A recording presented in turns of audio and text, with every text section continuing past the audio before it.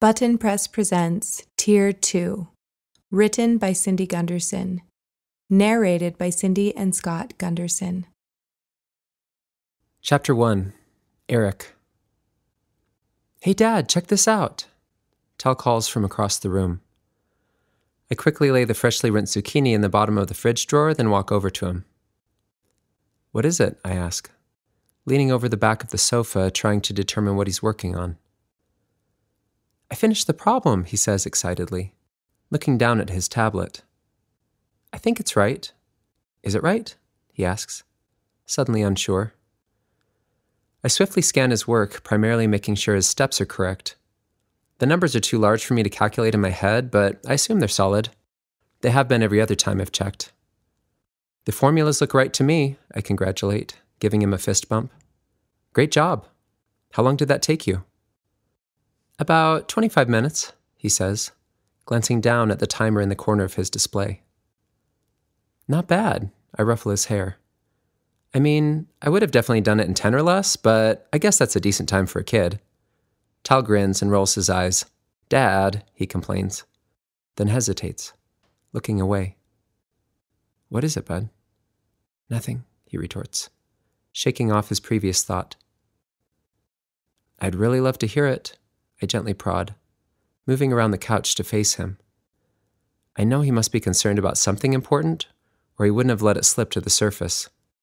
He's been like a closed book these last few months. "It's just, do you think I'll ever make it to Tier 1? He looks up, eyes blue and pleading, so hopeful that a little part of me dies inside. My shoulders slump slightly and I drop onto the thin cushion next to him. In his mind, he's too old to be hugged, but I pull him close anyway, stalling while I contemplate my next words. "Tal, you are abnormally smart. I'm sure you've noticed that your capacity far exceeds that of your peers." His head moves slightly against my shoulder, encouraging me to go on. "I'm not saying that to compare or make you feel like you're somehow better. It's just a fact. So no need for that smug smile," I say, poking his ribs. Tal laughs and playfully shoves me back. He settles his head against my chest, and I rest my hand on his head, his hair soft and boyish. It's not that simple."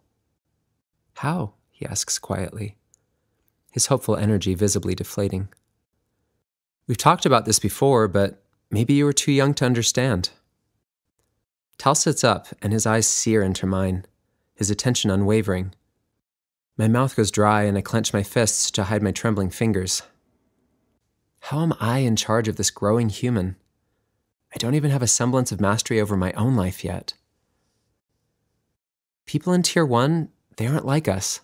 And before you take that in a way that it wasn't meant, let me explain," I say hurriedly. "In a lot of ways, they are like us. We both have plenty of markers that qualify us for Tier 1, and more importantly, we don't have the worst markers that would disqualify us. But we've also been through some things that have left us a bit scarred." Tal's eyes don't leave mine for a second. Has he even blinked? I wave my hand in front of his face, causing his eyes to flutter. "Good. Just making sure you didn't pass out while I was talking." "Dad, I'm listening." "Seriously?" "Okay, sorry." I smile.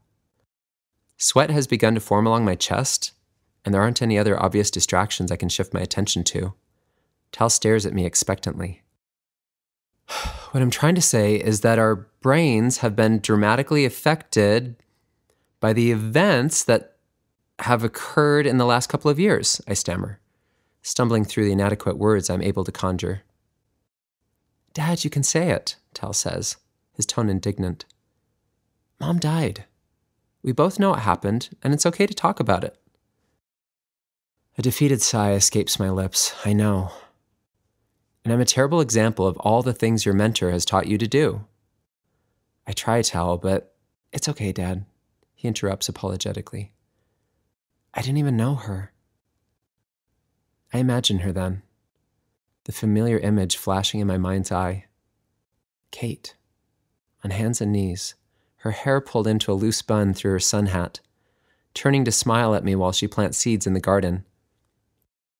her gaze meeting mine, a playful smile on her lips, her kind eyes full of excitement.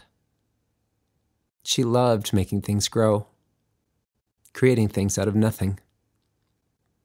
"That's why it's so hard," I blurt out, and Tal flinches. I've thought about it a lot, and I think the reason I hate talking about Mom is that I have this whole thing, this whole big thing that you don't have.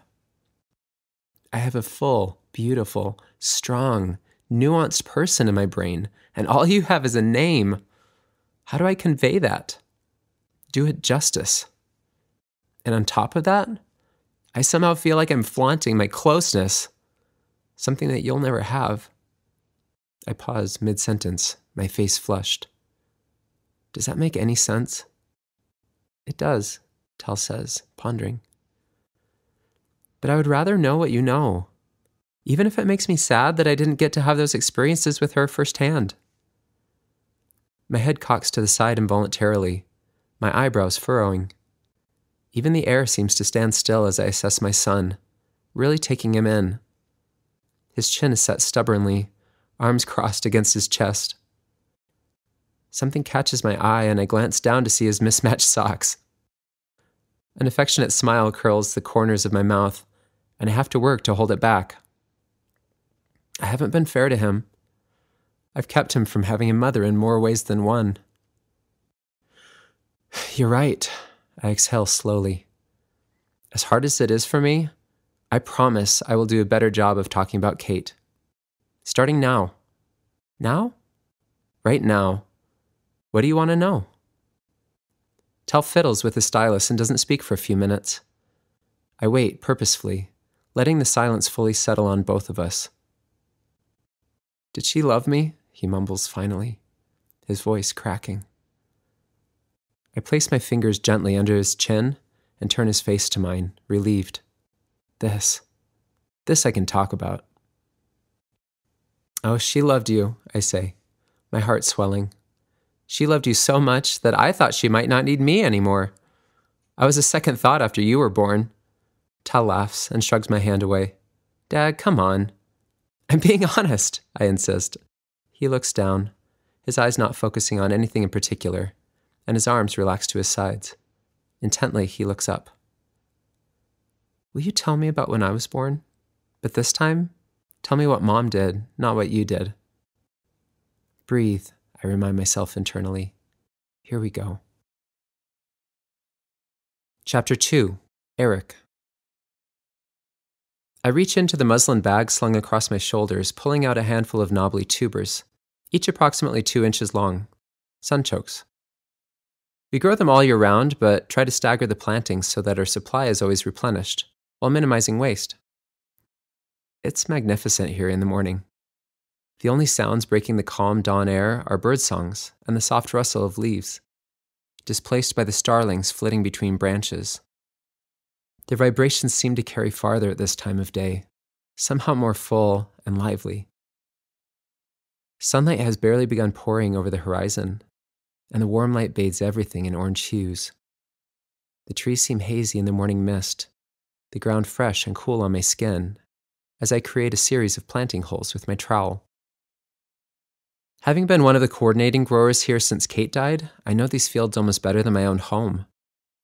Out here, my mind often wanders to life before she passed, to who I was then. That day became a veritable milestone in my service. Before it, I worked exclusively in the lab on hybridization. After, I couldn't stomach the thought of going back. I needed a change.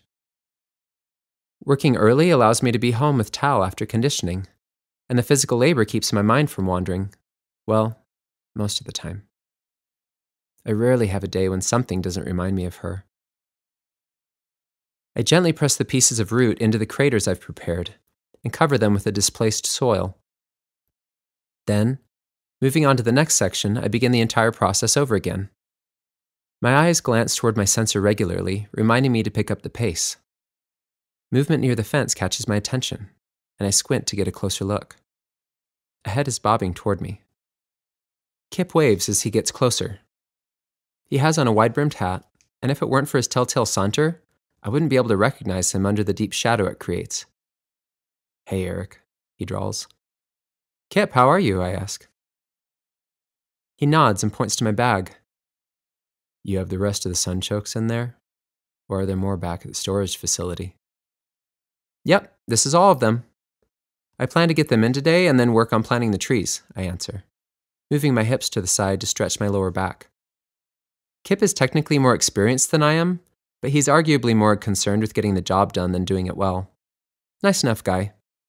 He lets me do things my way, and I try my best to afford him the same courtesy.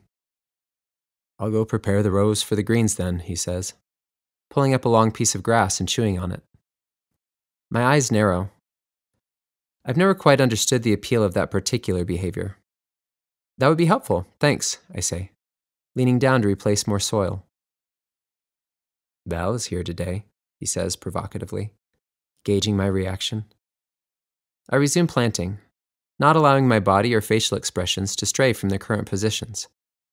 "Oh?" I ask, nonchalantly, continuing to fix my gaze on the dirt below me.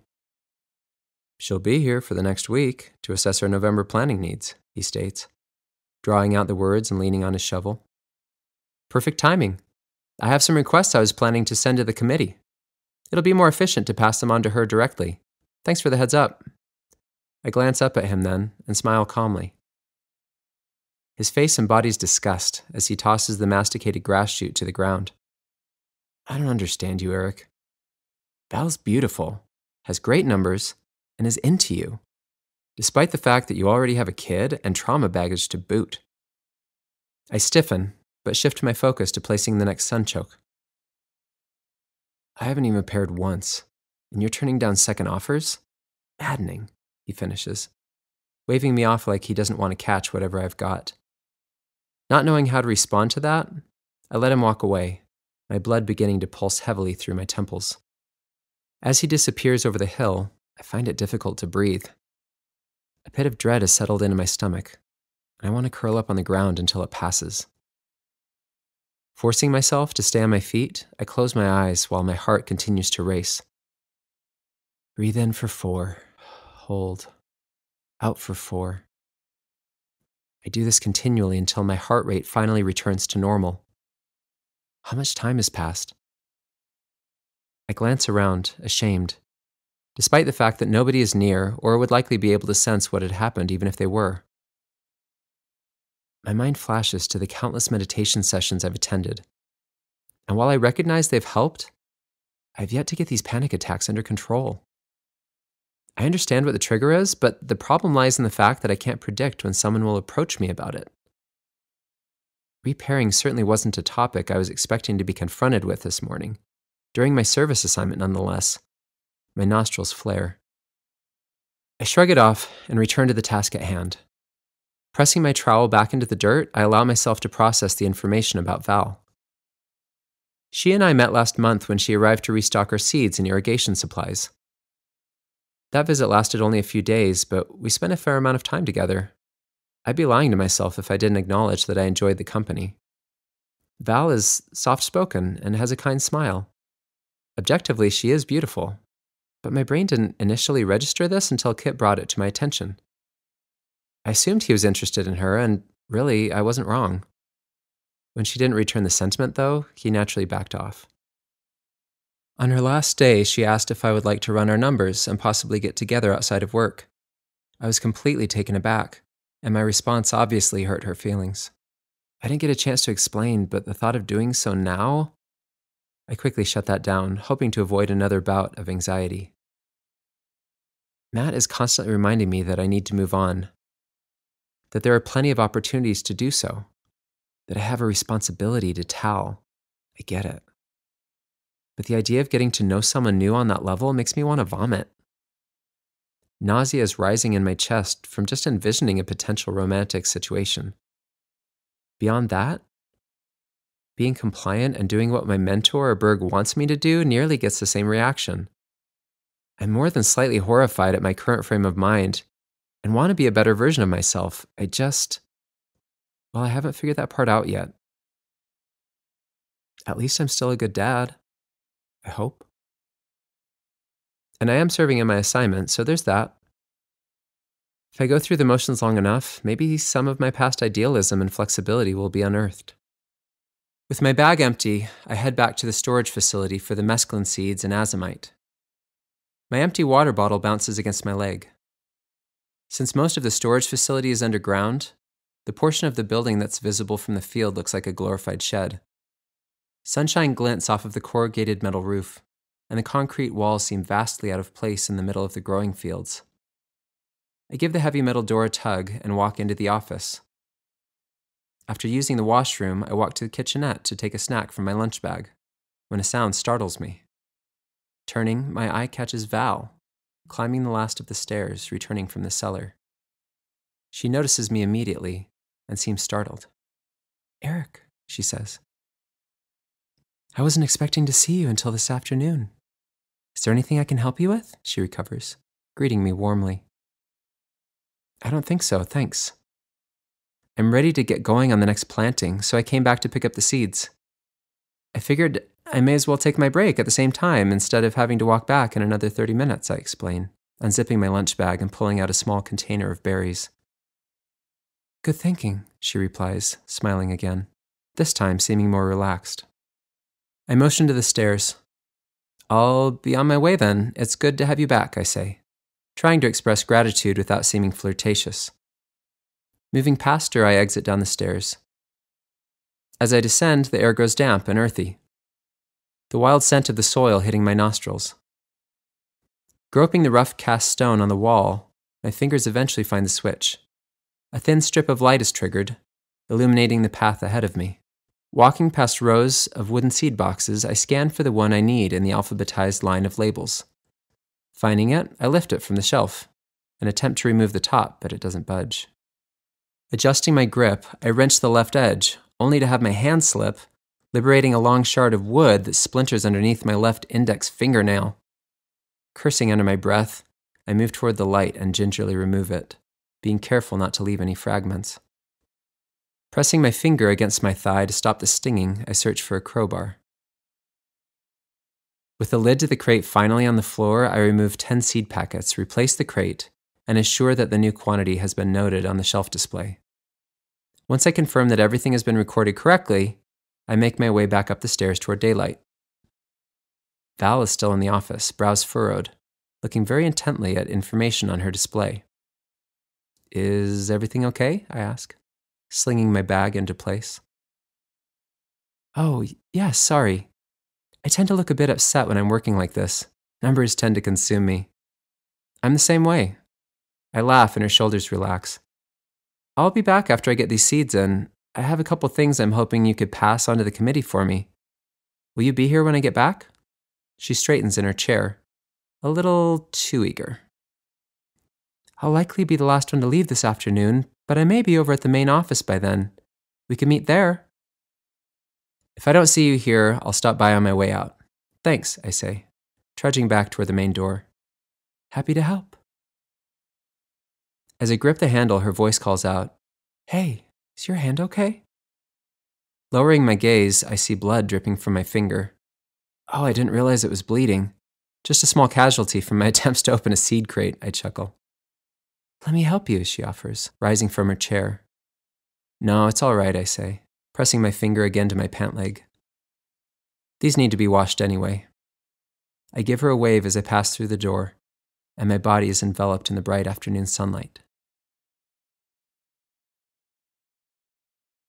Chapter 3. Eric. Leaning back against the wooden chair, I wait for Val. She wasn't at the storage facility when I finished my shift, so here I am, true to my word. Being in such a formal greeting area makes me acutely aware of my dirty apparel and the dried sweat in my hair. I self-consciously notice the tracks of dirt that my boots left behind when I entered. I assure myself this can't possibly be the first time a field hand has come here to get a fresh drink after a shift. The glass in my hand feels cool and inviting, and the lemon floating on top of the water is fragrant. Still, I find myself hoping that Val turns up sooner rather than later. A few long minutes later, the door opens at the other end of the room and Val walks toward me. My shoulders relax to their normal position as I stand to greet her. We awkwardly shake hands, and she sits across from me, nodding to the attendant when he offers to bring her water as well. She really is beautiful, and I can't help but notice her long strawberry blonde hair flowing over her right shoulder and along her collarbone. I hastily clear my throat. Thanks for meeting me, I start, all business. I had a few requests and thought it would be easier to explain in person. I avoid digital communication whenever possible, she laughs, and I notice small creases springing up along the corner of her eyes. What can I help with? Over the last few planting seasons, we've seen an increase in powdery mildew, specifically on our squash and pumpkin plants. I'm worried we may be seeing another adaptation in the fungus. When I was at the lab, we were specifically working on genetic resistance in cucurbit crops. I wondered if there have been any viable seeds produced that we could have access to. I'd be happy to run a trial here if that would be helpful. I hesitate to go on, noticing her growing confusion. Then a flash of understanding crosses her face. You used to be in the hybridization lab. I forgot about that, she says, clearly impressed. I was expecting complaints about seed variety or something. That's typically what I hear when I visit growers. Sorry to take you off guard, I blurt without thinking. She snorts, and heat rushes to my cheeks. That was a really lame joke, I say, apologetically. I blame it completely on my mental exhaustion after a full workday. Am I flirting? Is this what flirting is? I chastise myself, but the energy is intoxicating. Well, luckily, I'm also coming off a long day, so I found it funny, she laughs. The emptiness comes fast, without warning, and nearly bowls me over with its intensity. I take a drink of water, trying to conceal my shaking hands. She notices nonetheless. Hey, are you all right? Her voice is tender, concerned. It only serves to make me keenly aware of my own convalescence. I stand up abruptly. Yes, I just need to get some rest. If you could pass that along to the committee, I would really appreciate it, I request hastily.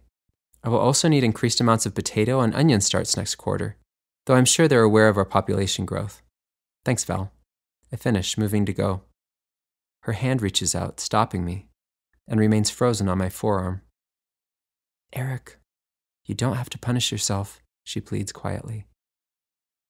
I look at her, bewilderment apparent on my face. I'm not. Yes, you are, she asserts. Somehow you think that forcing yourself to be a martyr is going to serve some purpose, bring gravity and meaning to Kate's life and death.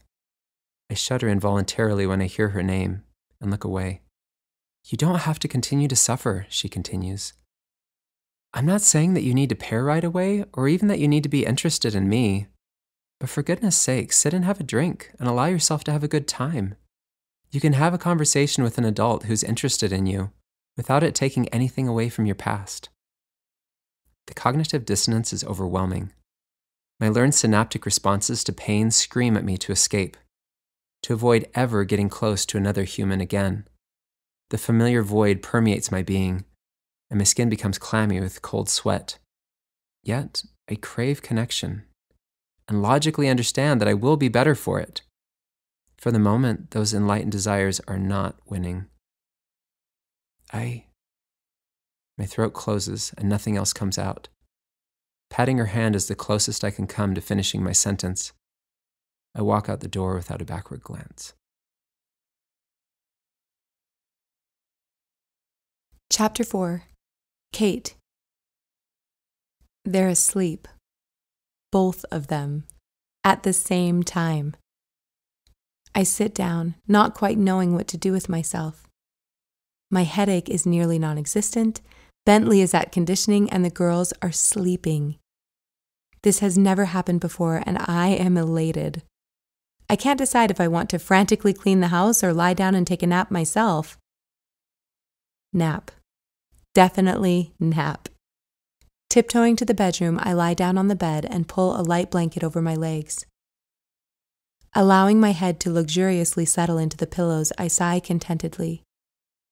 Just as I am drifting off, the sound of the front door opening jolts me back to the present, disoriented. My heart rate skyrockets as I move quickly into the hallway, throwing the blankets on the floor behind me. Could Bentley be home early?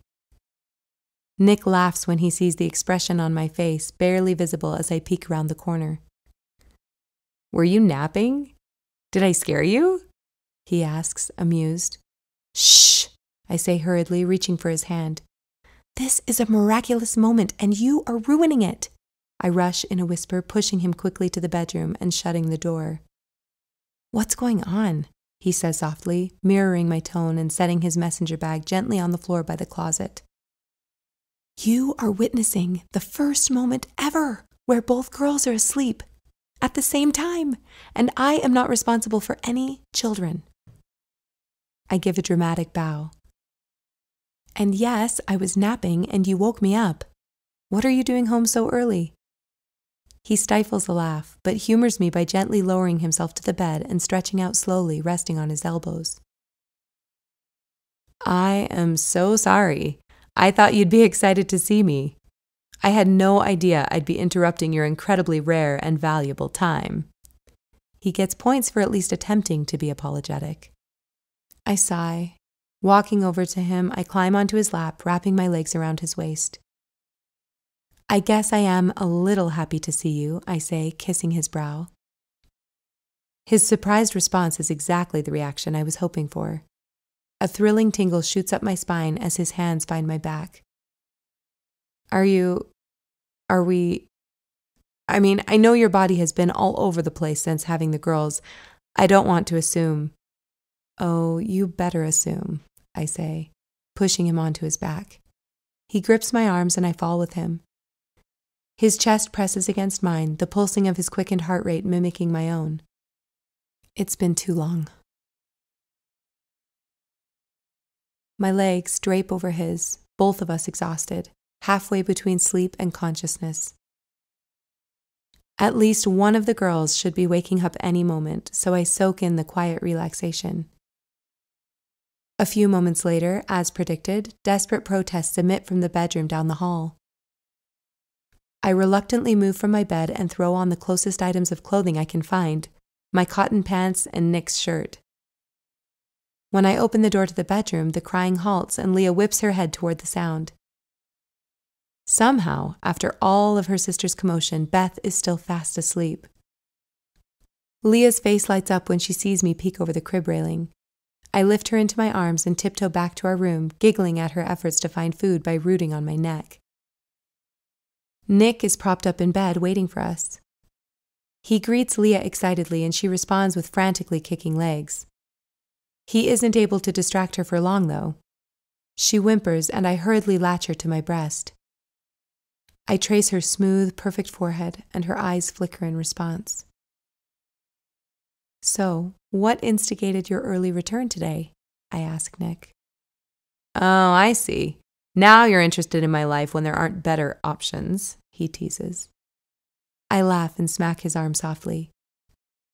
I wasn't able to begin any more trials this afternoon. The machine was updating, so I prepped everything for tomorrow and came home, he answers, reaching over and rubbing Leah's foot. What trials are you running right now? I'm still entrenched in the amygdala. Of course, a completely normal thing to be entrenched in, I laugh. Any luck? Yes and no. I think I found another specific point that tends to store particular memories involving fear. It's just really difficult to isolate every location where the brain has harbored those responses during an incident. When we reverse a patient's trauma, the findings still show that people are continuing to respond irrationally to similar stimuli. The response is significantly lessened, he sighs, but not completely eliminated. We are getting closer. That's great, Nick. You are definitely the man for the job. I flash him a cheesy grin and he rolls his eyes.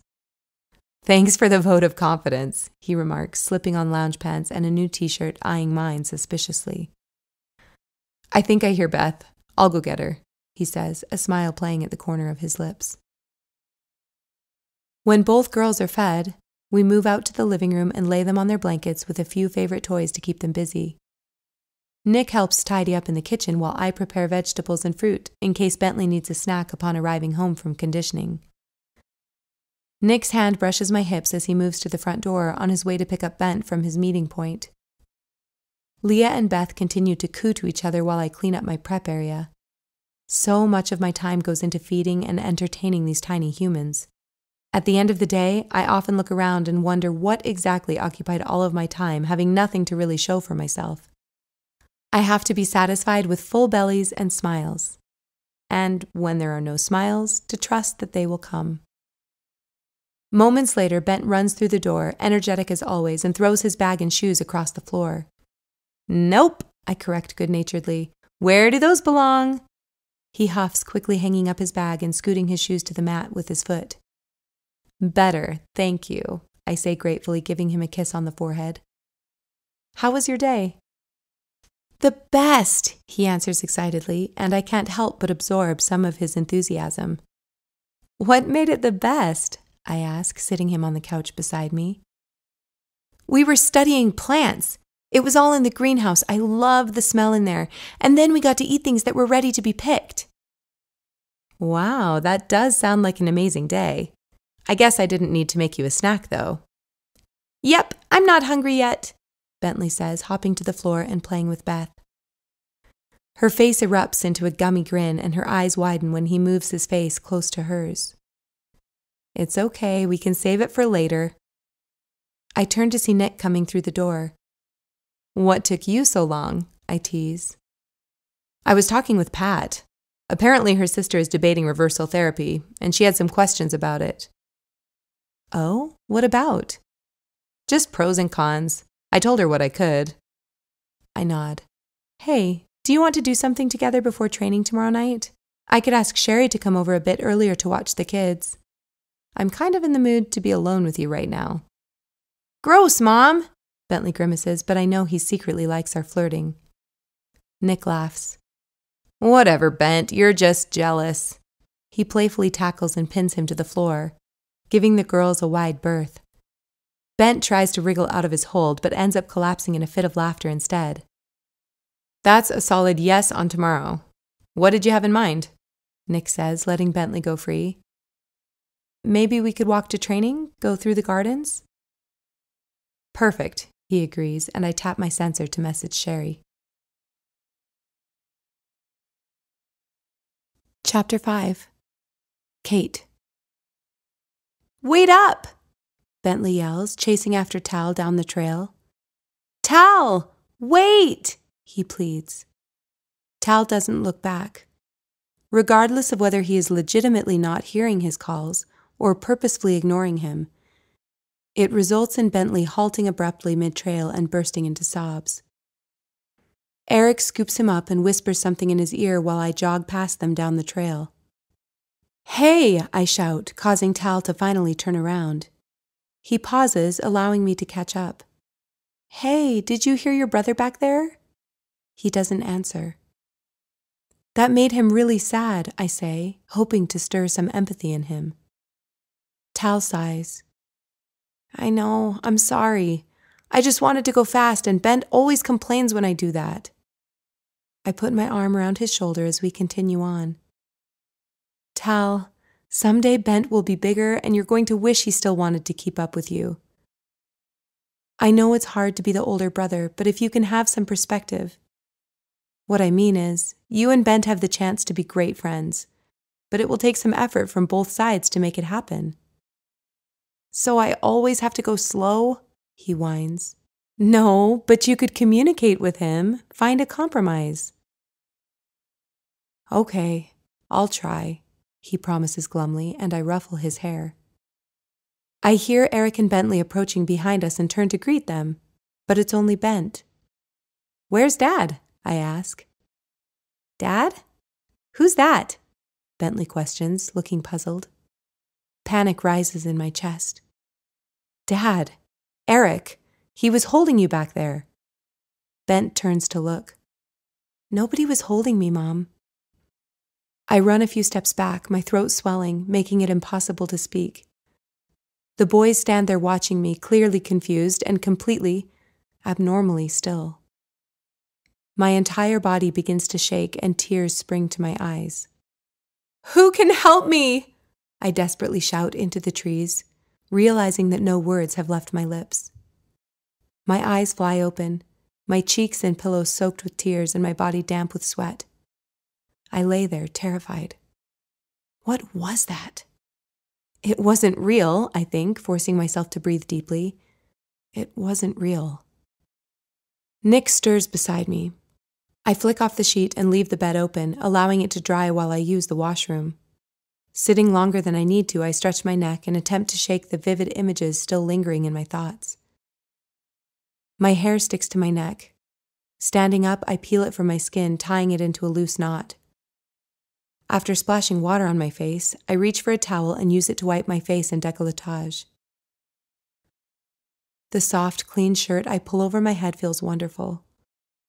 Though the sheets aren't completely dry, I slip between them and slowly press my body up to Nick's back for warmth. He turns toward me and I pull back. Though I didn't intend to wake him, my body relaxes in relief. As his face mirrors mine, I crush my lips to his before he gets a chance to ask. He quickly responds, despite his surprise. I know he can sense my desperation, but he doesn't require an explanation. Allowing the dream to fade against his strength, I lose myself. This is real, I repeat. This is real. Nick doesn't mention anything all day, but I know he has to be wondering what prompted our middle-of-the-night soiree. I debate whether I should tell him the truth or not, considering that I have already opened up about the dream with my mom. That one came frequently when I was pregnant with the girls. This might tip the scales to full crazy. Now I am not only experiencing terrifying dreams, but I'm imagining a child? An Eric that lived? What is wrong with me? I go through the daily motions and eventually Sherry arrives to watch the kids. Nick opens the door for her since I'm nestled on the couch with both girls, topping them off before we leave. Beth, as usual, is taking longer than Leah. She frantically grips my breast when I try to remove her. I sigh, deciding to allow her a few more minutes, though I'm fairly sure she is only comforting herself. The cushion sinks next to me as Sherry sits, forcing me to shift my balance. "Are you excited for your night off?" she asks.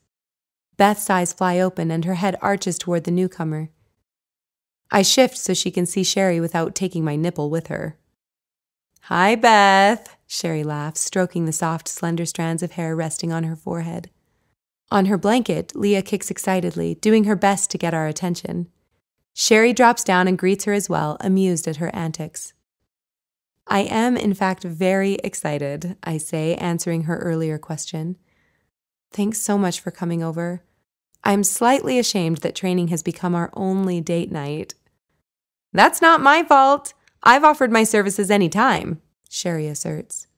I laugh. I know, it's completely on me.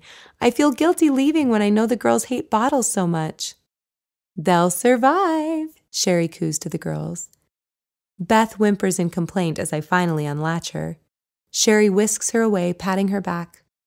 For not having children of her own, she has taken on this new role instinctively. Putting myself back together and adjusting my shirt, I call for Bentley. He runs into the room and I lay out the evening schedule for him. Thankfully, he commits to helping with the girls in exchange for some one-on-one game time with Sherry, after they go to bed. I kiss the kids and thank Sherry again, then join Nick in the hall. Slipping on my shoes, he holds my hand and pulls me out the door before any of the children can delay us. My heart races, almost as if I'm getting away with something, and the feeling makes me giddy. We skip down the path like children, finally hitting a normal, age-appropriate stride halfway down the block. Crossing the street, our feet eventually hit paving stones instead of concrete. Vines crawl along the rough bark of the trees, flanking the garden's entrance. There's no rush since training doesn't start for 2 hours. The scent of wisteria makes me heady, and we walk in silence for a few moments, taking in the delicate flowers. "These are my favorite," I say, pulling a delphinium spire closer and inspecting the vibrant purple blooms. "Every flower is your favorite," Nick laughs. He isn't wrong. "This is perfect. Thanks for walking with me," I sigh. The air, thick with moisture, is calm and smells of warm honey. The scent seems to seep from the spongy flower beds, the soil coming alive with the heat of the late afternoon sun. "My pleasure," he says, wrapping his arms around my shoulders. Feeling his breath rising and falling, I lean into him. "I owe you an explanation," I whisper hesitantly, turning to face him. "For last night." "I don't need one," he says, grinning. "That was probably one of the best nights ever." I laugh. It was pretty great. I agree, my cheeks flushing. But I wasn't really being fair to you. Oh? He responds, his eyes widening in surprise. You should be unfair to me more often. I jokingly hit his chest. I had a really terrifying dream, I say. He looks at me, a smile still playing at the corners of his mouth. If you want to talk about your dream, let's talk. But I don't want you to feel like you have to on my account. I don't feel used in the least. I pull on his arm, taking a step along the path, and we move forward again. That is good to know, I say. Do you want to talk about it? He asks tentatively. Yes, I answer, questioning myself almost instantaneously. Maybe? I'm worried you might think I'm crazy, I admit. Not possible, he assures me. And, well, I worry that it will hurt your feelings. It was about Eric. My hands nervously twist and I peer at the ground, unable to meet his eyes. Nick is quiet for a moment. It won't hurt my feelings, he eventually sighs. That was a long pause, I counter. I know. I had to process for a second, but I really do want you to be able to share your thoughts and feelings with me. Eric was a part of your life, and I want to hear about it. I squeeze his hand gratefully. So what was this dream? He asks. Pulling him off the path, I lead him to a bench and we both sit. I lay it out for him, finding that some of the details are fuzzy now, hours after it happened. Saying it out loud makes the panic I felt in the moment seem silly, so those emotions are minimized in my retelling. Nick's gaze doesn't stray from the path even after I finish. Getting no initial response, I fill the awkward silence with explanation. I know it doesn't make any sense. I wondered if you might have insights on where those ideas are coming from. Why would my brain make up a child? And why would I be imagining Eric alive years later only to lose him again? Nick is ominously quiet, and it makes me abnormally self-conscious. Not knowing what else to say, I cling to his hand as he stands and continues along the path. I honestly don't know, Kate. Even with all of the research that has been done on the brain, we don't have a lot of answers on dreams. Sometimes it's a way to deal with fears, as you know. Well, that's what confused me, I interject. Why would I be afraid of losing him when I already have? Nick flinches, and I realize that may have stung.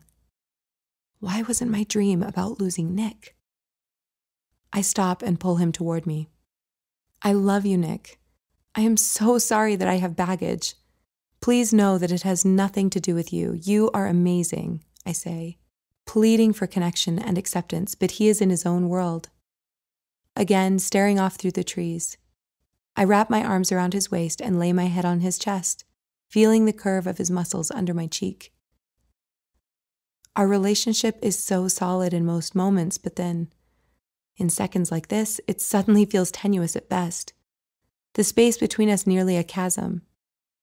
I question whether I truly understand anything he thinks and feels, especially when it comes to how he feels about me. The discomfort in the silence is fed by insecurities that normally lie dormant within me, only to be yanked to the surface when Nick's warmth is withdrawn, even temporarily. After what seems like forever, he pulls away and meets my eyes. I'm sorry you had a bad dream, and I'm sorry you lost Eric. I wish there was more I could do to help, he says genuinely. I swallow, relieved that he isn't upset, but still unsure. Pain, or maybe anxiety, is evident in his expression, and it kills me that I can only guess where it stems from. Standing on my tiptoes, I lean in and kiss him gently. Thanks for listening, I say. Chapter 6. Nick. When we split for training, I kiss Kate's forehead and walk in the opposite direction when she's passed through the auditorium door. Moving down a series of hallways, I scan my sensor to access the restricted area of the campus center. The door to the room is open, and Everin is already there waiting for me. My body jolts in surprise when I see Sherry. Where are the kids? I ask quietly. Don't worry, I got them all to bed. They're in good hands and won't know the difference, she assures me. I nod gratefully. Sneaking Bent into the lab to remove a negative babysitting memory is the last thing I need. My muscles are tense, a byproduct of my previous conversation with Kate. Take a seat, the director orders. We find our places around the steel table, Sherry next to me and Grace directly across. Our displays activate almost simultaneously, the pale light adding to the soft illumination overhead. I appreciate you all being here, he continues. Grace, may we have your report first, please? Certainly, she acquiesces. Our pairings in this region are moving along well. I'm not sure what the reports look like in other areas, but we still have a 100% success rate. So far, we have 623 children born to our new pairs. Almost half of these are multiples. We have 84 pairs that have requested the opportunity to procreate again, with and without fertility options, and we are currently processing those. Obviously, they will all be approved, but we will be making a couple of adjustments. We have, she checks her display, 19 pairs that have not been able to procreate. We are continuing to work on those and believe that we should see results within the next month. Wonderful, Sherry murmurs. How are we looking in terms of relationships, stability? So far, so good. The few pairings that we were struggling with last quarter have all gone through their additional treatments and are bonding again nicely. If you remember Paul, he's still in weekly testosterone therapy and it seems to be balancing. I am somewhat concerned about Shay and Jamie, but their mentors are heavily involved. I should have a better report when we meet next month. She hesitates. I feel odd reporting on Nick and Kate. Perhaps he can take over? The director nods in my direction, and my heart rate increases. Things are going extremely well, considering. We are continuing to bond nicely, as you say, and she seems to be recovering extremely well from having the twins. Heat rises under my collar, my neck flushing, and I clear my throat. I'm concerned about her reversal therapy, I say in a rush, and the director focuses on me sharply. Go on, he says, motioning for me to continue. Her headaches are still coming more frequently than I would like. If you remember, I reported last time that she's been having dreams about her mom, which I wasn't initially concerned about. This week, however, she had an incredibly vivid dream about Eric, Bentley, and Tal. There was an audible, sharp intake of breath. I know, I continue. It shocked me as well. I let her do the talking and tried to be supportive, but here's what I know. Reaching down and entering a short string of commands on my display, I pull up an image and project it for the group. This is a patient's brain that I've been studying. This woman is Tier 2 and has had extensive trauma in her life. She had reversal therapy multiple times. If you notice right here, I point to a section at the back of the brain. The activity in the posterior cortical hot zone fluctuates dramatically during her sleep cycles. I move forward through the images to show the difference. This is consistent not only with dreamers, but specifically with dreamers after reversal therapy. The brain activity in patients who have never needed reversal is fairly static in this zone, regardless of sleep cycle. As the number of reversals goes up, the fluctuation increases. This not only leads to more dreaming, but also to brain fatigue. The frontal cortex compensates during the day for the extremes experienced at night, meaning that executive function also tends to suffer.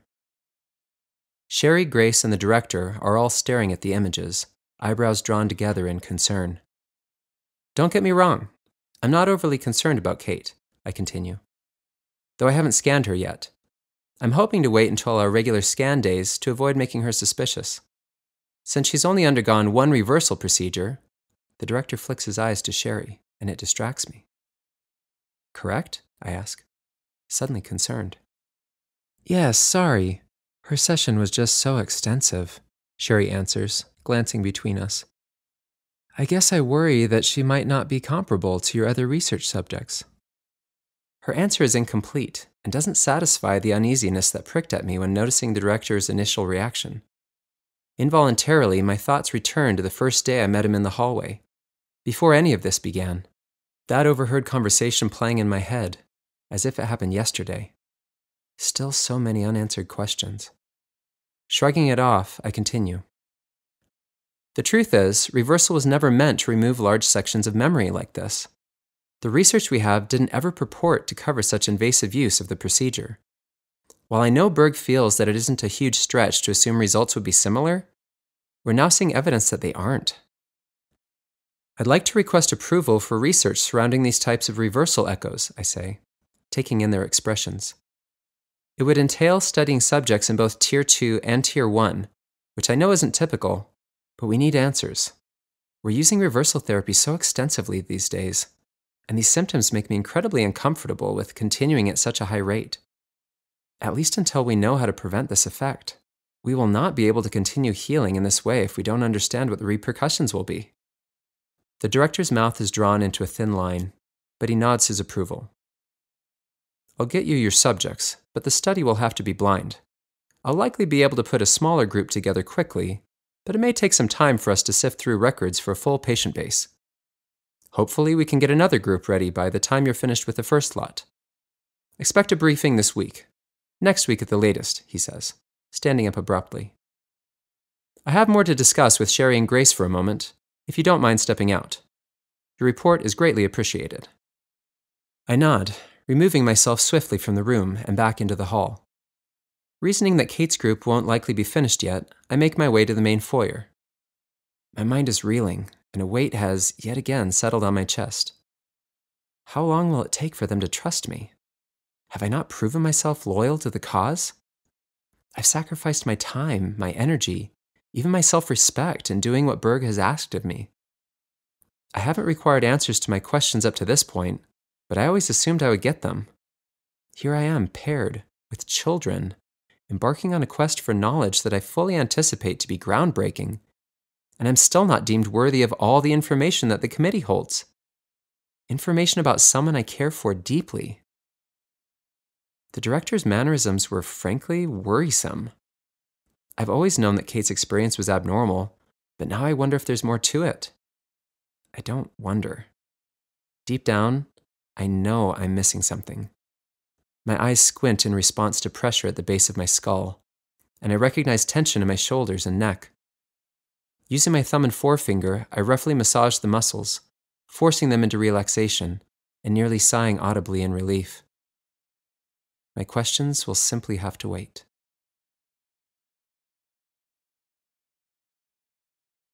Chapter 7. Nick. You're pretty quiet this morning, Bent, I comment, jogging through the rich hues of the damp forest to catch up with him. His feet seem to barely skim the ground as he hops down the path to his meeting point. Yeah, just thinking, he says, his voice choppy from physical exertion. He's thinking. So cute. Such a little human, and already trying to work through his world. What are you thinking about? I ask, watching the morning sun glint off his dirty blonde hair, minuscule flashes of color reflecting from each strand. I don't know. Just what it's like in other territories. We have big trees and lots of rain, but no mountains or oceans. We actually do have an ocean in this territory. Did you know that? I ask, my feet hitting the path in beat to his rhythmic scuffling. We do? Yep, it's further west. I've only seen it once. Could we go sometime? He asks excitedly. He pauses unexpectedly, causing me to skid to avoid running into him. It's not usually something we do without a purpose, but if an opportunity ever comes up, I'll definitely try, I answer. He smiles. No rainforests though, right? He confirms. No rainforests. Sorry about that. We've reached the meeting point, but are a little early thanks to Bentley's energetic pace. Do other people ever go beyond our territory? He asks. Sometimes, but again, usually only for a specific purpose, through their service assignment. What service assignment would I need to get to do that? He asks innocently. I laugh, watching the wheels turn in his head. It changes all the time, just depending on what's needed. Sometimes people travel for research, sometimes for agricultural needs. I guess you'll have to hope to get lucky in your selection. His brows furrow and he pauses before responding. Okay. Thanks, Nick. I wave as he runs to greet an approaching friend, noticing his instructor moving toward us from the opposite end of the path. Once he arrives, I'll begin the walk home, but I want to make sure Bent is accounted for before leaving. When they begin interacting, I catch Bent's eye and mouth, "See you later," as he grins, giving me a small wave. A fine mist is falling as I trudge back up the hill to our house, and the minuscule points of cool moisture on my skin are invigorating. I can't say that I enjoy Idaho as much as Colorado, but I definitely don't miss the intense heat. Having a body of water close makes for much more temperate weather. If I could somehow have the lush foliage with more sunshine and be closer to the mountains, and keep the ocean. A sardonic chuckle at my own greediness escapes my lips. Arriving home, I see Kate struggling to feed Beth mashed sweet potato, while Leah is slamming her hands on the counter, desperate for more. I quickly kick off my shoes, dramatically running to her aid. Leah, I coo, such an impatient lady. I pick up a spoon and give her a bite. Perfect timing. She's out of control this morning, so hungry, Kate exclaims. She's just a growing girl, right, Lee? Leah slurps another bite off the spoon. Beth gives her a disgusted look, and Kate and I break into hearty laughs. Did you see that? Kate asks between breaths. I nod, laughing too hard to answer. The girls think this is great fun and begin giggling and kicking in response. It doesn't take Leah long to complain, though, still apparently famished. I continue to give her bites until the entire bowl is clean. I'll go mash more for Beth, I say, moving to the fridge, taking the bowl with me. Just wait a minute, she may actually be done, Kate directs. And I pause. Sure enough, Beth refuses her next bite. You better get an appetite, little one, or your sister's going to double your size, Kate says, wiping her cherub face with a damp cloth. Both fed and happy, the girls are content to roll on the floor, their arms shooting out in all directions, searching for something to grasp onto. Though neither of them has crawled yet, they both have begun rocking on their hands and knees. It's only a matter of time. Do you have anything on your agenda that's particularly pressing today? I ask, rinsing the dishes. I'm waiting for new patient records to come in, so there's not much I can move on at the lab. I may stop over for about an hour this afternoon to prep, but other than that, I'm at your service. Well, that's a nice surprise, she replies, grinning. I would love to take a shower, and then I need to check in with Sherry about my service assignment. It's time for me to pick up some hours. Yeah? You're feeling like you can take that on? I ask, stacking the small bowls on the drying rack and moving next to her. I am. The girls are sleeping well at night, and I'm good. I could easily do 1 session per week, and I think it would be beneficial for the girls to have some outside experiences. Practice taking bottles, she winks. That would be nice. Give us more flexibility, I say, running my hand along her waist, turning her toward me. I think that's great. Do you want me to take the girls on a walk after you shower so you can have some peace and quiet for your call? I would really appreciate that, thank you, she says, leaning in to kiss me. A clip barely holds her loosely tied hair into a twist at the base of her neck. Her oversized cotton shirt hits her mid-thigh, and there's a little splash of sweet potato on one sleeve. She is beautiful. Our lips meet, short and sweet, but I pull her back in for a deeper kiss. She smiles and pulls away. Shower and phone call, remember? She says. Sorry, I got distracted, I laugh. Don't spend too long at the lab, and maybe I'll be distracted while the girls are napping this afternoon. Though I probably just jinxed it, she laughs, retreating to the bedroom. I definitely won't be staying long at the lab. I lie down on the floor next to the girls, pushing gently on their feet and watching them follow my hands. They love peekaboo, never tiring of it. Their eyes are brilliantly blue, sparkling like gemstones, and they light up each and every time they see my face emerge from my hands. My heart swells at the thought of Kate feeling good enough to get back to her assignment. Maybe that means she'd be ready to talk about having more kids. When we paired, our minimum goal was 4. With fertility treatments, we could achieve that, and possibly more, with only 1 more pregnancy. She worries about her age, but she handled the last one beautifully. A deep, familiar uneasiness rises through my stomach. As is my custom in moments like this, I methodically walk myself back through the timeline of events. I did what I was asked to do. Kate and Eric both wanted this, though they weren't properly conditioned to follow through. I was willing to take this on despite the acute pain of rejection that continues to linger. We're making our impact, as Kate would say, and are doing this together. The fact that she required adjustment initially is irrelevant. Kate materializes from the bedroom, looking radiant, hair still wet. The apprehension eases slightly as I take her in, and I conclude that I need to broach the fertility topic.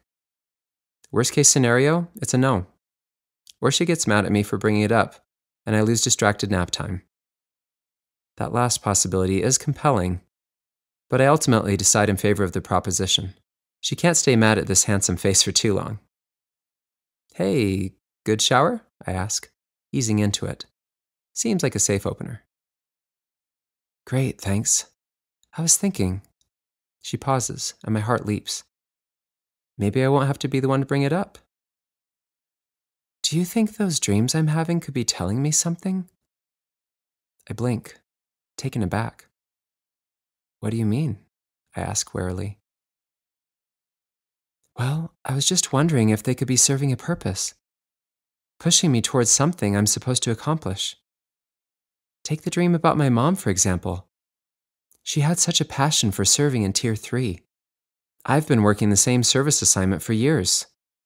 Maybe I need to switch it up, do what was important to her, and find something I'm passionate about.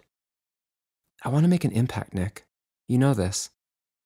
I know I'm probably wearing on you, with always coming back to this internal struggle, but I'm feeling that drive again, to create, to build. She looks at me questioningly, pleading for a response. I think that would be great, and I'm all for experimenting. If this could potentially fulfill a desire and improve your sleep, it seems like a no-brainer, I say, fully aware that I'm pandering. She smiles, gratefully. I'll ask Sherry what my options are.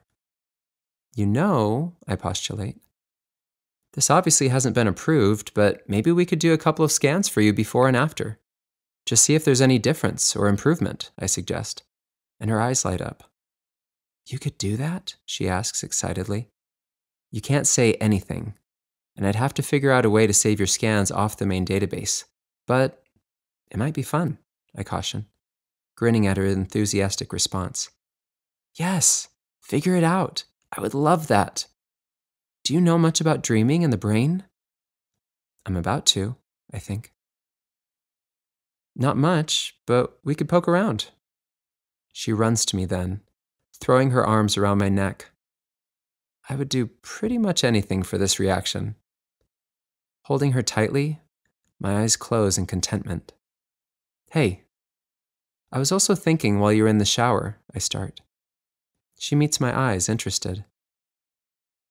Do you think you feel good enough? I mean, you mentioned that you were feeling up to getting back to your assignment, so I wonder if you'd considered kind of the same thing you mentioned, creating, building. More kids? I fumble through my words and her eyebrow raises in amusement. That's a good sign. Was that difficult for you to get out? She teases. I was thinking about it, but I didn't want to make you feel like we had to go there, or that I'd be disappointed if we didn't. Wouldn't you be? She asks. No. If we never discussed it, that would be frustrating. But right now, I don't want to push. You aren't pushing. I've been thinking about it too, she says, relaxing her arms to her sides. I think we should talk about it more seriously in a couple of weeks. My only hesitation is the fertility part. I don't know if I'm ready for that again, she shudders. I know. I mean, I don't know. But, well, my part was easy, I shrug. She laughs, running her hands through her damp hair. This is right. All of this is right.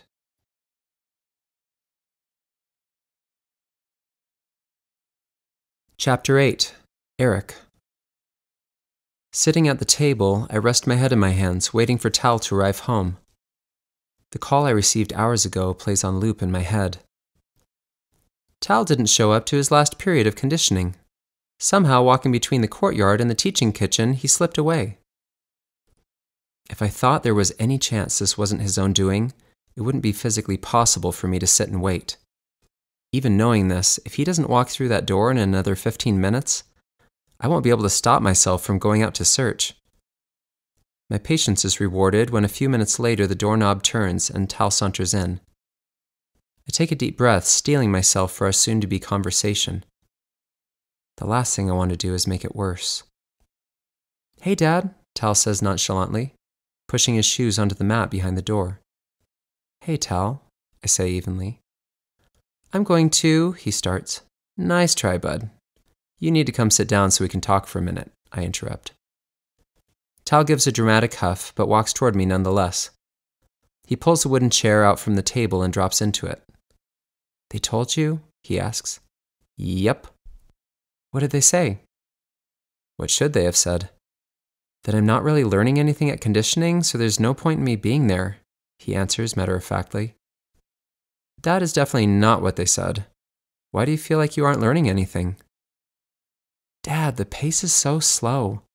I could easily learn what I need to learn in less than 5 minutes. The teaching kitchen? It's a joke. I've been making meals for 2 years now, and today I think they were planning to whip up some incredibly difficult rhubarb sauce, he says sarcastically. I smile inwardly at his confidence, maintaining a somber expression. I'm confused, I say. I thought we had a discussion with your team at the beginning of the year, and they assured me that they would be able to adjust conditioning based on your abilities. Dad, this is the advanced group. I'm in with kids 3 years older than me. It wouldn't be appropriate for me to be with the way older kids. I guess I didn't realize how frustrated you were with all of this. I pause, thinking. What is this behavior telling me? Have you considered, that it might not be solely about you? What? He asks reflexively, his head flinching, eyes narrowed. I mean, conditioning isn't there just for you to learn specific information or skills. It's set up to be interactive and experiential for everyone's benefit. You obviously find the requirements extremely easy, but what about the relationships? What about giving, tutoring, and mentoring? Being an example and a leader? That's not really the point, no. It is, though, I interrupt, attempting to maintain a gentle tone. Think of all those kids that find learning difficult. How much easier would it be to have a peer reinforcing those ideas? Or to have someone to practice with outside of regular conditioning? How much more successful would those kids be if they had you to help them? He looks down at the floor. And how much better and happier would you be to have friends? People you care about because you're serving them. And relationships with your leaders. Learning from them how to be a leader yourself someday. He mumbles something, but I don't catch it, so I ask him to repeat himself. What if that's not what I want? He asks, slightly louder this time. What do you want, Tal? I want to be away from this place. From home? No, Dad.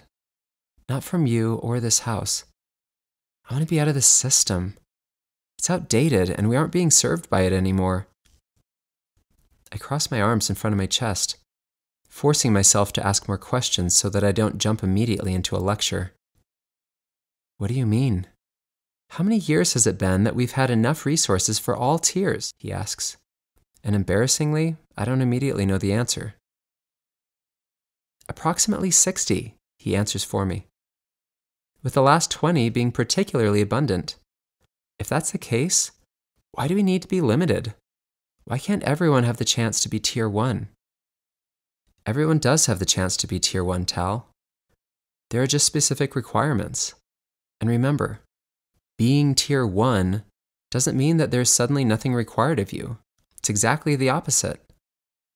Aspiring to be our best is one thing, but aspiring to take on responsibility that we're not capable of shouldering is another. I know, and that's precisely why I think our system is antiquated. We've accepted that Tier 1 responsibilities would be too much, but what if they aren't? What if everyone were given the chance to continue to progress? What if we weren't limited by our tier? How does anyone truly know that someone like me couldn't do something amazing with access to better resources, make some discovery, or invent new technology? But with the conditioning I'm stuck with, I won't ever have the chance to try. I purse my lips, processing his reasoning. There's one flaw in your logic, son, I say gently, and it lies in your usage of the term resources. Your argument is that we have plenty of them at this point, correct? Tal nods. You're forgetting, I continue, that resources don't solely include food and shelter. They include time, energy, abilities. And did I mention time? We do not have time to condition everyone as if they were Tier 1. But if you have more training, no, Tal. We don't have enough people to do said training. And that would cause so much conflict. Everyone would be competing with each other. That's exactly what we are attempting to avoid. When we all work together, we see success, not when we're trying to be better than our friends. And yes, to your point, I fully agree that a small percentage of individuals from any tier would be able to rise above their station. But it would be a very small group, I finish, and we sit in silence for a few slow minutes. I want to be the best, he says softly. That's a noble goal, but my follow-up question would be, why? Because, he trails off, not quite willing or able to answer. If it's because you want everyone to be impressed by you, I promise you won't be satisfied even if you do achieve your goal. If it's because you need to prove your value or your worth, again, you'll be disappointed. If it's because you want to be the best you can be to serve others and contribute, you will find happiness regardless of whether you end up being the best at anything. You need to find your why, Tal. He nods. In the meantime, I don't expect you to bore yourself to death at conditioning, but I do expect you to fulfill your commitments and serve. Maybe I can, I don't know. I sigh, running my hands through my hair. Maybe I can take over a couple of your conditioning subjects here at home. I'll set up an appointment with your team to discuss options. His face lights up. Whatever is decided, I expect you to abide by it. No more skipping out, I hedge sternly. And he nods. Thanks, Dad. I'm sorry It's okay, Tal. I love you. I'm sorry this has been difficult. He stands, patting my shoulder, and runs to change his clothes. I breathe a sigh of relief. I think that actually went okay. If I can't find a compromise with his conditioning instructors, well, I'll worry about that when I need to. For now, I'll simply send the message. Dad, want to throw the disc around? Tal calls from down the hall. My muscles and joints are sore from planting all morning. A deep ache emanates from my lower back and my fingers are tight, swollen from the constant friction against my gloves. Sure, Tal. Just let me put on a t-shirt.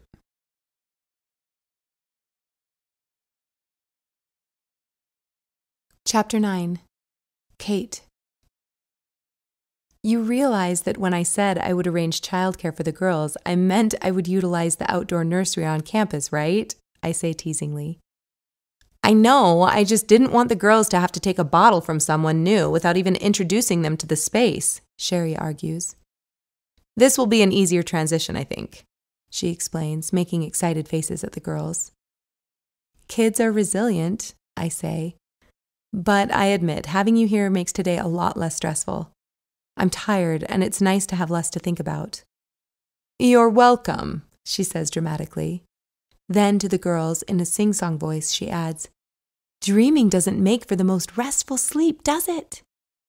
Leah smiles and kicks in response. What do you mean? I ask Sherry hesitantly. About what? She says flippantly, still playing with Leah.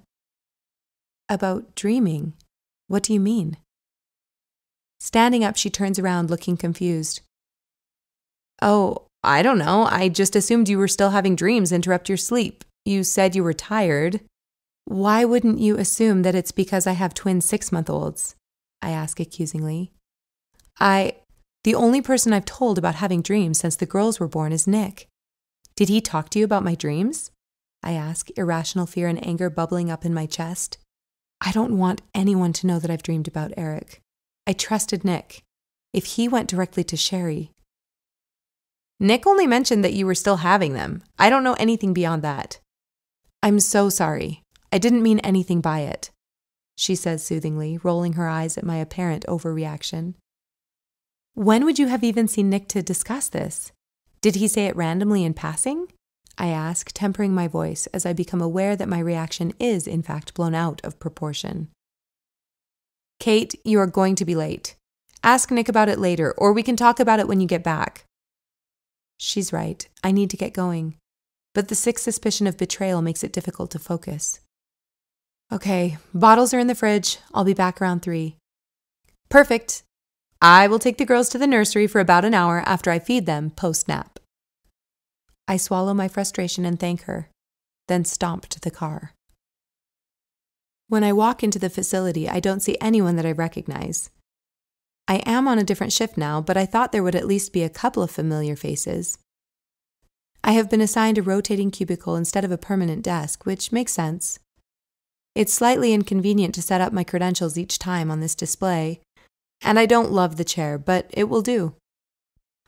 After logging in, I quickly navigate to the batch for today. Though I envisioned participating in physical sessions again, I decided I didn't feel up to meeting in person with patients during this initial transitional period. It's difficult to get into a groove with only a few hours a week, and besides that, I don't know exactly how jumping back in is going to affect me and my other responsibilities. Sorting and analyzing patient data seemed like a better use of everyone's time and resources. Opening the files, I start from the top of Tier 2 potential candidates. Female, 12 years old, impressive scans. Looks like she has done some reversal therapy due to lack of parental involvement. She has been in a stable home for the last 4 years and has no behavioral or mental health issues. I run her numbers and it looks like she qualifies. Since she is so young, we will need to bring her in for an assessment before putting her through to initial testing. I make a note on her file and then sort her into the youth potentials. Within the hour, I find 3 more youth meeting the cutoff. This is insane. I have never seen so many qualifiers in one batch. As I progress through the list, it suddenly clicks that this list is organized by age. Once I passed the 18-year-olds an hour ago, there haven't been any other obviously viable options. Though I don't expect to find more at this point, I am inspired by the Tier 2 youth, and I'm excited to meet with a few of these candidates in the coming months. Maybe it truly will be possible to move away from a tier system eventually. If we become successful enough at healing and transitioning, it isn't out of the realm of possibility. As the scrolling and typing becomes habitual, my brain begins to wander. Being removed from my earlier conversation with Sherry, I no longer feel angry, but I'm still confused. Why and when would Nick have talked with her? And why did that knowledge set me off? Shouldn't I be sharing these things with Sherry anyway? If I'm honest with myself, I haven't felt as close with her since I paired with Nick. But that's probably to be expected. We have been working on our own relationship, and he has been so supportive, I guess I haven't felt like I have been lacking. Maybe this is my fault? He was probably trying to keep her in the loop, and I went off like a crazy person. I resign myself to an embarrassing apology upon arriving home. Glancing at the display, I am shocked to see that my time is already up. After finishing up the current record, I collect my things and head out. As I walk, I realize my sensor is still set on Do Not Disturb. Changing the setting, 2 new messages immediately pop up. One is from Sherry. "The girls love it here. I just tried to remove Beth from a swing and she literally held onto it with a death grip. Are you okay with me leaving them here for you to pick up at the end of your shift? I will assume yes, considering you were planning to do that initially, unless I hear otherwise. Plus, I don't think I could take Beth home if I tried." Grateful that I checked, I changed my trajectory to head to the nursery, smiling as I imagined stubborn Beth in this swing. She isn't as outspoken as Leah, but when she makes up her mind about something, it is incredibly difficult to sway her. After a short jaunt, I find myself passing through the greenery to the nature playground. Even from this distance, I can see that Beth is still in the swing. Getting closer, I find Leah sitting in the grass with dirt around her mouth, actively engaged in pulling apart a leaf. They are both filthy, but look absolutely thrilled about it. I call their names and their heads whip around excitedly. Even this simple connection makes my milk start to let down and I groan. I don't think I remembered to put in cotton pads. Scooping them up, I latch them on whether they are hungry or not. Luckily, they both seem more than happy to help me out. The nursery leader laughs. "I've been there before," she says. "Is this your first time leaving them?" Not my first time ever, but definitely the longest. I expressed before I left, but I should have taken my portable pump with me. "Live and learn," she says, grinning. "The girls were a pleasure to have. I hope you'll bring them back again soon. You know you can drop them off regardless of your assignment. We are here to assist new moms whenever they need a break." I know. I think I was just nervous about how they would take to being on their own. Apparently, I shouldn't have been. "There's something about nature," she says. It draws in even the most reluctant child. I can see that. Thank you so much, I say sincerely. Looking around, I notice other children crawling through hollow logs, pulling on tree branches and watching them snap back into place, picking up bugs, chewing on sticks. Not one of them is upset or crying. They look completely enthralled. I will definitely be bringing the girls back more often. After I give them some mashed vegetables for dinner and scrub them clean in the bath, the girls fall into an exhausted slumber. No begging to be held, no stealing each other's blankets, just silence and heavy breathing. I should probably take them to the nursery every day. The sound of the door opening announces Nick's arrival home, and I am reminded of my need to call Sherry. I gently close the door to the girls' room and walk into the hall. He unexpectedly comes up behind me, spinning me around and embracing me tightly. "I am so sorry I didn't tell you," he says. I wrap my arms around his back, concerned. "About what?" I ask, my voice muffled by his shirt. "That I was meeting with Sherry and the director each month," he says, pulling back to look at me. Tears shimmer in the corner of his eyes. "What do you mean?" I ask, thoroughly confused. "Sherry told me that you were incredibly upset that I had mentioned your dreams to her. I should have told you about our meetings months ago. I just didn't want you to worry about it. Our first one was before the girls were born, and I knew how overwhelmed you were." "Wait," I say, stepping back and attempting to remain calm.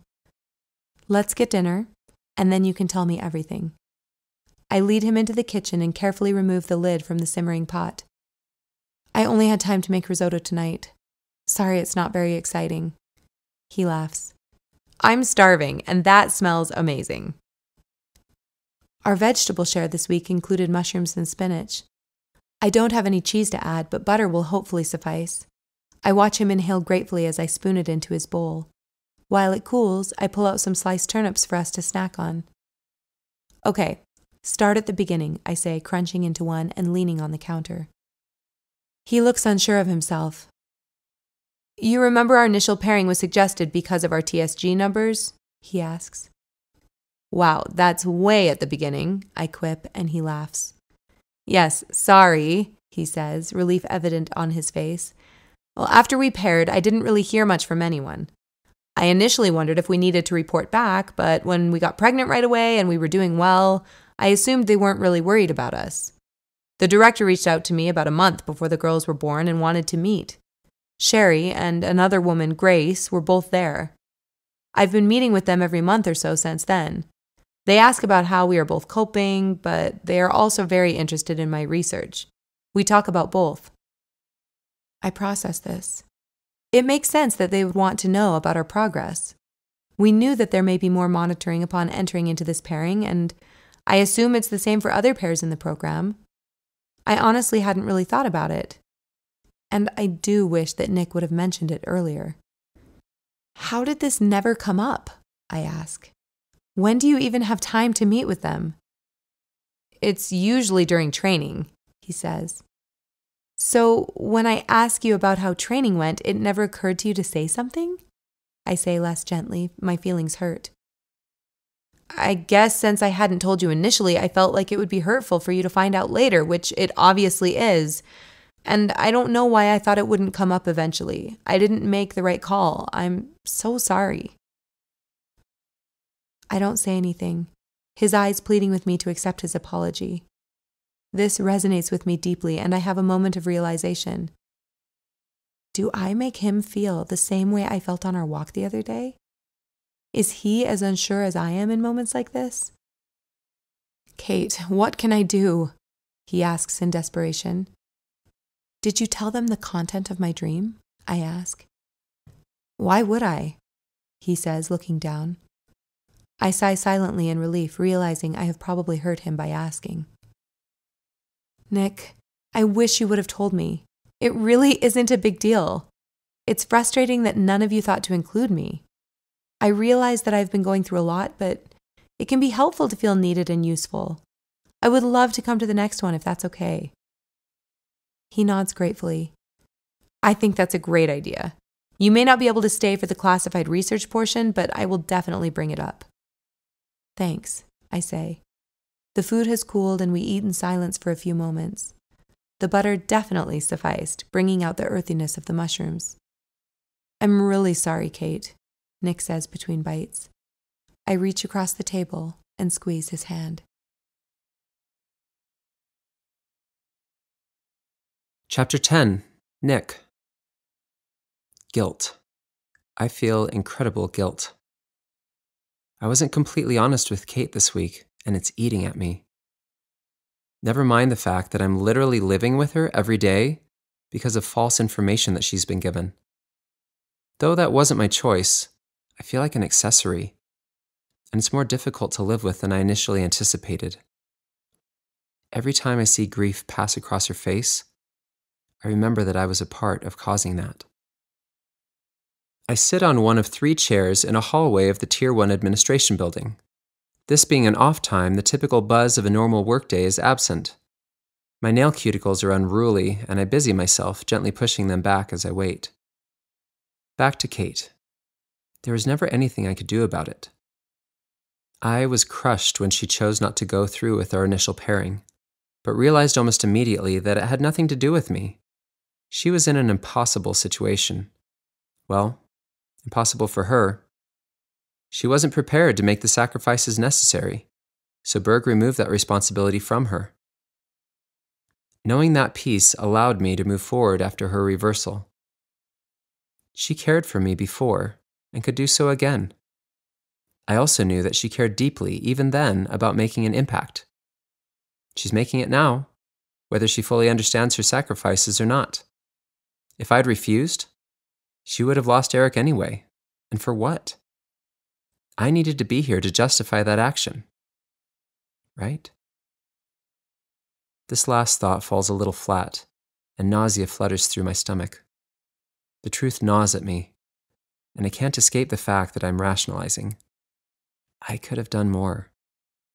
I could have at least tried to find another solution, or advocated for her family to be kept together.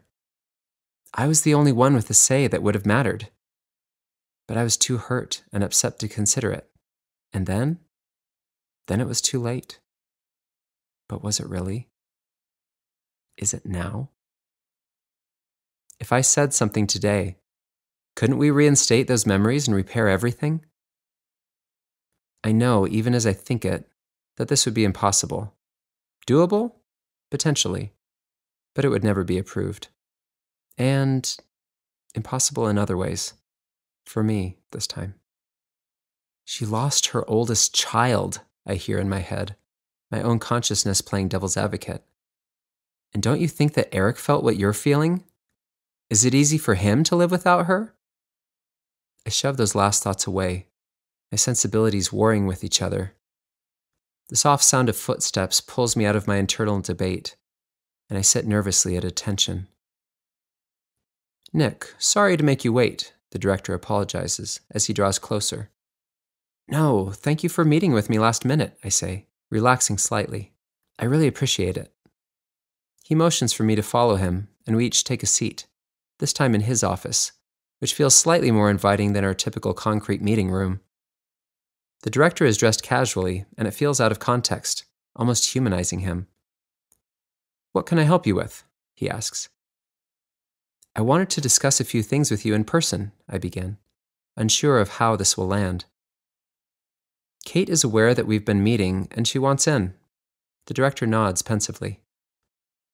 I told her that we've been meeting to discuss the TSG program and my research. She didn't understand why she hadn't been invited, and hearing her perspective, I think she has a legitimate point. I agree. I think it would be helpful for her to feel valued and appreciated. She also, in response to the dreams she's been having, feels like it would be helpful for her to explore new service assignments, I add. Do you believe, based on your research with reversal, that this will help? No, not permanently, I don't. But it could buy some time. Act as a distraction? Sure. I think that sounds reasonable. What is she interested in? Specifically, she wants to walk in her mother's shoes, so to speak. She would really love to serve with Tier 3. The director is very still.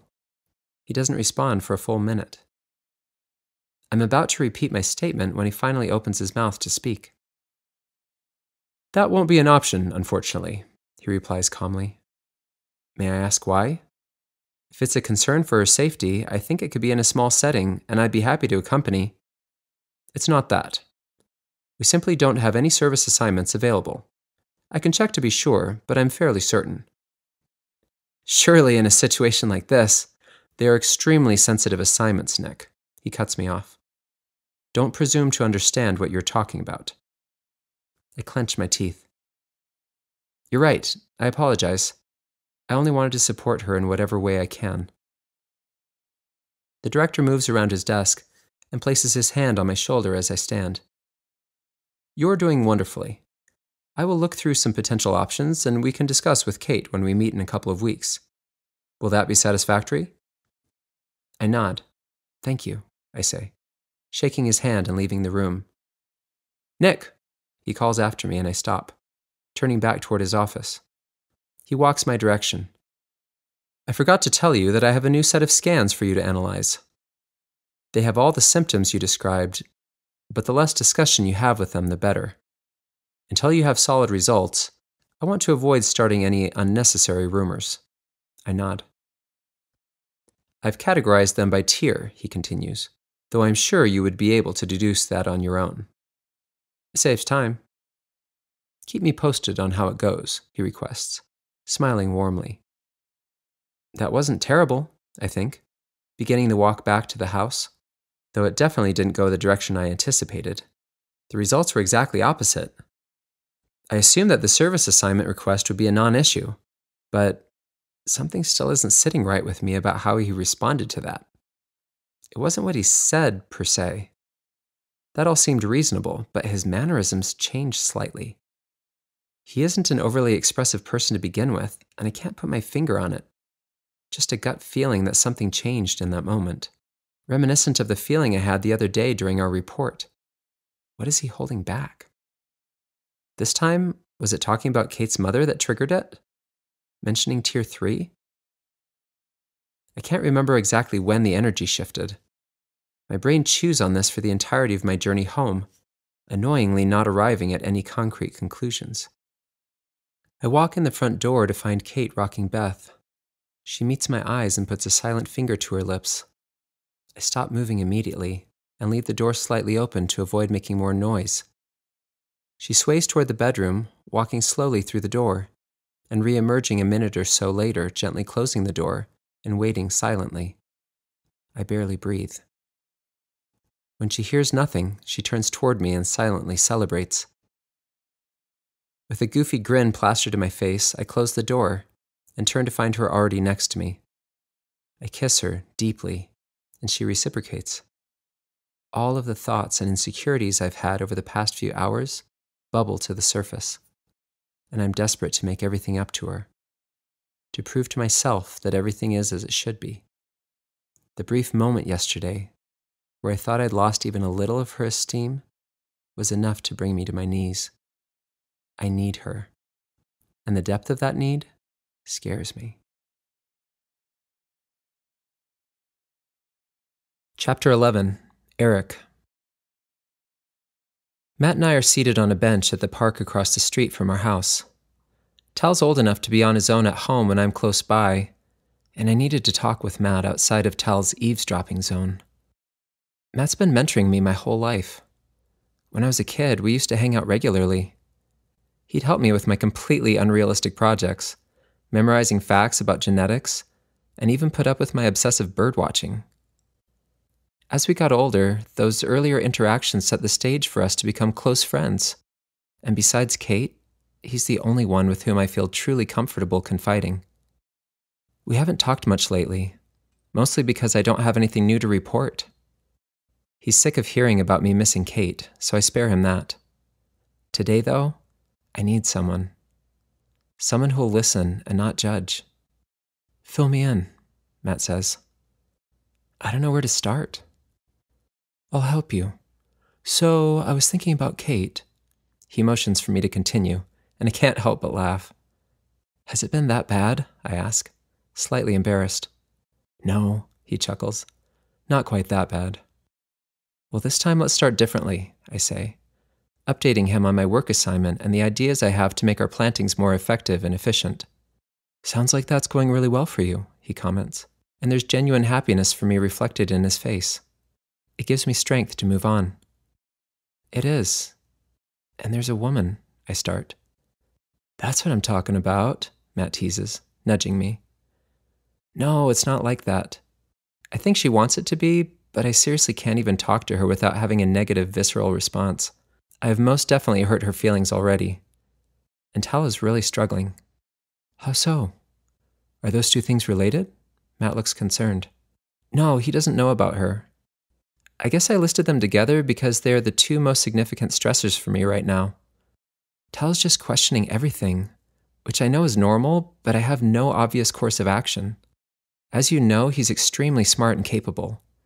He's bored to death in his conditioning, so I set an appointment to discuss options with his team, but I'm not holding my breath. The last time we talked, they assured me they could provide options, and obviously it hasn't happened. I'm hoping they'll allow me to take over some of his conditioning personally. That's a good option. Is there any precedence for that? Matt asks. I honestly have no idea. I did also talk with Tal, trying to drive home the fact that conditioning isn't just a personal thing. It's a collaborative effort. He needs to become comfortable with leadership, but right now he doesn't see how that would be helpful. He actually even said that he felt like the tier system is outdated, I say, incredulous. Huh. He really is questioning everything. Yep, I agree, using my feet to sweep pieces of mulch back into the planting beds. I have no idea how to deal with it. I haven't ever questioned like that, but he's beginning to make me think. What about? Matt asks. Well, could he have a point? Could there be a better system? Nobody's even approached me about trying to qualify Tal for Tier 1 initial testing. His scores are through the roof. His instructors have told me that his behavior and attitude stems from losing his mom at such a young age, but I'm starting to disagree. He doesn't act out at home, only when he isn't utilizing his potential in conditioning. Shouldn't that tell us something? I don't feel like he has an advocate. Well, besides me, but I'm obviously doing a terrible job. Matt's silent for a moment. Maybe I could put in a word, he says. And Eric, you might not remember questioning as a kid, but I remember you going through a very similar stage. Not as intense, definitely, but it's not like you always accepted things blindly. I nod. That's good to know. It makes me feel slightly better about myself knowing that I wasn't always completely spineless. Is this it? I ask softly. Is this the whole purpose of my life? Help my son and help people eat? I say bleakly. And even I hear the futility in my tone. Staring at the grass, I let that settle in for a moment. Eric, tell me about this woman, Matt requests, snapping me back. Why? There isn't anything to tell. Just tell me about her. Okay. Her name is Val. She works with the committee. She's over food production, so I run into her at the storage facility sometimes. Is interested in getting to know me better, I guess. You guess? She asked to run our numbers a while ago. I told her I wasn't at a point where I could even consider pairing. Eric, it's been 9 years, Matt says, attempting to meet my eyes, but I look away.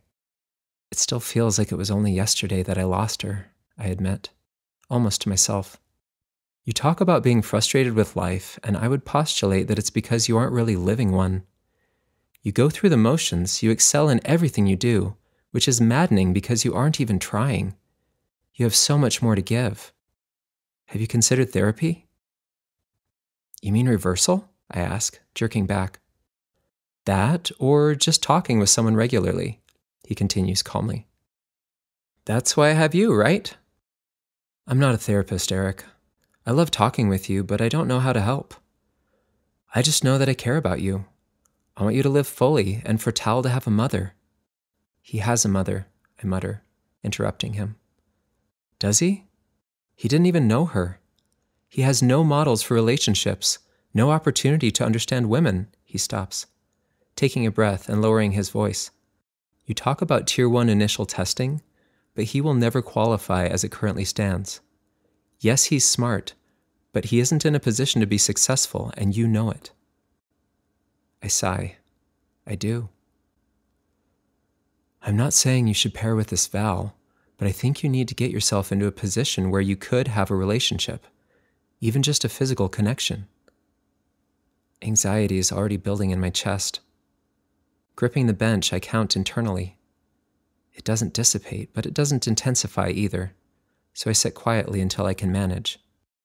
How would I go about starting therapy? I ask, having a difficult time getting the words out. That I can help with, Matt says, clapping his arm around my shoulder. Despite my best efforts, the physical contact loosens something within me, and I begin to sob. Chapter 12. Kate. Hey, Nick! Mom, can you help me with my assignment? Bentley asks. The girls are down for the night, and we are relaxing in the backyard enjoying the evening. It's been raining all week, and the air feels cool, despite the sunshine. Our trees and shrubs are lush and vibrant, as if showing their gratitude for all the moisture. Sure, Bent, I say, gathering the blanket around my shoulders. Want to bring it here by me? Could you come over here? I could, but I'm kind of comfortable on this chair, and there's room for two, I suggest, hoping he will take the bait. He picks up his tablet and cuddles in beside me. It is immediately noticeable how big he has gotten. There was a lot more room in this chair for the both of us a year ago. What's up? I ask as Nick drops into the seat next to us. I'm supposed to ask you guys about what it's like when you were kids, he explains. I stiffen involuntarily, and Nick jumps in, recognizing the situation. Can I start? He asks. Sure, Bentley agrees. Is there a specific category or topic you're interested in, or should I just start talking? Just start talking. Okay. Well, it wasn't all that different for me then, but I didn't necessarily have a traditional life. I was like you, Bent. I accelerated through a lot of my conditioning, and that took up a lot of my time. I do remember, though, that the cars weren't as available when I was young. Kate, do you remember we used to have to share one car with the entire neighborhood? I laugh. I remember not even having access to a car, so count yourself lucky. That's true. I guess I shouldn't complain. Did you work with Tier 3? Were they the same? Bentley asks. I really didn't, Nick says. I actually told your mom that I had never seen a Tier 3 individual before, and she thought I was crazy. I look at him puzzled. I don't remember that, I say.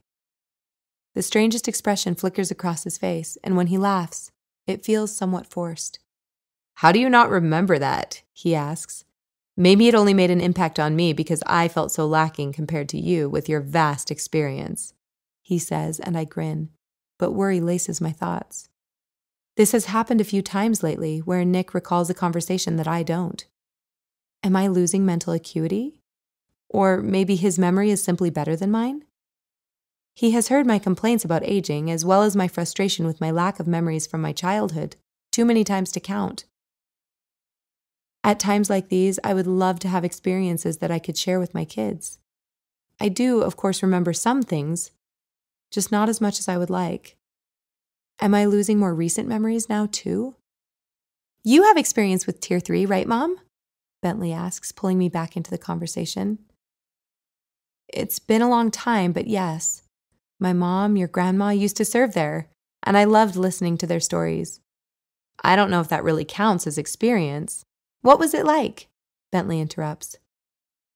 They were suffering then, I remember that. I know it's a lot better now. At the time, they didn't get nearly the variety or quantity of food that we did, and very few of them qualified for work assignments. My mom loved them, but there was always an underlying current of caution present when she was planning to make a visit. I assume that was because there was more crime and violence in Tier 3. People there didn't have the skills needed to avoid those behaviors completely. It sounds awful, but I remember being intrigued and slightly put off by their outward appearance. They had different teeth and markings on their body. Some of them weren't very clean, I say, trying to explain in terms that won't be disturbing. What about Tier 2? He asks.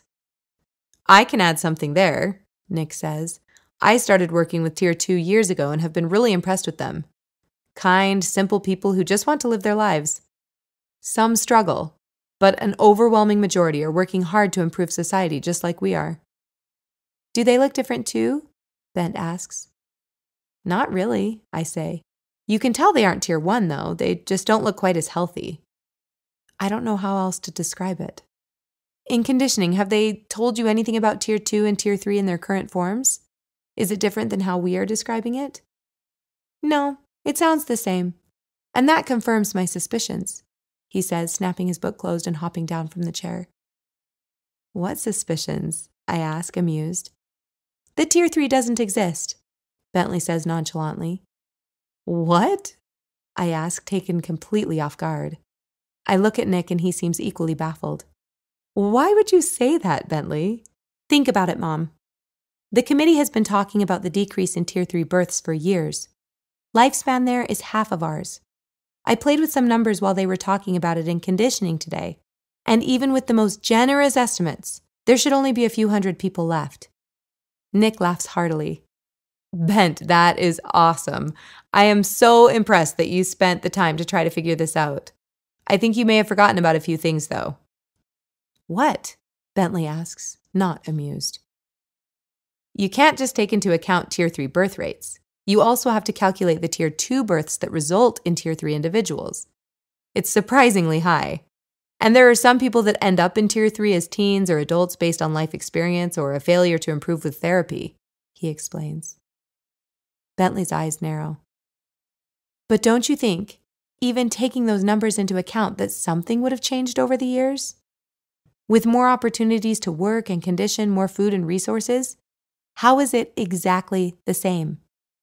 It's a good question. I doubt it's exactly the same, I say. Maybe your instructors are giving you the quick version, glossed over. Most of them probably haven't been there personally, and I'm sure they didn't anticipate someone so young taking such an interest, I suggest. This seems to connect with him. Do you have recent numbers? He asks Nick. I don't, but I'll see if I can pull up some reports when I'm at the lab, he says. Seemingly mollified, he walks toward the house. Was all of that really for a conditioning assignment? I call after him. No, he says simply, opening the door. When it shuts, Nick and I burst into laughter. Chapter 13. Nick. I laugh with Kate until I'm breathless. Watching Bent so serious about his research somehow released the tension I felt about my own trials. I hope he didn't see us laugh. His intensity is inspiring, and I would never want to embarrass him. Kate goes back inside shortly after him, cleaning up dinner and getting him tucked into bed. I pull some weeds in the flower garden and sweep the debris off the walkway from all the precipitation. The ground is spongy, and my feet sink slightly every time I leave the paving stones. As the sun begins to set, the entire backyard seems to glow with intensity. The greens somehow more green than they were before. Of course, I understand the physics of the transformation, but it's still beautiful to witness. I find myself waiting until the colors begin to fade. Inside, I find Kate typing into her display, probably prepping for her assignment tomorrow. Not only is she back serving, but we also have our community volunteer assignment to complete. Tomorrow will be a busy day for all of us. I give her hip a pat as I walk by and see her smile in response. My heart leaps. I think I'm going to head to bed early, I say. I can wake up before I go to the lab and at least get the mowing done at the park. Then we will only need to work in the garden tomorrow evening. Sounds great. That's the kid's favorite part anyway, she says. Good night. I wake to my sensor at around 5:30 a.m., the early morning light barely creeping in the windows. Putting on my work clothes, I sneak out of the house and walk down the street. My sensor activates the keypad on the storage shed, and I pull out the electric mower. It's been charging all night, thankfully. Forgot to check that. Virtually noiseless, the mower expertly cuts through the grass, taking very little effort on my part. I take pleasure in watching the clean pattern emerge as I make my way around the field. An hour later, I'm covered in grass from the knees down, and the park looks fresh and pristine. Wiping down the machine, I secure it back in its dock and head home. The birds are out this morning, enjoying the sunshine as much as I am. Their songs bring a smile to my lips, and I practically bounce into the house. Carefully, I remove my pants and place them in the sink by the washing machine. I'll need to treat those later. Kate's in the shower, and not hearing any children yet, I quickly hop in with her. She jumps in surprise. "You scared me," she accuses, slapping my chest with a soapy hand. "I can see that," I say. "The girls are going to be up any minute. I have to hurry," she rushes. "Let me get your back then," I offer. She hands me the soap, and I massage her shoulders and neck. "Thank you," she says, turning so the water rinses off the suds. "As much as I would love to stay, I know. It's okay," I assure her. "See you in a minute." She hops out, and I quickly wash myself. The cool water is perfection. Patients greet me upon entering the lab. Tier 1 individuals are prompt, directly contrasting with my experience last week in Tier 2. I quickly prep the machine and turn on my display, then instruct my assistant Tamara to begin patient briefing. The whole trial is fairly simple. My goal is to find a way to minimize these echoes so we can use reversal therapy without the negative after effects. I sigh. It seems to be a simple objective, but finding those echoes is proving difficult. I haven't made much progress in the last few weeks. Initially, I tried stimulating different parts of the brain while administering the therapy. While I haven't received any official dream reports, the headaches were reported almost immediately for these repeat patients. Typically, patients experience them within the first week after treatment. We always assure them that it's a natural symptom that should dissipate with time. Most people don't experience them chronically, though in extreme cases, like Kate, it can become debilitating. She's doing incredibly well, considering. Back to the drawing board, but this time around, I'm going with my gut. It occurred to me that we don't know enough about the brain to determine where precisely these subconscious echoes are hiding, but they must be present in the dream state, since this is when they manifest to the patient. If I can simulate a dream state and then do reversal, I have a hunch that I might be able to eliminate the echoes, or at least significantly reduce them. Of course, there is a good chance that I could be completely wrong, and the difficult part is simulating the dream state in the first place. From the first batch sent to the director, I've narrowed the subjects down to those who have specifically reported headaches and dreams, and are also looking to have reversal therapy again.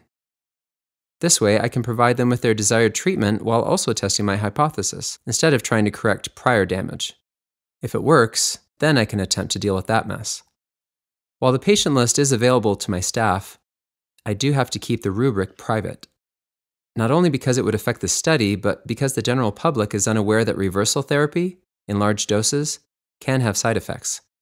The general public is actually unaware that we use it to inflict such sweeping change in the first place. It's better this way, but makes confidentiality doubly important. These patients, as far as I can tell, haven't recognized that their current symptoms are still connected with their reversal treatments. The headaches and dreams are so few and far between that it isn't causing them significant stress. The committee wants to keep it that way. This group of patients today was required to attend one evening of sleep monitoring before showing up today. I check, and sure enough, I have REM sleep scans of each patient on the docket. Bless Tier 1 individuals and their compliance. Tamara will be placing a tap and monitoring patients while I anesthetize them, and create a similar brain pattern, inducing their personal dream state. Tamara is well trained, but this is new to me, and the possibility that we could cause harm weighs heavily on me. My hands shake slightly as I realize what we are about to do. Before I can work myself up further, Tamara enters with our first patient. The tap is placed beautifully. "Good morning, Sarah," I say, attempting to appear at ease. If I'm nervous, I'm sure Sarah is too. I remind myself that this has been approved, then utilize my own emotions to empathize with her. "Hi," she responds, clutching the sleeves of her shirt. Today should be completely relaxing. I know you've had reversal before. This time, we'll actually be stimulating the brain in a different way, so you won't be able to remain awake during the procedure. Did Tamara explain all of that? Yes, she nods. Tamara smiles and helps her get strapped in while I connect her port. Once she's comfortable, I twist the nozzle and begin the drip. She closes her eyes and is out within seconds. I initiate the scanner and adjust the drip, adding the orexin blocker. As opposed to traditional reversal, this will transition the patient to REM sleep, and I should be able to adjust the dose until I see a brain map that matches with her initial scan. Within minutes, Sarah's brain is lighting up. I adjust the amount slightly until I'm satisfied with the image. Keeping the blocker constant, I place the reversal electrodes and begin the therapy. Sarah would like to remove an upsetting event that occurred with her father a few months ago. I don't love knowing the details, so I simply follow the brain map I've been given. Carefully, I treat each synaptic cluster, moving methodically through the targets. Barely getting into a rhythm, I finish the last section. Quick and easy. Stopping the drip, I wait. As the patient begins to wake, Tamara soothes her and helps her move to a rolling, reclining chair. She'll need to remain here for at least an hour before she can be cleared to go home. We have a recovery room assigned, and a nurse should be arriving to help with transport, giving me 10 minutes to prep for the next patient. Dabbing rubbing alcohol on a cotton pad, I wipe the equipment down, prepping new ports and disposing of the old ones. Surprisingly, nobody's opened the door yet, so I figure I'll try to find the Tier 3 numbers I promised Bentley. Typing my login into the main database, I search. Immediately, I met with a plethora of charts. I scroll through each one looking for recent data. After a few minutes, I'm flummoxed. Each chart is listed as being from a distinct year, but the numbers, as Bentley noticed, look almost identical. Even the Tier 2 numbers don't change much when compared over a 10-year period. I'm well aware that random variations are out of our control, but with programs that have been instituted to decrease unauthorized Tier 2 pregnancies, those numbers absolutely should be going down. Am I somehow missing a variable that needs to be accounted for? My next patient is escorted in, interrupting my thoughts. We begin the process over again, inducing the dream state. Though I'm more comfortable, this one takes slightly longer. Her reversal request stems from a childhood event, so I have to be much more investigative with my localization. To stay on time, I help prep the next patient, and Tamara and I work side by side for much of the day, not giving any extra time to continue my Tier 3 research. Eventually, we finish with our last patient. I'm exhausted, and I know Tamara must feel the same way. Thanking her, I encourage her to head home, offering to take care of the cleaning myself. Halfway through sanitizing my last piece of equipment, the door opens and a woman I don't recognize pokes her head in. "Can I help you?" I ask. "Oh no, I was just looking for Tamara," she says, exiting hastily. I drop my cloth and move quickly to the door, swinging it open. "Tamara actually left for the day," I call after her. She stops, turning back toward me, looking anxious. "Is everything okay?" I ask. "Well, I don't want to bother you," she shakes her head, waving me off. I insist, I say. "No bother. How can I help?" "We used more of the orexin blocker than we anticipated today. I submitted the request for more, but it won't be delivered in time for our trials tomorrow. I was hoping Tamara would be available to go to the medical facility to retrieve the bottles, but it's okay. I can do it," she concludes, turning to go. "I'd be happy to get them if it would help," I offer, and she turns, surprised. "You've been here all day. Are you sure?" she asks doubtfully. "It's no problem. I assume it's the one down south? If so, I can take a short nap on the way." "That would be fantastic," she says gratefully. "I was really hoping to be home for dinner tonight. I'll forward you the order information. Thanks again." "Happy to help," I assure her, smiling. Having been home so frequently lately, I know Kate won't mind if I'm late. I quickly send her a message before returning to finish the sanitization. My sensor notifies me of the order and address right as I am returning the cleaning supplies to their cabinet. Luckily, I have a car today. After a brief nap, I stretch, feeling much more normal, and pull a snack bar out of my bag. This should hold me until I get home for dinner. Kate mentioned that she's making chicken and roasted vegetables tonight. I sit up straight, realization dawning on me. Tonight. It's the night of our gardening assignment. I check my sensor, nothing from her yet. I sigh, feeling deflated. This was definitely not the best night to be late. Nothing I can do about it now.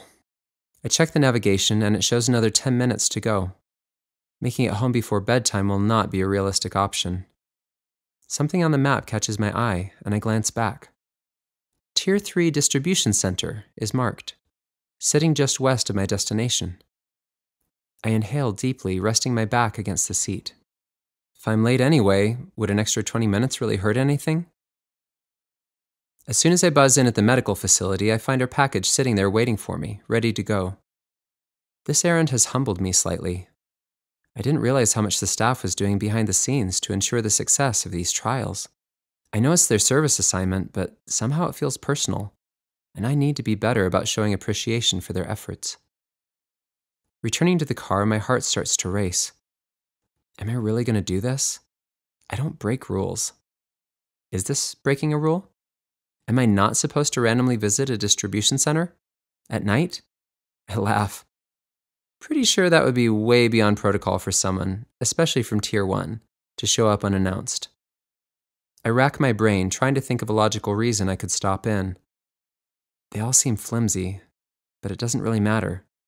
I know what I need to do, and I feel compelled to do it. I tap on the facility and set the destination. The ride isn't long, only a small detour off the main road. Since the sun hasn't set yet, the stop is thankfully less creepy than it could have been. The car pulls to a stop and I glance around, not noticing any signs of life. No cars, no bikes, nobody. This in and of itself isn't concerning, but the broken window is. I slowly approach the dark building. The back door hangs open, twisted on its hinges. The hair on the back of my neck stands up and I breathe slowly, trying to calm my nerves. Turning my sensor flashlight on, I peer into the blackness. There's nothing. It's completely bare, every surface covered with a thick layer of dirt. There are vines growing along the floor and draping along the walls. This building hasn't been used in some time. I hastily exit, turning off my light, and quickly get back into the car. Chapter 14, Nick. It's dark when I get home, later than I anticipated, after dropping the meds back at the lab. Kate didn't ever message me back, so I don't know exactly what I'm walking into. Everything's quiet inside the house, and I'm a little jumpy, my nerves still heightened from earlier. There are 2 place settings at the table, and a ceramic dish on the stove. Not finding Kate, I walk to the bedroom to change my clothes, realizing I still need to treat my pants from this morning as I pass the sink. I add, start a load of laundry to my to-do list before opening the door. Kate's sprawled on the bed, reading, and she smiles at me as I walk in. Hey, she says, reaching for me. Pulling my dirty shirt off, I go to her. I missed you tonight, she says softly. I'm so sorry I scheduled over our garden appointment, I apologize. I volunteered to help with something else before I remembered about our assignment. It's okay, she murmurs. We had a great time. The girls loved everything about the garden. I'm committed to giving them time outside every day.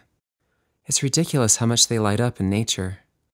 Her eyes dance with enthusiasm, and I can't help but absorb some of it. That's great, I respond, grinning. Are you hungry? She asks. Starving, I laugh. Well, good, because I have a full meal waiting out there. The kids hardly ate anything. You didn't eat? I snacked. I wanted to wait for you. Though I'm grateful, my smile fades slightly as I quickly change my clothes. My mind is still troubled, trying to process what I saw earlier.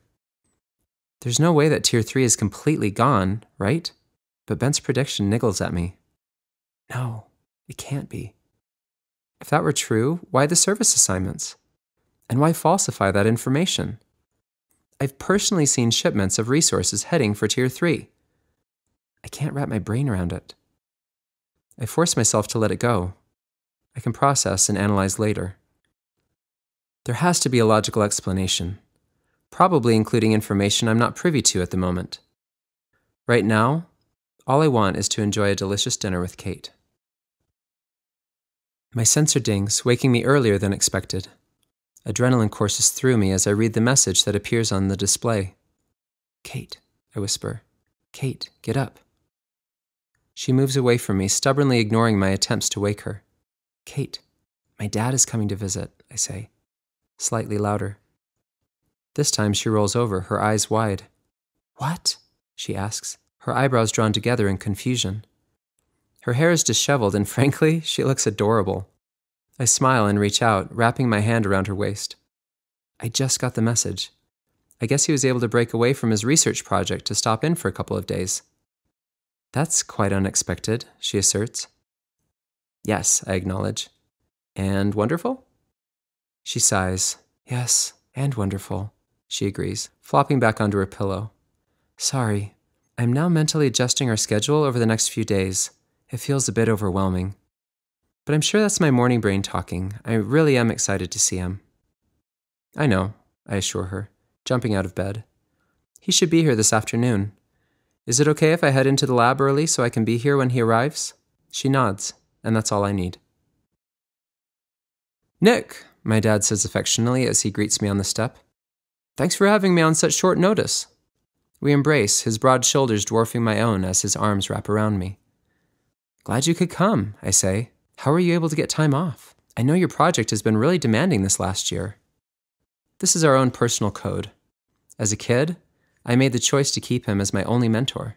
There really wasn't a better option genetically, and we've always had a close relationship.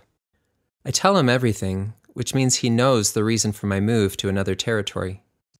He was the one I called when Kate rejected me that morning at the celebration. He sacrificed more than I have to make this happen, now living territories away from his only grandchildren. Since it's impossible to justify extra travel to Kate, or explain the true reason for his distance, we settle for digital communication most of the time.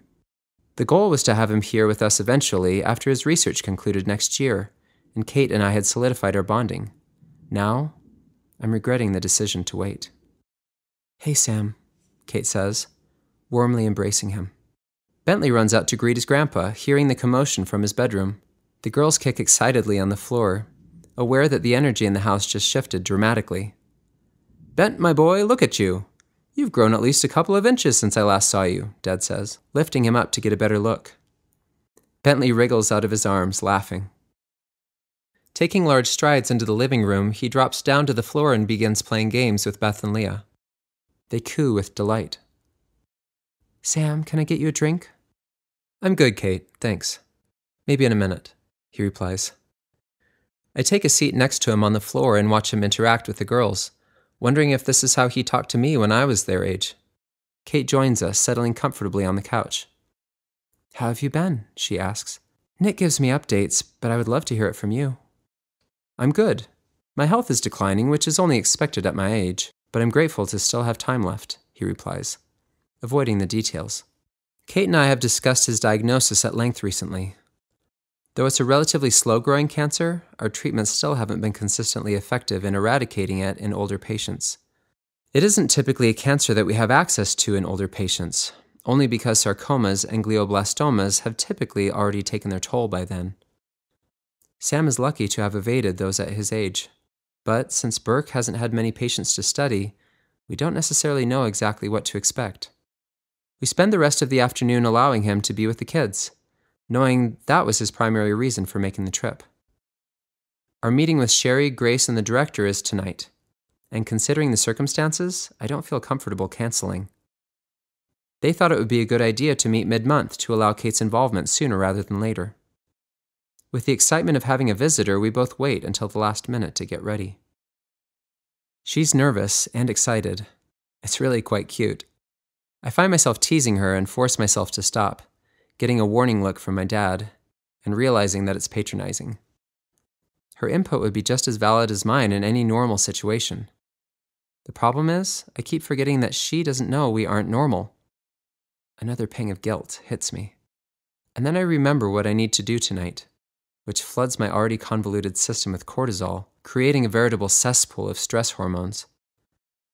Splashing water on my face takes a little of the nausea away, but I still don't feel like eating. Since Sherry obviously wasn't available to watch the kids, Kate had arranged for a neighbor to come over, but Sam's presence made that unnecessary. It was actually quite convenient that he arrived when he did. I hesitate slightly to leave him with all 3 kids when he's no longer used to being around children at all, but push any doubts away. This is the man that raised me, and Bentley is a fantastic helper. Plus, the girls are fed and shouldn't cause much trouble, especially since we'll only be gone for an hour or so. Nick, do you want any of this? Kate calls from the kitchen. I'll eat when we get home if that's all right, I answer. Sure, I'll pack it up for you. As we prepare to walk out the door, there's a flurry of goodbyes, kisses, and instructions.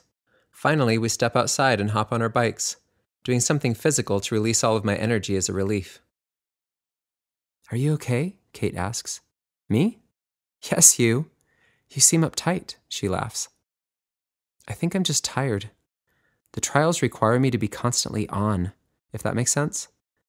And while I love having my dad here, it still somehow requires more energy to have someone, anyone, in our home. Sorry you weren't able to relax after getting home today. I should have just had you stay on campus. Maybe you could have rested in a storage closet or something, she teases. You could have visited with your dad after the meeting. They do have actual rooms for that, you know, I say, feigning offense. She laughs. That's better. I smile, in spite of my nerves. Kate and I settle in a few minutes early. Sherry's the next to arrive. Hey, Kate, she says, embracing her. Nick, you look a little tired, she comments. Charming as always, I say, tipping my proverbial hat. The women laugh and start chatting. I quickly log in to see how many patients I have lined up tomorrow. It's our last day of initial trials. By Monday, we should know if we have any reason to hope for success. At that point, we can determine whether to continue with full trials next week. That's when I intend to bring Kate in. The director and Grace walk in together, putting an end to the friendly conversation. Thanks for coming, the director says, greeting us warmly. Kate, so glad you could join us. I apologize for not including you sooner. I hope you understand it was done out of consideration. Kate nods. Glad to be here, thanks. We will first ask a few questions about your pairing, and if you have any concerns, feel free to voice them. Then we'll meet with Nick separately to discuss some classified information pertaining to his research, Grace explains. Kate nods again, expecting this. Kate, why don't you tell us how you feel about your pairing and your family in general? Sherry suggests. Kate reaches under the table and her fingers intertwine with mine. I love it. I had my reservations before accepting the pairing. I'm sure you remember. I don't need to rehash that part. I don't feel like my age has been a problem. Maybe Nick can speak to that. She looks at me, winking. But I think we're equal partners. I agree, I say, smiling and squeezing her hand. The girls are doing well, and the pregnancy was simple, considering. I think, well, we're considering getting pregnant again, she says, hesitantly. The director's beaming. So good to hear, he congratulates. I would love to know, how are the other pairings doing? Kate asks. Grace repeats the numbers she reported at our last meeting, and Kate's eyes are bright. This program is making a huge impact, Grace concludes. We are so glad you're a part of it. Kate nods with a smile stretching from ear to ear. Kate, do you feel that there were any drawbacks to Berg initiating your pairing with Nick? Now that you've had some time to bond? The director asks. Kate seems to ponder this for a moment. No, I really don't. There wasn't as much initial suspense, which could be a positive or a negative, I guess. But for me, I think it was exactly what I needed. Receiving a few blank stares, she elaborates. I just mean that, as a kid, you hear about people finding pairings. They tell stories of their first meeting or the first time they ran their numbers. So I'd kind of built that up in my mind. Meeting this way took out any of that excitement and suspense, you know? We still had some, especially because we had the opportunity to accept or decline, but it was different than I had always seen in my head. Again, not necessarily a negative, just different. Thanks for your input. We'll consider it and see if we can better align our processes with cultural norms in the future, the director muses. I look forward to seeing you next time. I don't ever want you to feel obligated to come, but know you are always invited, he says sincerely. Kate thanks him, moving toward the door. I'll wait for you in the courtyard, she whispers to me as she passes. Oh, Kate, before you go, I wanted to let you know that I'm sending over some options for potential service assignments, the director adds. Nick put forth your request, and while I can't guarantee your preferred situation, I hope that something will stick out to you. Kate nods happily and steps out into the hall. The door closes, and adrenaline immediately rushes through my veins. How have the trials gone this week? Sherry asks. Good, so far, I say, too quickly. We have 2 days under our belts. I hope to know more about the results early next week. We have high hopes, the director says. I take a deep breath. The other day, I was researching in the database and came across a chart showing statistics for Tier 3, I blurt out. I might be making it up, but I'm almost positive Sherry stiffens in that moment. I was perplexed because these numbers seem to have been static for years. I wondered if more current research is needed. The director begins to speak calmly. I think those numbers are correct. There are plenty of... I was also very interested in your response to Kate's request to serve with Tier 3, sir. And I looked up the current statistics on Tier 3 service assignments.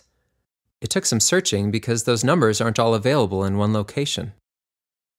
Piecing it together, I found a massive discrepancy between the number of actual Tier 3 individuals and the number of Tier 1 and Tier 2 individuals assigned to serve there. The room is silent now. I'm not planning to tell them about my stop at the Tier 3 distribution center unless I have to. Based on those numbers, if they are in fact correct, as you say, there are only 2 possible ways to interpret the data. Either we're severely mistreating the people of Tier 3, in which case it would be ideal for Kate to serve there, or there aren't many people to mistreat. Nobody speaks. Then the director clears his throat. I think you should leave for now, Nick. But we'll discuss this at a later date, thank you. His mouth is pinched into a thin line, and he doesn't meet my eyes. Not knowing what else to do, I hastily pick up my display and step out of the room. For the first time, as I rush down the hall, feeling the air against my skin, I notice my body is damp with sweat. How long was I talking? Maybe 30 seconds? Though I'm still humming from the conflict, my body slightly relaxes from simply being further away from the room. Hearing sudden footsteps behind me, I spin in surprise. It takes me a moment in the dim light, but I recognize Sherry moving briskly toward me. Nick, stop pushing this, she hisses, gripping my bicep and moving me quickly along the hallway. I promise you'll get your answers, but leave it alone for now. She stares at me, pleading. Trust me, she begs, then turns on her heel and marches back the way she came. Chapter 15. Kate. Nick enters the courtyard and looks like he just ran for miles. I take him in, his hairline wet with sweat, shirt rumpled. What did they say to you? I ask, laughing initially, but quickly noticing that Nick is somber. Are you okay? I question, my mood quickly shifting to concern. Yes, I know I look terrible. It was warm in there and I got really nervous talking about some new information. Also, I might be in trouble and I am sorry if I caused problems for us, he says hurriedly, pulling me toward our bikes. I yank my arm away, forcing him to stop. Nick, what is going on? I ask, seriously worried at this point. Nothing, he says, placing his hands on my shoulders. I'm sorry, I didn't mean to upset you. I don't know if I pushed too hard on something that I'm not meant to be a part of. I felt like it was right, but I may have upset the director. He sighs, gulping in a breath of air. I am sure it will be fine. I just want to go home and eat. I hold his hand, attempting to ground him. I trust you, Nick. I'm sure if you felt like it was important, you did the right thing. By the time we arrive home, I am also covered in sweat, so Sam doesn't think twice about Nick's physical state. That hill to our house is brutal. We listen to him recount the evening while we eat, then begin the process of putting the kids to bed. Once they are tucked away, we shower and head to bed ourselves, seeing that Sam had fallen asleep on the cot in the living room. I am extremely curious about what happened in the meeting room tonight, but Nick isn't inclined to discuss it at the moment, and I don't want to push. We undress in silence. When we are comfortable on our pillows, Nick reaches over and runs his hand along my arm. My skin tingles. Thanks for supporting me today, he mumbles softly. Always, I say, and watch him close his eyes. Mom? I scream, reaching for her, somehow moving in the opposite direction. I try desperately to make forward progress. She is wrestling with something, being pulled through the doorframe against her will. She screams my name over and over. I can't get to her. I run and scramble across the earth, never getting closer. Mom? I hear a small voice next to me, and I stop, whipping my head toward the sound, my mother's voice fading on the wind. Bentley? I ask. He's so much smaller, but it's him. Hi, Mom. Are you ready to come home now? He asks. Yes, that sounds wonderful, I say, holding his hand and following him through the trees. There is a small clearing, and I look up to see Eric standing in the doorway, leaning against the wooden frame and staring at me, smiling brilliantly. Hey, Mom, Tal calls from the garden, waving and showing me his pile of weeds. I gasp awake, and tears streak my cheeks, my chest burying sobs. Nick wakes and pulls me to him, as he always does. I cry into his shoulder while he strokes my hair until eventually I drift back into sleep. When I open my eyes, morning light is streaming in and my breasts feel like rocks. How did I sleep so long? I groan, rolling gently to the side, hoping to avoid pressing on them. Stepping down to the floor, I pull on pants and practically run to the girls' room, but they aren't there. Hearing noises in the kitchen, I rush toward them, realizing too late that Sam might be out there, and I am not dressed. Hey, Mom, Bentley says, and the night before comes crashing back into my mind. The girls start whimpering as soon as they see me. I'm never as good as Mom, huh, girls? Nick states, feigning disappointment. Not seeing Sam, I rush to them. He hands Beth to me first, then Leah, while I position myself to feed them. I sigh, feeling instant relief as soon as they begin to drink. A little full? Nick laughs. Just a tad, I grimace. What time is it? Where's your dad? It's 8:30. Sorry, I wanted to let you sleep. Dad is up at the Soil Research Center. He needed to meet with someone there before heading home tomorrow. Don't you have to be at the lab? I ask worriedly. I do, but I rearranged my first hour. After what happened last night, I figured you could use a little extra help this morning. He grins, and I smile gratefully. Seems like he is less concerned about his situation this morning. Hopefully it isn't as big of an issue as he initially thought. Thank you. That was really sweet. I might feel almost normal, I laugh, looking down at my swollen breasts. They didn't eat much from me, so they should be hungry at least, Nick chuckles. He is already dressed and ready to go. I breathe a silent sigh of relief seeing him so chipper. I will take Bent to conditioning on my way. We missed drop-off, he says. You're the best. He swoops over and kisses me, then walks out the door with Bentley, leaving me alone with the girls. My headache is as bad as it's ever been. Throbbing pain is emanating from the base of my skull, and fingers of pressure stab the back of my eyes.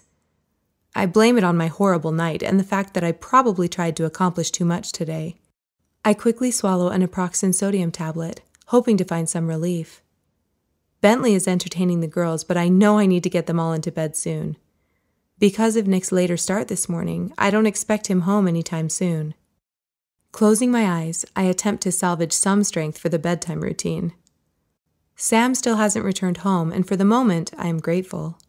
I don't want him to see me like this. When the girls are successfully in bed, Bentley and I retreat to his room for stories. Bent, do you think you could read to me tonight? I ask, holding my fingers over my eyes. Sure, Mom. Are you okay? My headache is really bad, and the light is aggravating it. It's hard for me to open my eyes right now. He selects a book, then pauses, noticing something tucked behind the main stack of reading material. Hey, Mom, it's In the Meadow, he says. You used to read that to me all the time. Can we read it? I don't respond immediately. Something inside me clenches, and I see stars behind my eyelids. I don't know. I guess it's only for babies, he mumbles, interpreting my lack of response as a judgment.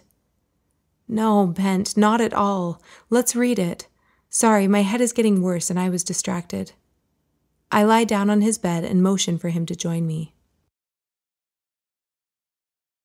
Kate?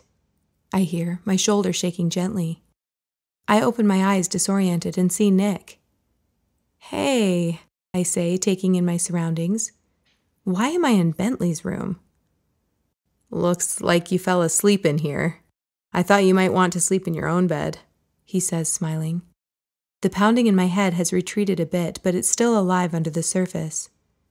Is Bent okay? I ask. Shh, he's right next to you. Come on, he says quietly, lifting my elbow. I follow him, stumbling slightly. Are you okay?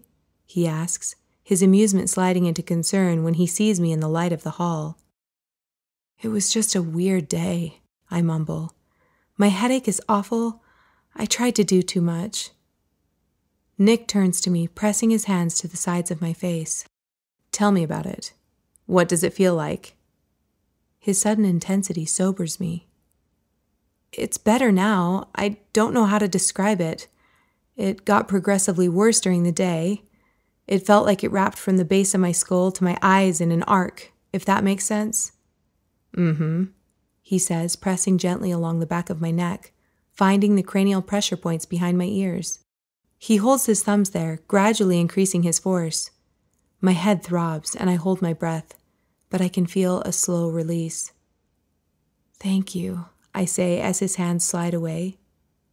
Kate, I think you should come in for a scan. I really want to see if I can help. Are you sure you won't get in trouble? No, but I will deal with that if I need to. I'm worried about you, he says, his voice thick with concern. I could go in and get a workup, I offer. You have done that already, and it didn't help. Let's try something else. I nod. Just let me know when, and I'll be there, I say. He leads me to bed, and the darkness of our room is pure bliss. I allow myself to drop back into the relief of sleep. Chapter 16. Nick. Movement catches my eye, and I glance up, watching the door open.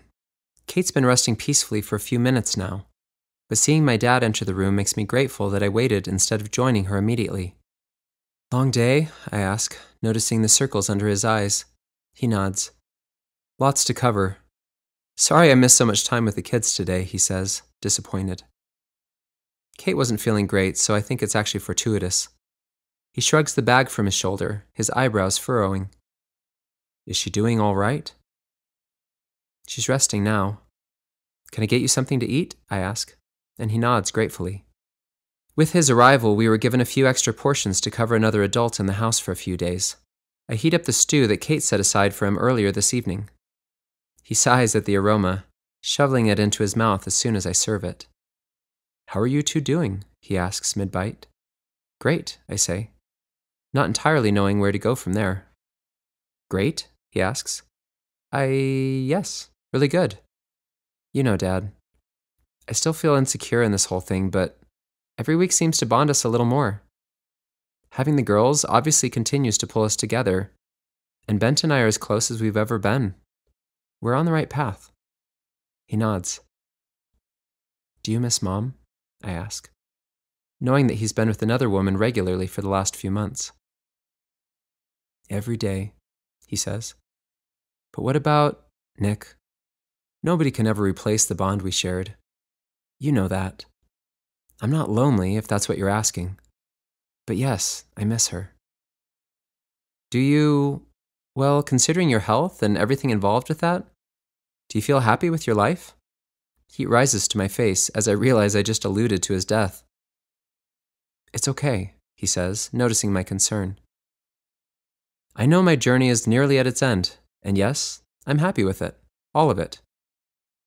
Watching you grow and learn, being willing to sacrifice and make immense contributions to our growing society, what could be more gratifying than that?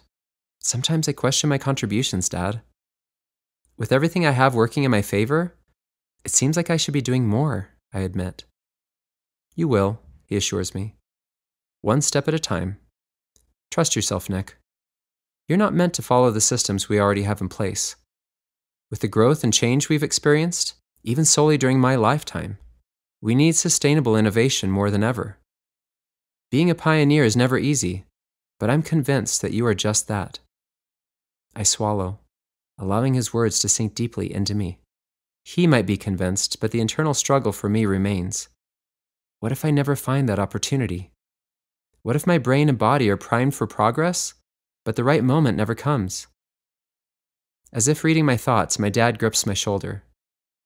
Don't think too much, son. You'll know it when you see it.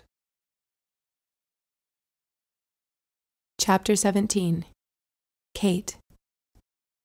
I think it goes here, Mom, Bent says, showing me where the puzzle piece should fit. Feelings of inadequacy sit heavily on my mind as I attempt to help him work through this assignment. Bent, why exactly do you want my help? I ask. You find the variations much faster than I can. I know, but it's still fun to have someone watch me, he answers, grinning. I laugh. I'm just an audience? Thanks a lot, I tease, and his grin widens. He places the wooden pieces in silence for a few moments, focusing. Mom, why do you think you have had headaches more often the last few months? He asks unexpectedly. I don't know, I stammer. I usually connect it with stress. I don't think that's it, he says. I think there's something else. That doesn't make sense because our lives are built around low tension and stress. Why would it happen to you more than anyone else if it were just that? And I don't think you have a genetic link, so it has to be an external factor. How would you know if I have a genetic link? I ask, impressed and taken off guard by his analysis. Well, I don't for sure. I just assumed. Maybe I got lucky, but that variation is dominant and I don't have it. Do you? No, I don't, I answer slowly, watching his face take on a very satisfied expression. I do think it's time for bed, though. He slumps his shoulders in complaint. Can I finish this first? He petitions. Let's finish in the morning. I'll give you more help then, I say, and we both laugh. He embraces me, his now not-so-tiny arms wrapping around my neck, then runs to the bathroom, and I notice that, for the first time, his pants didn't fall down. My heart aches a little, mourning that goofy little boy with no hips. I wait for Nick. He's late, and I'm starting to get anxious. Tapping my sensor, I still don't see a message from him. Trying to take my mind off it, I wipe down door handles and dust the shelves. My breath catches when I finally hear the front door open, feeling suddenly absurd that I was worried in the first place. Setting my cloth on the counter, I walk toward the hallway and meet him halfway. Hey, I say, reaching for him, and he crushes me in his embrace. He is surprisingly emotional. Intensity exudes from his every movement. What's going on? I ask, pulling away to look at his face. Nothing, he sighs.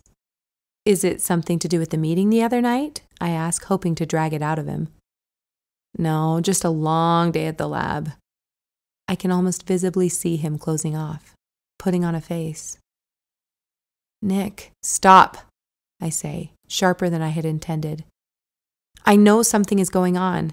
You have been cycling between emotional highs and lows for a while now. I can almost physically feel the turbulence inside of you. I love you. Please talk to me. I am not afraid of most things, but this terrifies me.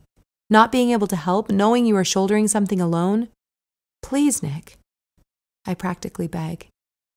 The panic I feel at him shutting me out is irrational, and yet like I have felt it before. Emotionally, this is impossibly familiar, and that realization pushes my confusion further. Nick doesn't answer, looking conflicted. What is going on?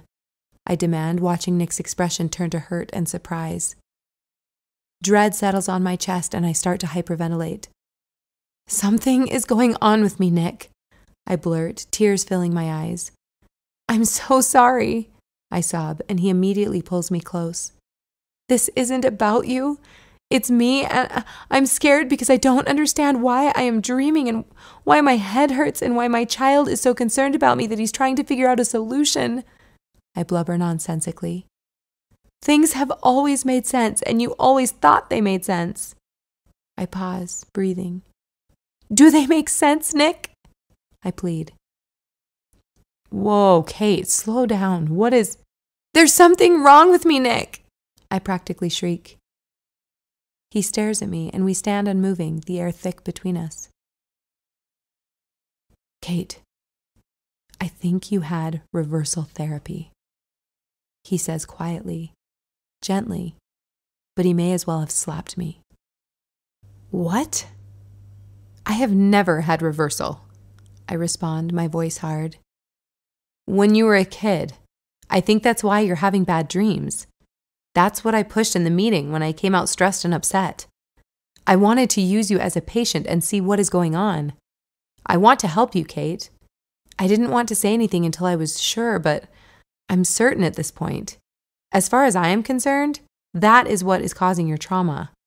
I assume it was something about your mother, which is why your dreams are centered around her, he explains, pausing to evaluate my reaction.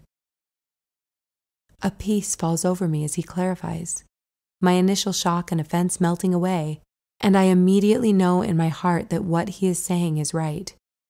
I don't understand how or why, but this makes sense of everything. Sighing in relief, I close my eyes and lean against his chest.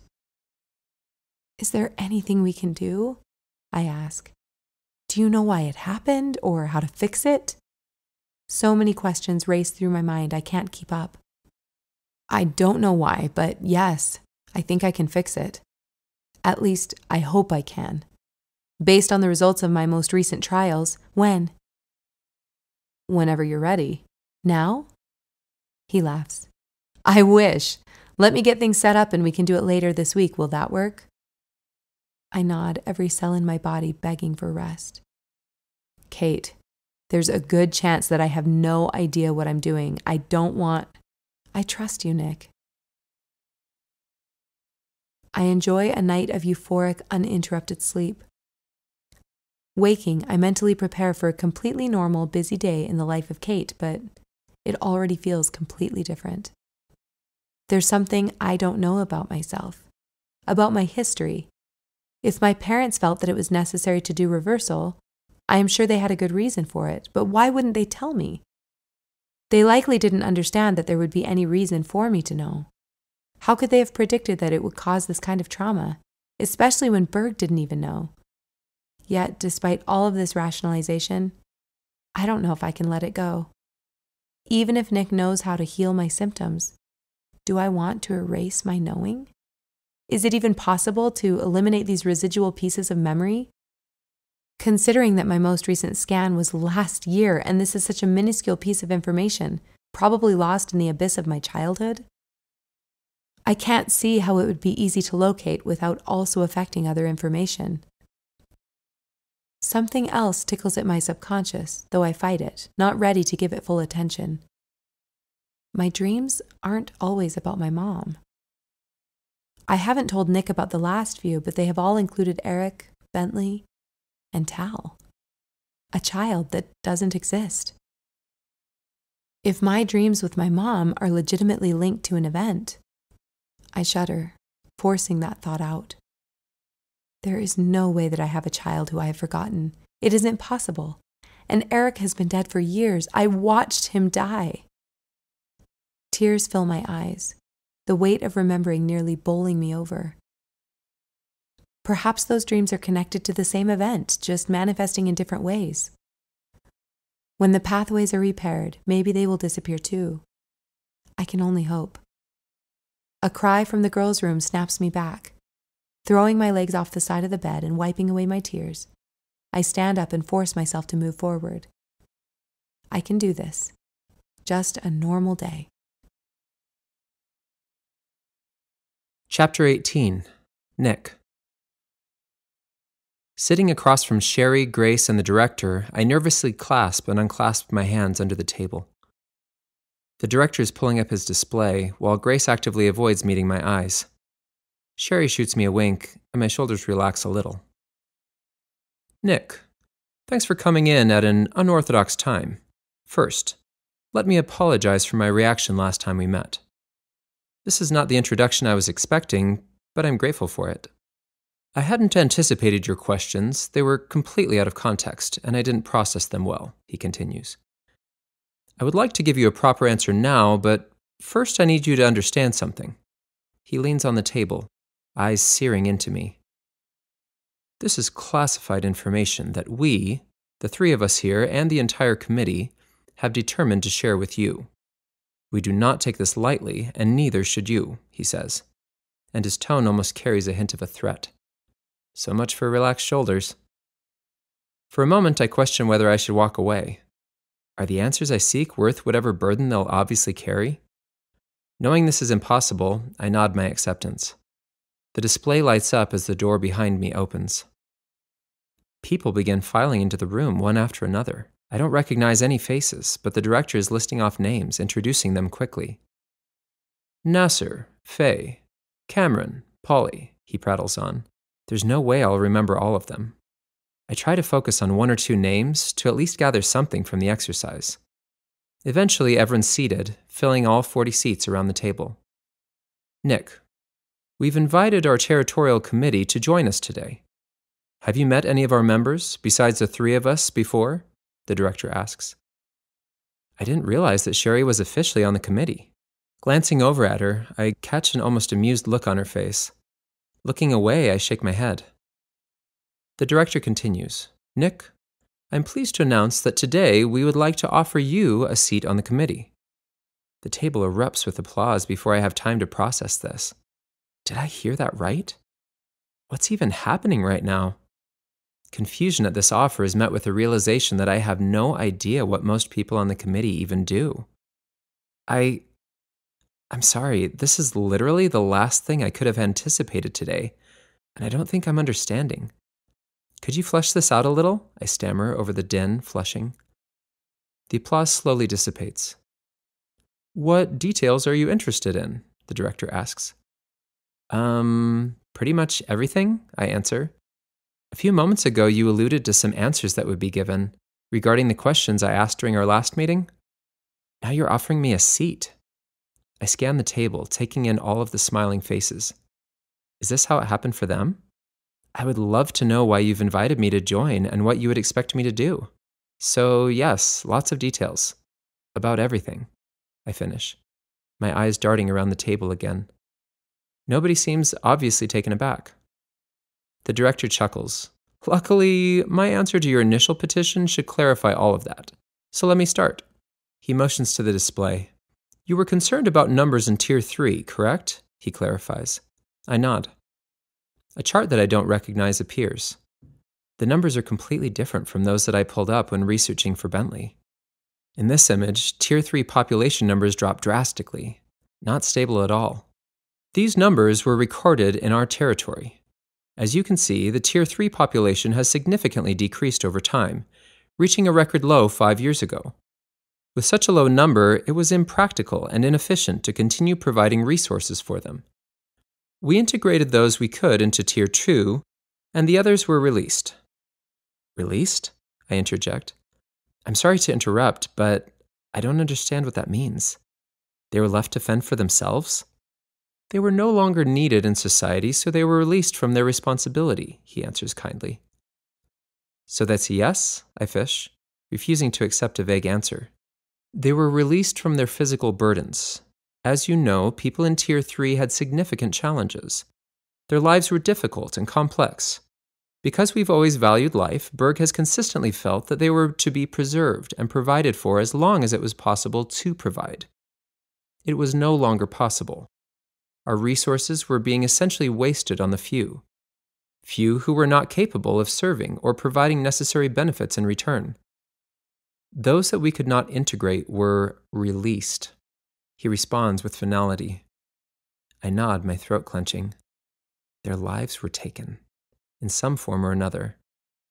Tier 3 doesn't exist because we killed the last of them in an effort to be efficient. I take a deep breath, reminding myself not to jump to conclusions, that I know none of the details. Yet the pit in my stomach remains. This pattern has been followed, or will soon be followed, in every territory. We are all at similar points, give or take. I'll remind you that this is what Berg expected and planned for. The goal of the tier system was always to use resources efficiently in creating a safe, thriving society ripe for improvement and evolution. We've arrived at what we're calling Phase 2. With reproduction rates, it's an eventual certainty that we will see Tier 2 follow a similar pattern, leaving only Tier 1 individuals in Phase 3. At that point, Berg has a plan in place for categories of division, creating 3 new tiers based on evolution at that point in time. We're eliminating Tier 3 and Tier 2 only to create new tiers? This answers questions that I've had since childhood. Evolutionarily, it's brilliant.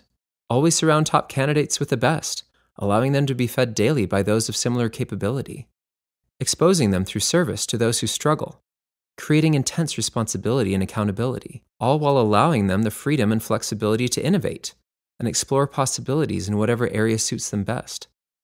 Bentley would be thrilled to hear this. The potential for continual progress is, well, it's exciting. The director smiles as if interpreting my thoughts. Obviously, this process will extend far beyond our lifetime, but currently we're faced with a dilemma.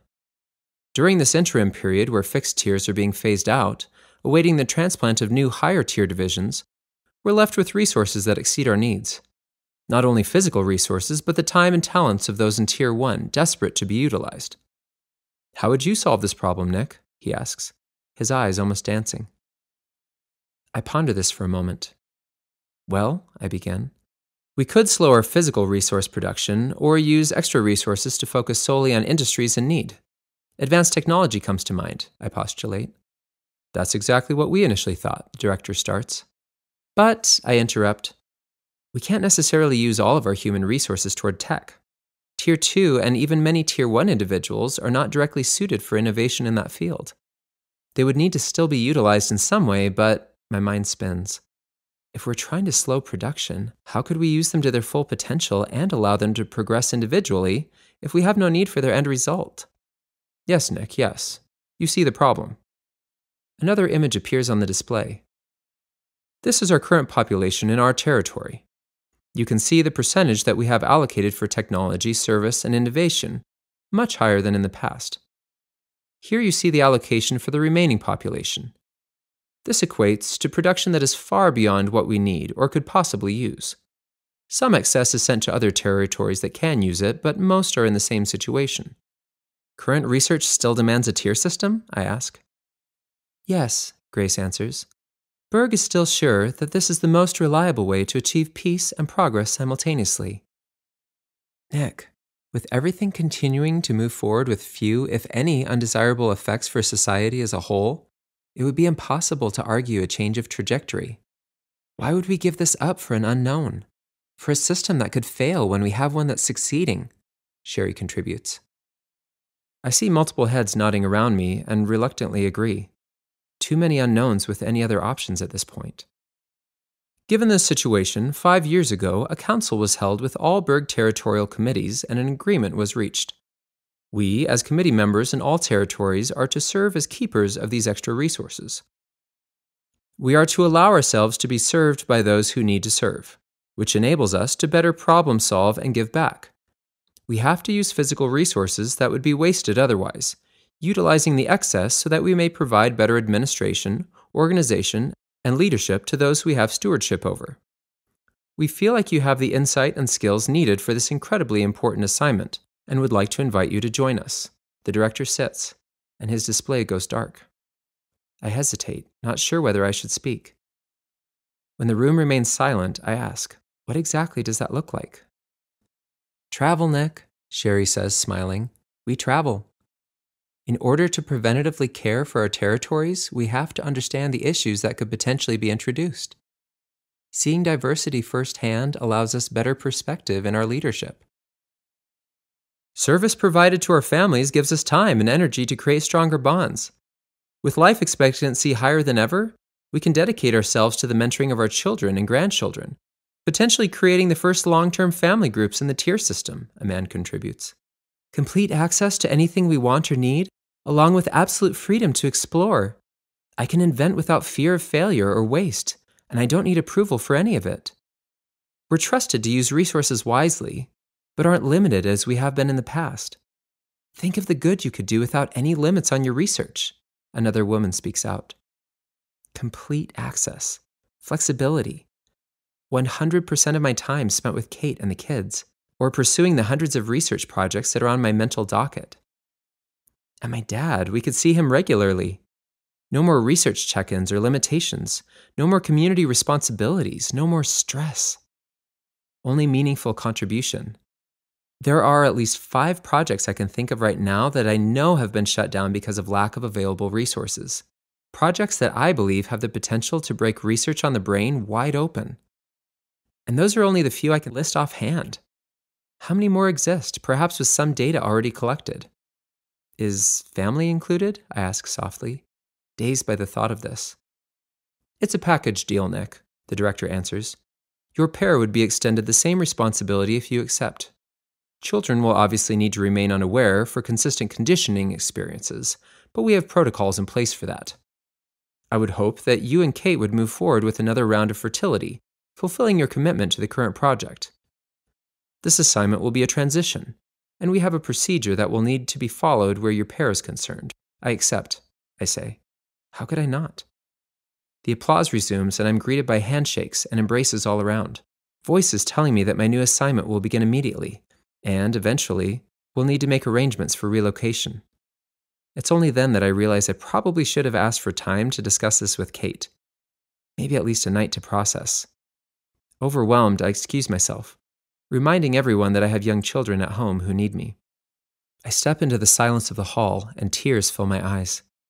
Out of relief? Yes. Out of excitement for a life of utter freedom to do good? Yes, 1,000,000 times yes. My life has been on an upward trajectory with so much potential, and yet no obvious space for me to break through to something big.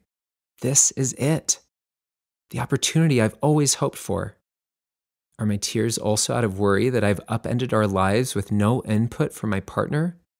Out of sadness for tier 3? I didn't even get the chance to know them. Yes, all of it.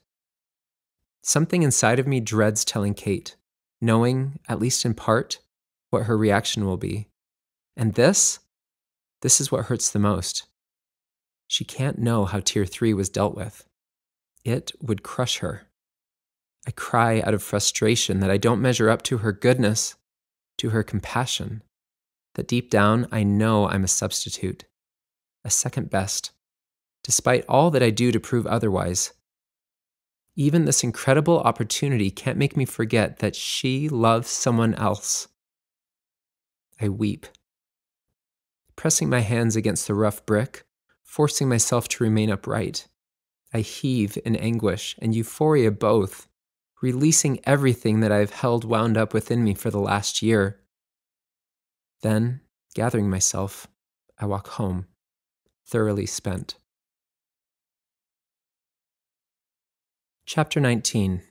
Eric. That's why I'm here, I say.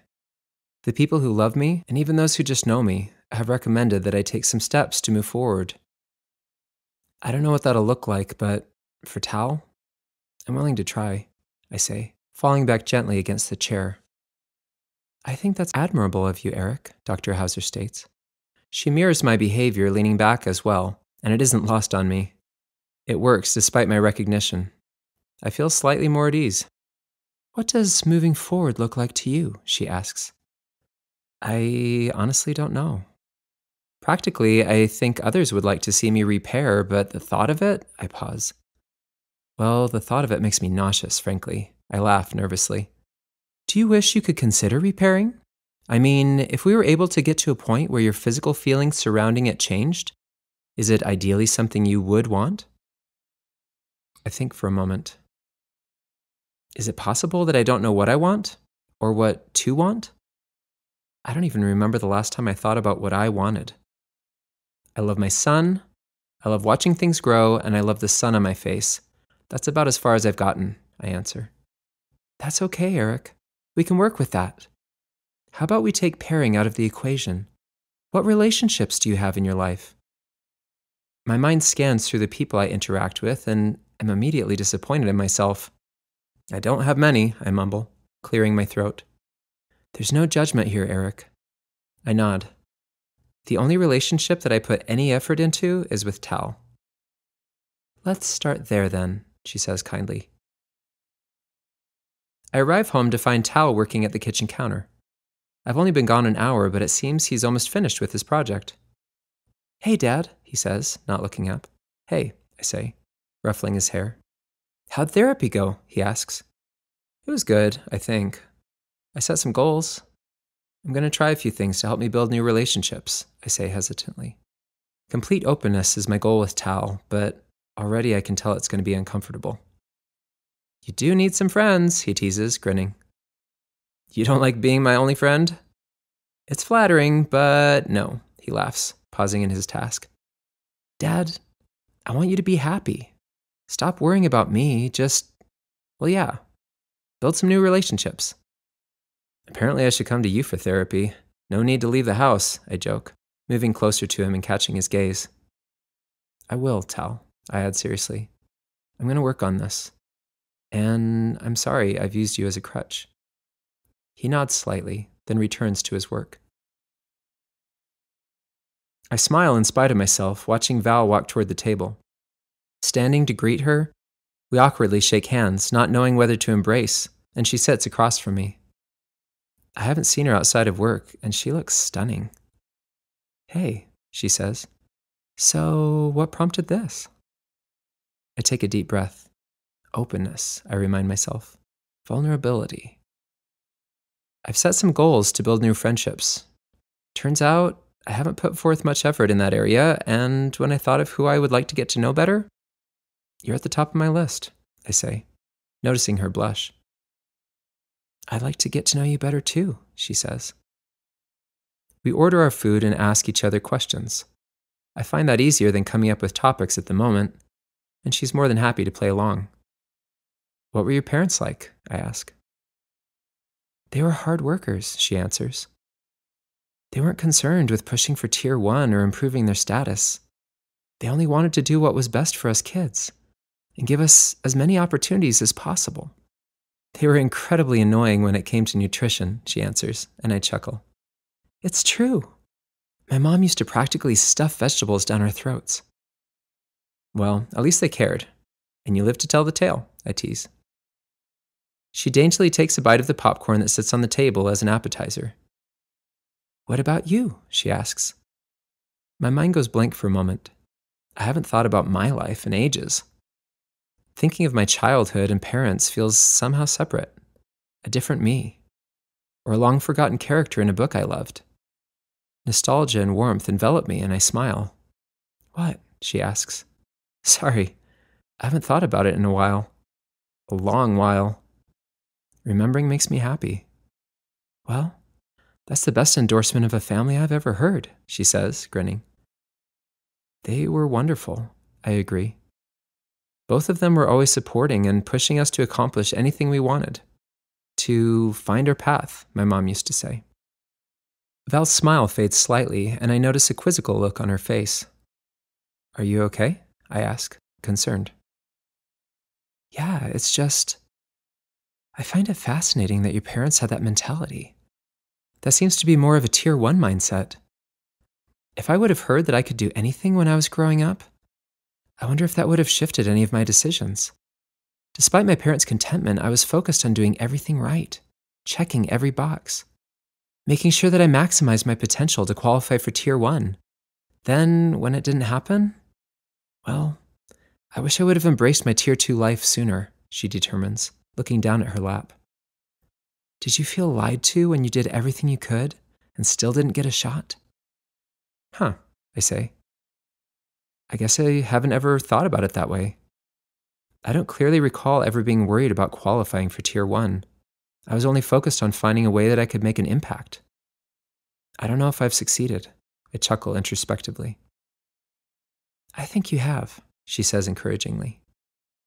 Our food is brought to the table, and I'm grateful for the break in conversation. Why didn't I ever want to qualify for Tier 1 testing?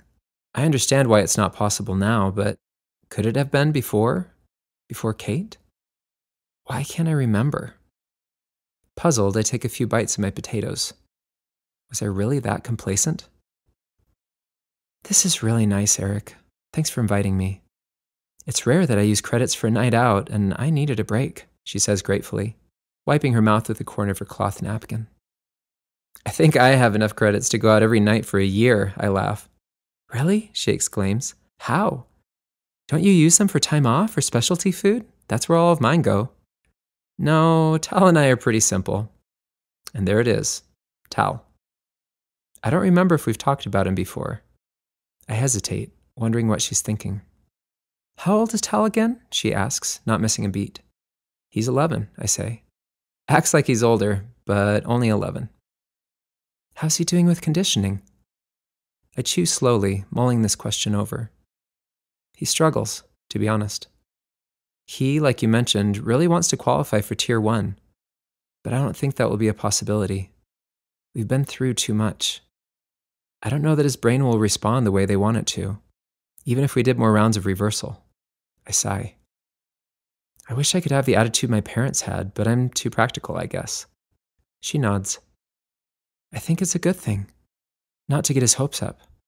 Speaking from personal experience, she jests, but her face belies the hurt and disappointment she spoke of earlier. We enjoy the rest of our meal and walk for a block or two before our paths separate. At the corner, she looks tenderly up at me. Thanks for letting me be a friend, Eric. I really enjoyed talking with you. Thanks for being patient with me. I'm sorry. Her hand shoots up between us. No apologies. We all move at our own pace. I'm glad that you're making progress and happy to be a part of it, she says, dropping her arms to her sides. Not thinking for once, I reach out and pull her close. Her head rests beneath my chin and her hair smells of warm honey. My body hums at the connection. After a few moments, I reluctantly let go. With a warm flush in her cheeks, she waves, and we go our separate ways. Chapter 20. Nick. Upon returning home, I feel desperate for Kate. My emotions are volatile, and I know she can sense it. Since I don't trust myself to talk, nor do I understand what I'm able to discuss with her yet, I kiss her deeply before she can ask me anything. Feeling her body respond to mine sends tingles across my skin. I will never take for granted that I get this, that I get her. Lying beside her, I feel silent tears slide down my cheeks. Kate is unaware, her head buried between my shoulder and neck, and my hand errantly traces her shoulder blade, her hair falling softly around my fingers. My emotions war within me, the decisions I've made weighing heavily on my heart. If everything I've done is right, consistent with my priorities, why don't I feel at peace? Even now, when all seems to be perfectly falling into place. Reason and logic have led me here, yet I feel I'm slogging along blindly. The small deceptions and secrets have seemingly created a house of cards, one that could come crashing down around me at any moment. Nothing feels solid, though logically I know that it is. Even if it did come crashing down, reversal could fix it, yet I fear loss so much. I realize it must be different to be with someone who hasn't been manipulated to love you. The initial relief I felt at the meeting is quickly dissolving into worry and doubt. The director's explanations initially made perfect sense, but I shrink at the idea of telling Kate what I've agreed to. But think of all the good I can do. We can do, together. Shouldn't she be excited at this opportunity? Is she holding us back? Is my bond with her preventing me from fulfilling my potential? Has she become what I'm loyal to? I regret these thoughts as soon as they materialize. Why am I deciding her feelings for her? Once I explain everything, how could she not understand? Kate is the best of us. Being with her should do nothing but ensure my ability to contribute. Resting there, holding her, I eventually slip into fitful sleep. After having a few weeks to ponder all that's happened, along with continued success and trials, my excitement for these changes has been rekindled. Along with my new assignment, I've requested to continue on my current research. Despite my intense desire to begin new projects, my focus is still on reversal. I won't be able to move forward until I have closure on this, especially where Kate's concerned. With the added benefit of having full access to any resources I deem useful and no longer having to attain approval, I'm compelled to see this through. Instead of trying to constantly mentally justify my reasoning for the trials, I give myself permission to accept the fact that curiosity and concern for Kate supersede anything else at this point.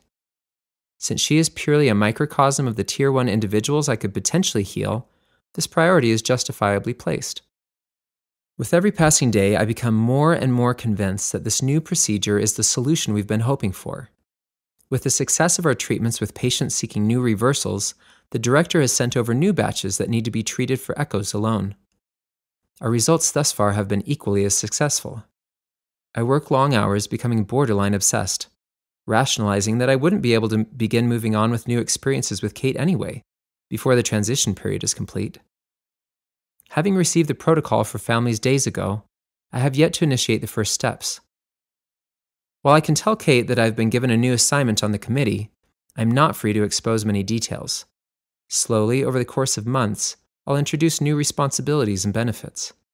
We can have more children during that period and hopefully wrap up results of my trials. The timing literally couldn't be better. Though it's later than we'd initially planned, tonight is the night. Kate tiptoes to the door of my workspace after lab hours, and I usher her in. Tamara's left for the day, so I don't anticipate us being interrupted. Theoretically, I shouldn't have to hide this from the committee, but I'm not sure that research subjects are considered resources at my disposal. Kate understands that we need to move quickly and immediately prepares herself for a scan. As soon as she's settled, I hit the button. My heart drops as the image takes form on my display. After poring over her prior annual scans for weeks, I practically have them memorized and immediately recognize the areas that have been repeatedly treated. It's a literal mess. I'd previously determined to work on her childhood reversal since her dreams have consistently stemmed from that. But now I'm not so sure. Kate, you can sit up now, I say, moving toward her. How would you feel about doing a repair session? I ask, acting more confident than I feel. Like now? She asks, surprised. I nod. What would it entail? I explain the process of inducing REM sleep, the treatment, and the results we've seen thus far. But full disclosure, I haven't ever tried repairing reversal treatments that have occurred this far in the past, I admit. I've only been working with new or more recent procedures. I can't see why it would be any different, though. If anything, it may just not work. But I don't anticipate any negative results. It's experimental, and I understand if you don't want to try it. I nervously pat my leg with my left hand. The only reason I suggest it is it may be a while before we can move into new trials, and I have an extremely difficult time watching you in pain. She smiles at me then, trusting, and puts her hand on my cheek. Let's do it, she says. Obediently, I place the port and gently strap her to the reversal table. She flinches when I tighten the restraints. Is it too tight? I ask, and she shakes her head, remaining silent. Not for the first time, I find myself wishing I could get inside her head. I begin the drip, explaining to her that she'll only be asleep for a short period. As her eyelids droop, I move to the display to make adjustments as needed. Her brain lights up, and at first, it's difficult to locate the specific area I'm looking for. When I do, I slowly begin treatment, acting much more conservatively than I normally would. What am I doing? What if it is possible to add damage to our already fractured neural pathways? I shake as my fingers clumsily continue on. Eventually, I slip into routine, forgetting for the moment that this is anything beyond a normal trial. When finished, I slow her chemical load, remove the port, and allow her to wake naturally, as I do with every patient. Having nothing else to do, I sit next to her and hold her hand. Back home, a soft knock on the door surprises me. I rush to open it, hoping whoever is there won't make more noise and wake the kids or Kate. Sherry? I say, surprised, as the door swings open. She motions for me to step outside. What are you thinking, Nick? She hisses. You know what I mean. Why would you do this? My thoughts are reeling. How did she find out so quickly? Why is she so angry and here so late? My tired state contributes to send my typically slight paranoia shooting through the roof. Nick, your searches in the record system are logged. Did you think we wouldn't be checking up on you after trusting you with such sensitive information? Eric is none of your concern." Relief and fear collide at once in my system. She isn't talking about Kate. She doesn't necessarily know about her treatment earlier tonight. This particular search she's referencing was days ago. I was just curious, Sherry. I've made a lot of difficult decisions lately, and I felt like, well, if I knew he was flourishing, it would help. Eric is fine, Nick. I'm sure you saw that in your search. You're just lucky I'm the one who found it. I deleted it. You're welcome, she spits angrily. I swallow my pride and place my hand on her shoulder. Huffing, she shrugs it off. I'm sorry, Sherry. It won't happen again. Nick, I went out on a limb for you. I recommended you for the committee. There were plenty of other options considered, and I gave you a chance. Please stop questioning. Accept this amazing opportunity in life and give back as much as you can to make up for anything that doesn't sit right with you. That's what we all do, and it's worked out pretty well for us. Please. She practically begs. I've never witnessed Sherry so vulnerable. Thank you, I say. Sincerely, thank you for recommending me. I am grateful, and I will do my best. She stares at me, then stomps down the steps and into the car that's waiting at her curb. Should I have said something else? As I watch her car drive away, I commit to at least being more careful when accessing the database. Chapter 21. Kate. Waking up, I can feel it. Something has shifted. My body somehow feels lighter. Had I not known what was happening, I probably would have simply gone on with my day. But I do know, and I am convinced that a part of me is now permanently gone. I don't even understand fully what that memory was. I allow it to be eliminated without even considering that it may have been something worthwhile. The grief overwhelms me, whether out of exhaustion or legitimate sadness, I can't tell. Nick walks in carrying a breakfast plate and a glass of water. When he sees me, he immediately sets them down and pulls me onto his lap. It's completely normal to be emotional. Your body went through a lot last night, he soothes. Catching my breath, I refrain from speaking until I am able to bring my emotions to a manageable level. Nick simply holds me. The good news is that I know your treatment works, I finally manage to get out. How? He asks, sitting back to look at me. I just know. I don't think I'll ever dream about her again, I say, the tears starting to flow. Nick looks confused. Why is that making you upset? That's what we wanted, right? I didn't like the dreams. They were horrifying, but they have been my constant companion for as long as I can remember. Somehow it tethered me to her, a mystery that kept her alive. Now, what if there's nothing? I pause, the reality sinking deep within me. Or what if I needed to know whatever she was trying to tell me? I am grieving the loss of a memory I didn't even have, I explain, sniffing. Recognizing the hurt on his face, I backpedal. This all sounds very ungrateful, and I need to say thank you. I sit up straight, wiping my tears. Thank you, Nick, for putting in so much time and effort into finding something that will undoubtedly change the way we use reversal therapy. Thank you for taking a chance to help me. I love you, I say, pressing my lips against his. He doesn't sink into the kiss as I had anticipated, rather pulls back and speaks abruptly. His voice is so quiet I can barely hear him. I got a new assignment. What? I gasp, my voice matching his. An assignment? He nods. Will you still be doing trials? Yes, I'll be able to finish my current research, definitely, he answers, pausing.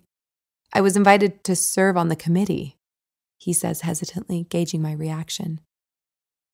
My head jerks back as if hit by an invisible blow. Wow, I exhale. I think I need a minute. A moment ago I was thinking about my mom, and I can't switch gears that quickly. It's all right, let's just sit here for a moment.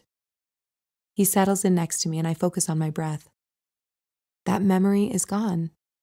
I can think more on it later, but this is something I have to think about now. What does a seat on the committee even mean? I ask, my voice at a more normal level. He looks at the floor. I don't know exactly what my responsibilities will be yet, but it will be a transition. I'll give you more info as soon as I get it. They must really trust you, Nick, I say, surprised and suddenly proud. I honestly don't know what members of the committee do, besides the few small tasks I have witnessed through my service assignment, but I know they are important. I will do my best, he says modestly. Hey, I also made an appointment for us. I can cancel it if you want, but I'm feeling a push to start fertility. With all of these potential changes, I want to be available for you during those first few months, since I know they are the hardest. My mind spins again. New assignment? New baby? Nick, this is a lot for one morning. I know, I'm sorry. I've been holding all of this in, and it seems that I am no longer able to. I didn't intend to dump this on you all at once. It's okay, it's just a lot. As far as the fertility goes, I've been feeling the same way, but mostly because I am getting older by the day, I needle him, hoping to assure him that I'm not upset. Better by the day, he responds, and I feel a pang of regret, my mind returning to the reversal. Lesser. I feel lesser. We could practice, for when the fertility takes effect, Nick flirts. I laugh. Nick, the kids have got to be getting up any moment, and I need to get Bentley off. Nick looks at me strangely and bursts out laughing. What? I ask, confused. What time do you think it is? He asks through his guffaws. I just woke up. I thought it was maybe 7, I stammer, suddenly questioning myself. Kate, it's nearly lunchtime, he says, laughing harder. I press my hands to my breasts. How am I not leaking everywhere? I ask, horrified. You were under anesthesia. You won't be able to feed the girls for another couple of hours, and that first amount will need to be discarded anyway, he says, calming himself. You will likely have to supplement for a day or two. The stress caused by the procedure will have lowered your production. But where are the kids? I ask, still not wrapping my brain around the morning. Bentley is at conditioning, and I dropped the girls at the childcare center. They were thrilled, he says, grinning, obviously proud of himself. They took bottles? I ask warily. Like champs, he answers. So, practicing? He repeats, leaning toward me. Pass me that breakfast first, I exclaim, sneaking out from under him. His hands grasp my waist, and I land gently back on the bed, laughing, the quilt covering my face. I can always eat later. Where are you? I shout into the trees. Tal! Bentley? I hear giggles and move toward them. I wonder where they could be, I say, feigning ignorance. Pulling the branches away, I explore their hiding place. Gotcha, I proclaim, throwing myself toward them. That took forever, Mom, Bentley laughs. Well, stop finding such tricky spots and I'll find you faster, I laugh. I still haven't found Dad. I think I know where he went, Tal says. Follow me. Tal leads us through the trees to a small clearing, and Eric is standing there, beaming. It's like you aren't even trying, Dad, Tal sighs. I run to him, kicking off my sandals and pressing my feet into the soft spring grass. Suddenly, I see movement behind him. Sherry? And Grace? They flank Eric, each holding one of his arms. Eric doesn't flinch, just continues to smile at me. It's okay, Kate. It's for the best, he says, allowing them to pull him back into the trees. Eric, wait! I call, trying to follow after them. My feet are moving, but I'm not gaining any ground. He's disappearing. I run faster, then faster, pumping my legs as hard as I can. Tears streak my cheeks. Eric! Kate! I hear distantly. Kate! Kate, it's a dream. It's okay. I'm right here, he murmurs. I wrap my arms around his back, clinging to him. When my breathing slows, he tilts my face toward him. I wake, pressed against Nick's chest, his strong arms enveloping me as they have countless times before. My breathing is shallow. So much for not dreaming about your mom, hey? He asks, concern evident in his tone. It wasn't about my mom, Nick, I say, my voice barely audible. His eyebrows crease with worry. I don't need to say it. He knows. Chapter 22. Kate. This will allow for simultaneous entry across systems, the presenter drones on. I focus on my template, tweaking the formulas and watching the results, hoping to master the new system before leaving tonight. This is a constant strategy I employ every time we have new tech to play with at training. With 3 kids at home, I can't guarantee that I will have additional time to practice, and I don't want to be left behind. Tonight, I am struggling more than usual. Nothing seems to be sticking. I keep slipping back into portions of my dream last night. It was particularly vivid and disturbing, and I want to hash it out, but with who? It will hurt Nick's feelings, regardless of whether he insists that he wants me to be open with him. And Sherry? I don't know. I still hesitate to open up to her, despite the guilt that accompanies my inaction. Why am I still having these dreams? I practically scream inside my head. The force of the thought takes my breath away, and I stare at my display, unmoving. All right. You won't let me focus? Let's hash this out then.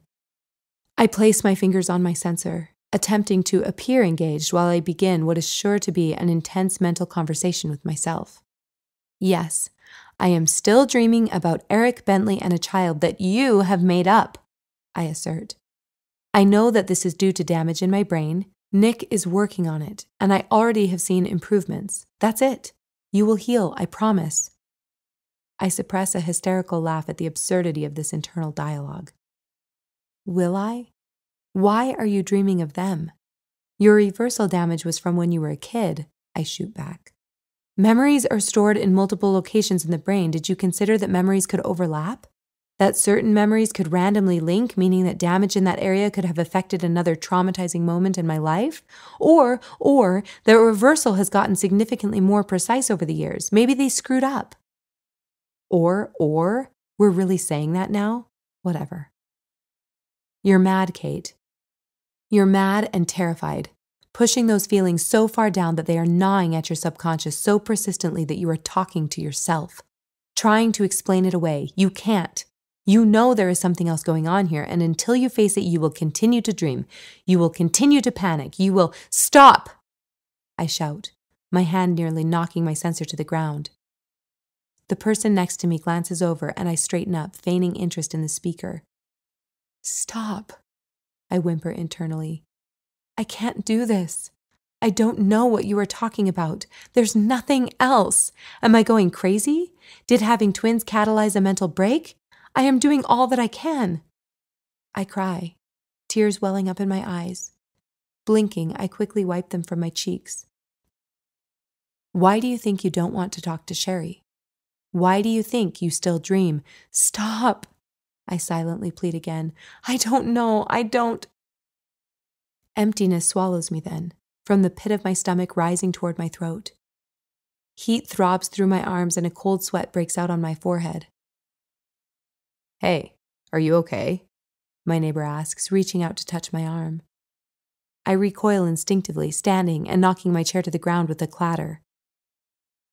Not even noticing the turn of heads in my direction, I bolt to the washroom. Bile is rising in my throat, and I barely make it through the door before vomiting violently into the sink. Coughing and sputtering, I empty the contents of my stomach, moaning softly. Tears stream down my cheeks, and when I'm sure it is safe, I slowly gather myself and rinse my mouth. The water swishes through my teeth, taking the accumulated acrid substance with it. Spitting, I reach for a compostable towel and fiercely wipe it across my lips, blowing my nose as an afterthought. My legs collapse, and I sink to the cold tile in a heap. Moments later, I force myself to rise, rinsing my mouth again, and stare at the chunks of half-digested food stuck in the drain. Grabbing another towel, I scoop it out and wipe the porcelain clean with a soapy hand. Satisfied, I stumble out into the hallway. With each step, my resolve intensifies, and soon I am practically jogging toward my destination. Turning the corner, I see him. Nick! I call desperately, my voice hoarse. He turns, seeing my pale face and stringy hair, and rushes toward me. "Kate, are you okay?" he questions, cringing as the scent of vomit registers. "What is going on?" It is only then that I notice the other committee members gathered behind him, moving toward us. Oddly recognizing the faces of two people standing behind him stops me in my tracks. Where would I have seen them before? I shake my head. That will have to wait. I need to say this now. "Nick, I don't think that reversal therapy I had was a one-time thing," I blurt out. "What if it happened more than once? Wouldn't that explain the intensity of the dreams, the headaches? And if my previous reversal surrounded my mom, the next one must have been about—" "Stop!" Nick shouts forcefully, his face pinched into an expression I have never witnessed on him before. Reeling as if slapped, I step back. "Nick, I'm trying to tell you—" "No, Kate. You don't understand. I have personally seen your scans, and there is no other evidence of reversal. I know this is frustrating, and you are under an incredible amount of stress with the girls." "That's not it, Nick," I say, pursing my lips and shaking my head. "This is the first time that I have felt solid, that I potentially have understanding and answers for the uneasiness I have felt for months." "You have felt uneasy for months?" he asks, a pained expression on his face. "And here I thought we were doing well," he mutters, not meeting my eyes. "No, I don't mean uneasy with us. I mean, seems like it would be the same thing," he concludes. My heart starts to pound and tears burn at the corners of my eyes. Something moves in my peripheral vision, and I realize that the committee members are all still standing there, watching our interaction. Heat rises to my cheeks. "I'm sorry, Nick. I am really emotional, and I should have waited until we got home. Everyone, I'm so sorry to interrupt," I say, addressing them, then swiftly turn on my heel, moving as quickly as possible toward the exit. Remembering that my sensor and display are still in the training room, I change direction and run directly into something. Falling sideways, an arm reaches out to steady me. I look up to see Nick searching my face. We have done this before. I freeze, absorbed by the odd déjà vu of the moment. "Let me help you, Kate," he says, concern and something else I can't quite place in his expression. "I forgot my things," I whisper. "I'll get them," he assures me. "Sit," and lowers me to a bench along the wall, disappearing into the auditorium. Chapter 23. Nick. Finding Kate's sensor and water bottle quite easily, I re-enter the hallway and realize that I also left something behind in all the chaos. My tablet's still in the committee room, so I hurriedly make my way in that direction, not wanting to leave Kate alone for long. Walking briskly along the hall, I stop short, hearing hushed voices ahead of me. I slow my pace, walking softly toward the door, so as not to interrupt. As I approach, recognition makes me stop dead in my tracks. "It seems to have worked effectively," I hear Grace say softly. "How's her pair reacting?" the director asks. "It's been difficult, but he is adjusting nicely," she replies, still hushed. "Ellen is still experiencing some confusion with the shift." "Ellen? I treated an Ellen last week. Could they be referring to the same person?" I'm being ridiculous. There are likely plenty of women named Ellen in Tier 1. Yet I inch closer to the door, my heart hammering in my chest. "That's to be expected," he replies. "At least with this new procedure Nick has developed, we can be assured that the information is safe." My breath catches in my throat. Information? Though I didn't pay close attention to the reason for her treatment, I think I would have noticed if it was linked to committee information. Not hearing a reply, I back up silently, then walk quickly and loudly toward the room. Grace and the director startle as I enter. "Hey," I say, "I forgot my tablet, and yep, there it is," I announce triumphantly, picking it up and adding it to my bag. "Sorry to interrupt," I add, hastily waving and retreating back to the hallway. After dropping Kate off at home, I take the car back into the lab. The hallways are dark, and my fingers search the wall for the emergency lights. Flicking them on, I'm momentarily blinded. As my eyes adjust, I make my way to the dock and log in, pulling up Ellen's file. Scanning, I find the intake information and am validated in my initial thoughts. Reason for trial: self-reported headaches. Reason for initial treatment: injury to child on 7/16, Anxiety. No reference to information. What does that even mean? And why would it need to be protected? I quickly review the initial scans I received, indicating the location in the brain that was to be treated. Frontal cortex and hippocampus. Predictable. But wait. I scroll back through, leaning closer and double-checking. Why no amygdala? If it was an emotional traumatic event, and I assume an injury to a child would be both, that would absolutely be affected. My heart begins to pound, and a weight seems to settle on my chest. I open 3 more patient files from the same treatment batch, and after closely analyzing the prescribed reversal areas, it becomes obvious that there are more discrepancies. My cheeks flush, dread building in my stomach as the realization sinks in. These patients, they weren't coming in voluntarily. Well, that's not completely true. They obviously walked in of their own accord, but they were lied to about the purpose for their visit. Opening file after file, I continue to absorb the inevitable truth. Could there be an explanation for this? How did I not notice this previously? I trusted the information I was given and didn't question, so intently focused on Kate and my own internal struggles. Selfish and reckless, yet again. Running my hands through my hair, I log out and exit the lab, nearly slamming the door behind me. Chapter 24. Nick. I can't serve them both. Kate, in her dramatic, very public monologue, mentioned having answers for the first time, and though I cringed when she said it, I resonate deeply with the sentiment now. Fear and embarrassment propelled my reaction in that moment.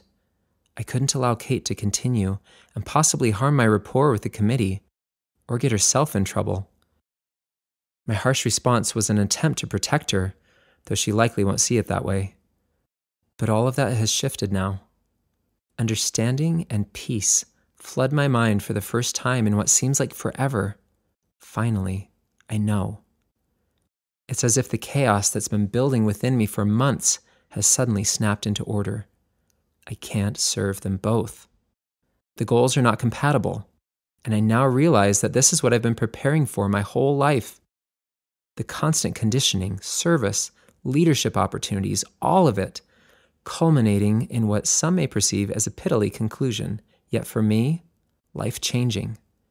Everything within me is more full, more alive. Walking into the meeting room tonight, I practically bounce on the balls of my feet. Sherry's already seated when I enter, and she looks at me, a quizzical expression on her face. "That is not how I expected to see you arrive tonight," she comments. "What do you mean?" "You look like you just made a world-altering discovery or something, and after last night—" "Wait, did you make a discovery?" she suddenly asks, her eyes widening. I laugh freely. "No, I wish," I say. "I don't know. I feel fantastic, and I guess it shows." She shrugs, rolling her eyes at my apparent naivete. The director walks in, flanked by Grace, who closes the door as she enters. "I promise," I say, breaking the silence, "this meeting will not be long. I appreciate you coming and hope that what I have to say will relieve you of any concerns you may have after last night's occurrences." Their expressions are hard, and it makes me almost giddy. I continue. "As you know, I've been running trials on patients who are both receiving new therapy, as well as those who are suffering from side effects of previous involuntary reversal treatments." At this, their heads all snap to attention, and I chuckle. "Nick, that was never," the director starts. "As a committee member, I took my position seriously and did my homework, sir," I say pointedly, and his eyes dart to Grace. "Good. Let him be uncomfortable. These trials have been extremely successful, and I'm positive that I will have a complete report with a full plan of action for reversal treatments moving forward within a couple of weeks. These," I say, pulling up a chart on my display and magnifying it, "are the results we already have." Their eyes scan the data in unison, eyes widening. The director clears his throat. "Nick, this is impressive. How'd you do it? What's the treatment?" "I will outline everything in the report," I say. "Surely you could—" "I'm sorry, sir, but nothing can be implemented until I have the final trial honed and the results reported. Once I do, you 3 will be the first to know." "I have to tell the committees in other territories now, Nick.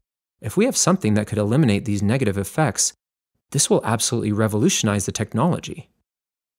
I'd be happy for you to share these results, I say. When will your report be ready? He asks, practically salivating. I could call a regional council meeting and we could share it all in person. If that's what you prefer, I can give you a specific date by the middle of next week, once we've treated our last group of subjects. He nods in agreement. Nick, Grace interjects, don't take this personally, but it seems like you're in the midst of a personal crisis. Kate looked terrible last night. I know, I acknowledge, but that's the beauty of it. Kate's struggling with adverse strain on her frontal cortex due to her extensive round of recent reversal therapy, administered in a matter of days, I might add. All three of them look down. Kate will be one of my first subjects this week, and I fully expect that her symptoms will disappear. Obviously, all of these patients will need to be monitored over time to ensure no symptoms crop up in the months and years to come. But we at least have a solid base to go on, I conclude, my body humming. This has unfolded exactly as I anticipated. Impressive, Nick. I have to admit, I was quite concerned after last night's display. I know, that's exactly why I felt this meeting was necessary. One last thing I wanted to mention. I won't be following the transition guidelines with my family. With Kate undergoing more therapy, it'll be better to keep her apprised. I don't think the director begins, but I cut him off. With all due respect, sir, I've determined that this is the best course of action given the situation. I wasn't asking for permission.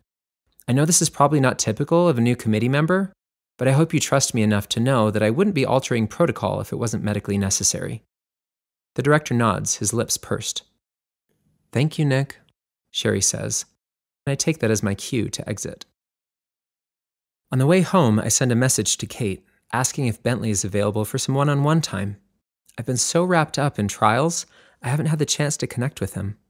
I haven't even talked with him about his Tier 3 questions. Not that I can really say much at this point anyway. I have to tell Kate first. My hands practically vibrate in anticipation of that moment. Days ago, the unknowns of her response kept me up at night. But now, I nearly laugh out loud at my recent former self. Why was I so unwilling to be honest with myself? Why did I continue to force an outcome that so obviously wasn't possible? Freedom isn't a byproduct of perfect outcomes. It's gained through the acceptance of any outcome that's a direct result of integral action. Today, I am finally a free man.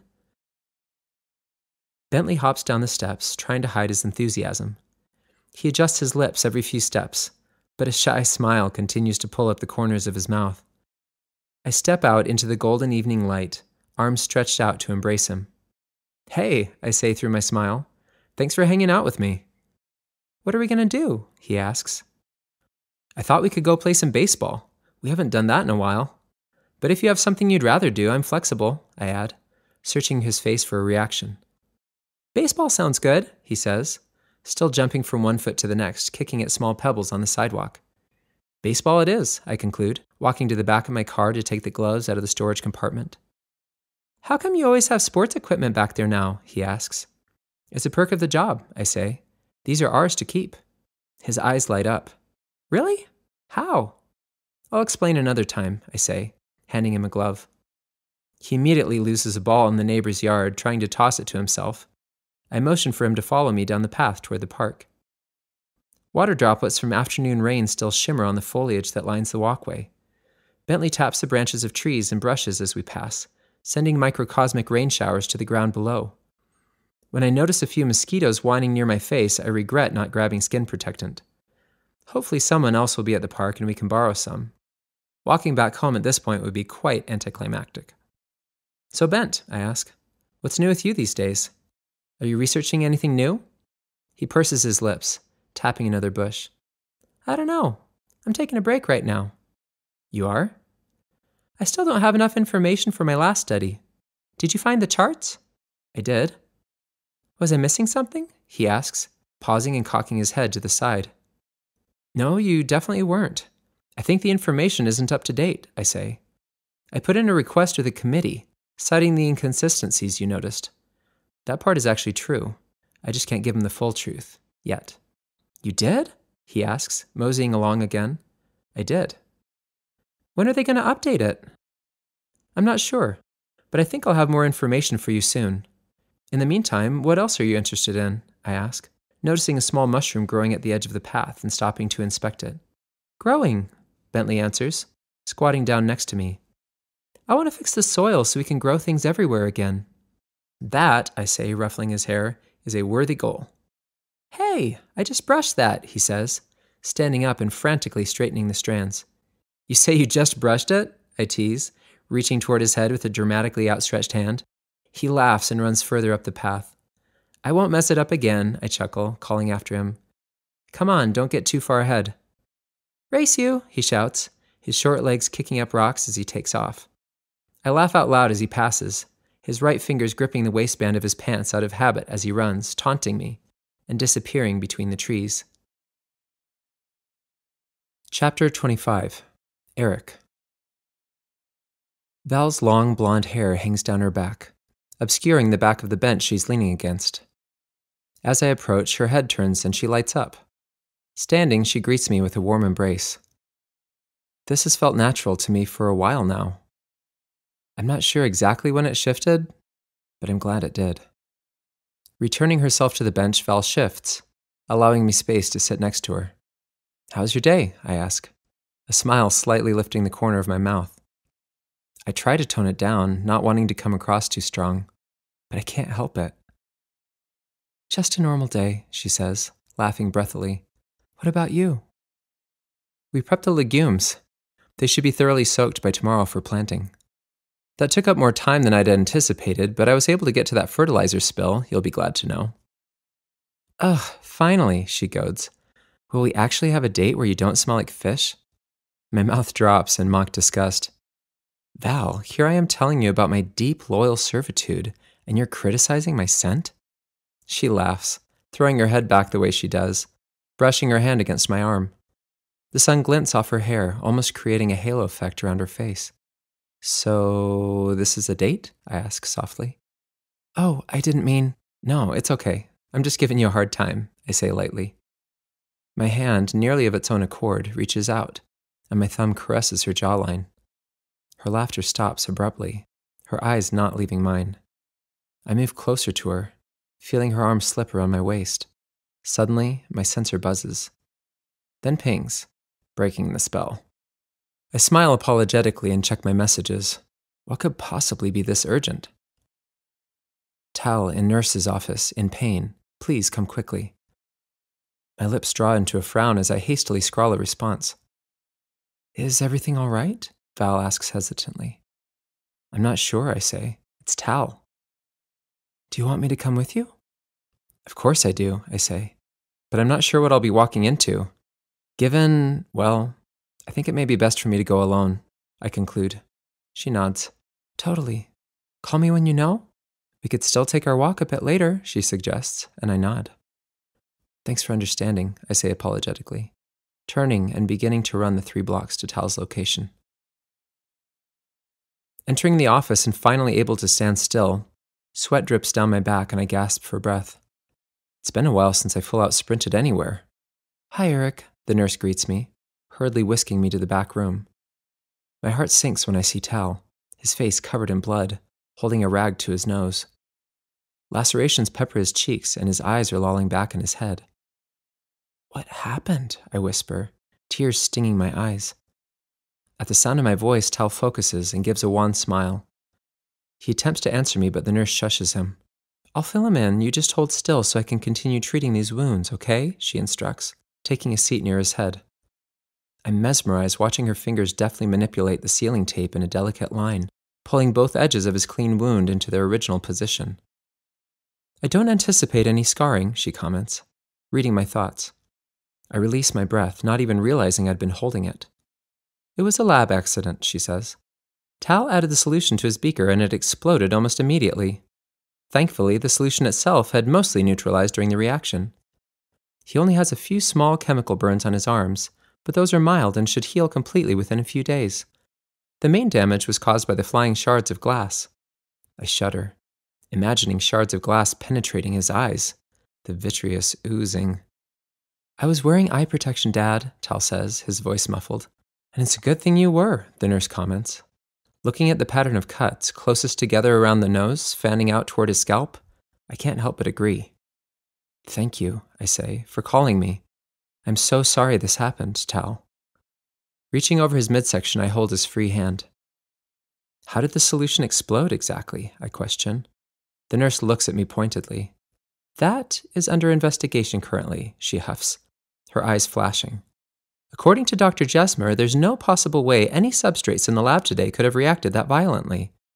We think, well, there's a possibility that this was someone's idea of a practical joke. What? I ask incredulous. Seriously?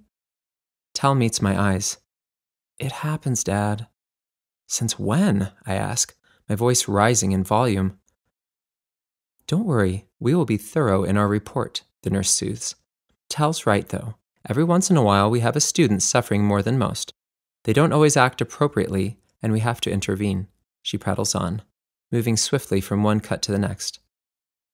Okay, Tal, time for the worst of it, she announces, removing the rag from his nose. She soaks a large pad of gauze in cleansing solution and begins to gently dab the area. Tal begins to look almost like himself again, just slightly puffier. He winces as she presses over a section of raw skin above his lip. Do you need more pain meds? She asks. No, he answers bravely, clenching his teeth. Tal sleeps on my shoulder the entire ride home.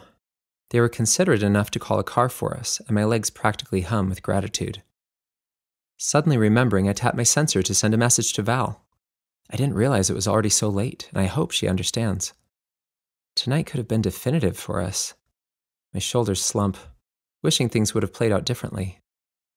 Tal moans, and I immediately react, shifting my body to accommodate a more comfortable position for him. He wakes enough upon our arrival to walk into the house, but he isn't completely lucid. I repress a laugh at his mumbled responses. He likely won't remember anything from tonight, but with my luck, he would recall his dad laughing at him in his time of need. In his bedroom, I'm barely able to administer his next dose of medication before he completely crashes. With Tal sleeping peacefully in his bed, the weight of the evening settles on me, and I lie on the living room floor, not even taking the time to put the used vial in the sink. I'm awakened hours later by the haunting sound of someone wailing. Blinking, my eyes dart around the room, taking in my surroundings. The sound is coming from the bedroom, and the previous evening clicks into my memory. Tal, I think, jumping to my feet. Tal? I call out tentatively, slowly opening the door and creeping toward the bed. Even in the dim light, I can tell that his wounds are still beautifully sealed, which is impressive, considering the intensity of his thrashing. Tal, I say gently, shaking his shoulder as I avoid his flailing arms. When he doesn't wake immediately, I apply more pressure. His eyes shoot open, wild and frenzied. Tal, I repeat, it's all right. You're having a bad dream. It's all right, I soothe. He blinks, staring intently at me. Where's Mom? And Bent, he blurts out. Tal, you're on some pretty intense medication, I say. You had a bad dream. No, Dad, I feel fine, he assures me, lifting himself up to a sitting position. Beads of sweat lace his forehead. It was real. I remember. We were sitting in a room, maybe in a medical office? I don't know. It was really bare bones. Bent and I were sitting on chairs watching you hold Mom. She was crying. And then you both laughed. Then Bentley and I hugged you. Something bad was happening. I was so sad, he says, stumbling through with misty eyes. Dad, I've had dreams before, but this was different. My heart aches, listening to him imagine a life where Kate and I were together, where he'd grown up with her, possibly having a brother. Tal, it wasn't a dream, Dad, he asserts. Okay, I say, capitulating. Driving the freshly opened tide of anguish down, I swallow hard. Okay, not a dream. I'll see what I can find out. He nods, sinking back down to his pillow. How's your face feeling? I ask, hastily changing the subject before I break. Pretty good, I think. Would you like more medication? I'm okay, he says, yawning. Well, let me know if you change your mind, I reply, giving his shoulder a pat. Closing the door, I walk across the hall and drop my clothes to the floor, collapsing into bed, my chest tight. I give in to the tears then, and eventually fall into a fitful sleep, my pillow damp. Chapter 26. Kate. I can't look at him. We still haven't discussed what happened the other night, but the memory of it burns within me. All those people looking at me like that. Nick not even listening to what I had to say. We sit here side by side, feeding the girls, and yet I feel like a chasm has opened up between us. He coos while he feeds Leah, and I literally want to punch him in the face. "I think she's finished, Kate," he says cheerily. I nod, continuing to fill the tiny spoon for Beth. Nick leans on the counter, watching me. "Kate, come on. How long are we going to do this?" I focus on Beth, my hand suddenly shaky. "I am so sorry for how I acted. It was slightly stressful, if you remember. And I have seen your scans. Sighing, he shakes his head and begins rinsing out Leah's bowl. "It's not that, Nick," I murmur, and his head snaps hopefully toward me. They are the first words I have spoken to him. "I had something really important to tell you. It felt so intense, and you were the one person I thought would understand. I don't care if I was right or wrong. I needed someone to listen, and you humiliated me," I finish, tears beginning to overflow with the physical release of these words I have been holding so tightly. I look away, wiping them on my sleeve. Beth spits out her last bite. Wiping the food off her lips, I pull her out of her seat, moving her to the living room to play. Leah complains, seeing her sister's newfound freedom. Nick lifts her out so she can join her. "I'm truly sorry, Kate. I don't know what else to say," he says softly. Reluctantly, I go to him then, allowing him to hold me.